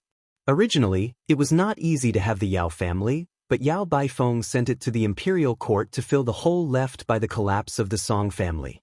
It was like a rural woman who flirted with the rich men in the city all year round and finally married into a rich family and became a concubine. In addition, the scholars in the world have always regarded the spring and autumn period as a great injustice. The king of Baoyang has been regarded as the chief culprit who broke the backbone of the scholars. No rich families or aristocratic families will go to the Su family for fear of leaving a stain in history and being ashamed to face their ancestors. Baoyang's fields are in short supply and it is already an urgent matter. Li Yishan is a great talent, but it is also difficult for him to cook without rice. Now that Chen Jibao's illness has caused a large number of generals to go to Shu, secretly wanting to establish their own family. They are waiting for him to be conferred the title of the king of Shu and restrict Baoyang, making Baoyang a floating house with holes on all sides. At this time, they need a large number of fresh people to sew the walls and window paper. The outer wall of Baoyang's courtyard is still fine. With the 300,000 cavalry under the command of the king of Baoyang, neither the Liyang imperial court nor the tiger and wolf of Beimang will dare to provoke them easily. However, the window paper that makes the house warm ultimately depends on the civil officials. Warriors can ride fierce horses and carry iron spears, but it is not appropriate to ask them to do embroidery work. Su Fengnian calmly said, "The leader of the Green Party is the Lu family, one of the 8 pillars of Liang, Lu Feiqi. He can be considered a genuine minister of 2 dynasties. He has served in the 3 ministries of military and civil affairs. Before he retired, even the Grand Secretary Zhang Julu had to pay respect to him as a disciple. This old pillar of state has the intention to let a woman from the Lu family marry into Baoyang. This time when I return to Baoyang, going to Shangyin Academy is a private matter. Going to Qingzhou to visit Lu Feiqi is the main business. I am trying to persuade the old man to move his family to the north." Su Fengnian reached out to stir the charcoal fire and laughed. "I couldn't open my mouth in the past. First of all, the marriage wasn't set in stone yet. I was afraid that Baoyang would think too highly of themselves. It's fine if I lose face, but Su Shao can't afford to lose face like this. Moreover, the time wasn't right. At that time, the Green Party in Qingzhou was known for its unity in the imperial court. It wasn't like today when the tree falls. Now, under the control of Zhang Julu, the Green Party has fallen apart. The other 2 families of the Green Party have clung to the Zhang Party and the Gu Party. I think it's time for the Lu family to find a way out for themselves. After all, the Lu family was the most powerful family in the past. They were suppressed by the other 2 families until they couldn't raise their heads. After they completely separated, they couldn't beat the other 2 families. Because now the Lu family is sleeping like a widow." Huang Chang, who hadn't interjected all this time, was puzzled and asked, "Sleeping like a widow? What do you mean?" Great ancestor Gu laughed loudly and said, "There's no one up there." Huang Chang, who was upright and honest, quietly gritted his teeth and quickly lowered his head to drink. Su Fengnian laughed and said, "The Lu family, which is full of power and influence, is a strong medicine. Sir Huang, who is alone, is a warm medicine. Baoyang can't do without either. In addition, Baoyang is also willing to protect the world and make all the poor happy. Soon, the whole world will know about Chen Shiliang and Lu Wenbao." Huang Chang chewed for a moment and said softly, "Poor scholars, what a good, protect the world and make all the poor happy." Great ancestor Gu's words had always been straightforward. Scholars read the books of the sages, but few of them are wholeheartedly focused on becoming sages. In fact, they are all seeking fame and fortune. Those aristocratic families who have been in high positions for a long time can ignore Baoyang, but the poor scholars who have no foundation are different. Although the imperial court spared no effort to recruit poor scholars after Zhang Julu formed the cabinet, no one is a fool. After so many years, only a small group of people have made a name for themselves. Even if the majority of the scholars obtained scholarly honors, they would still be suppressed by the aristocratic families. If Beiliang's bounty is really worth it, there will be a lot of scholars who have failed to achieve their goals. Perhaps many of Beimang's spring and autumn annals will go south. Huang Chang great-ancestor Gu muttered to himself. Since ancient times, the capital region has been a place of war. Western Shu is the easiest place to grow a separatist power. With the Han family's loyalty, Jizhou can control the fate of the world. In the southeast, the land is neither biased nor weak. It is the lack of progress that leads to the lack of self-protection. Great-ancestor Gu dares to say that in the next 1,000 years, the situation will be like sitting in the north and swallowing the south. Beiliang's territory is narrow and long. It seems to be a struggle for survival, but it may be a blessing in the misfortune. Raising an army in a cold land is not the same as raising an army in the south. To be honest, I am a boorish man who only knows how to lead an army. If I don't go to Beiliang, where can I go? Can Li Yang give me 100,000 elite soldiers? Won't I have to worry about whether I will rebel every day? Hey, I really want to rebel. I want to have a good fight with Gu Jiantang. Gu Jiantang destroyed southern Tang. What great ability! Not to mention the irony in great-ancestor Gu's words, just the word rebel made Huang Chang break out in a cold sweat. North Gu Jiantang, South Gu great-ancestor Gu. Li Yishan once commented in the Tide Listening Pavilion that southern Tang was destroyed. It was not Gu's fault. Huang Chang glanced at Su Fengyan. The young man's expression was calm. He seemed to be indifferent to great-ancestor Gu's disrespectful and rebellious words. A group of people walked into the bamboo house. Zhao Hongdan and Hu Jingxiu were among them. The leader was an old man with a head full of white hair. He was tall and sturdy. He was old but vigorous. Everything had its vanquisher. Hu Chuanya was fearless in front of anyone, but in front of this grandfather, she was unusually docile and well-behaved. The old man's surname was Hu Gonglai. He was a remnant of southern Tang. He was once a valiant general in a strategic town on the border of southern Tang. After southern Tang was destroyed, he still led a cavalry in Kaisher Mountain. It seemed that he could not sleep well if he did not hear the sound of war drums and the thunderous hooves. Hu Gonglai was known for his irritable temperament. When he entered the bamboo house, he was even more vigorous. Great-ancestor Gu sat with his back to the door. Hu Gonglai was about to speak when he saw great-ancestor Gu's back. He was stunned. Although Zhao Hongdan was the owner of Kaisher Mountain in name, he always had a feeling of living under someone else's roof. He had never seen his father-in-law so nervous. For a moment he was confused. Great-ancestor Gu turned around and did not speak. Hu Gonglai waved his hand and ordered his daughter and son-in-law, "All of you leave." He was the only one left standing in the room. Hu Gonglai, who had a lot of weight in Kaisher Mountain, did not sit down. Instead, he suddenly knelt down with his fists on the ground. He said in a deep voice, "Southern Tang's defense general Hu Gonglai pays his respects to Great General Gu." Great-ancestor Gu turned around indifferently. He did not look at Hu Gonglai, who was kneeling on the ground. He laughed at himself and said, "How did you recognize me as Great-ancestor Gu?" Hu Gonglai was silent. Great-ancestor Gu sighed and said, "Get up. That year, you, Hu Gonglai, followed the previous emperor out of the city. Did you not kneel enough? Southern Tang is gone just like that." Hu Gonglai choked with sobs and pressed his forehead to the ground. Great-ancestor Gu said calmly, "At that time, many people knelt for a high official. You, Hu Gonglai, are the least worthy of your conscience. Well, get up and speak." After Hu Gonglai stood up, he turned his head and wiped his face. When he opened his mouth, he said something that gave Huang Chang a headache. "Great General, I heard that West Chu wants to restore the country. Is our southern Tang also going to rise in revolt?" "Great General, don't worry.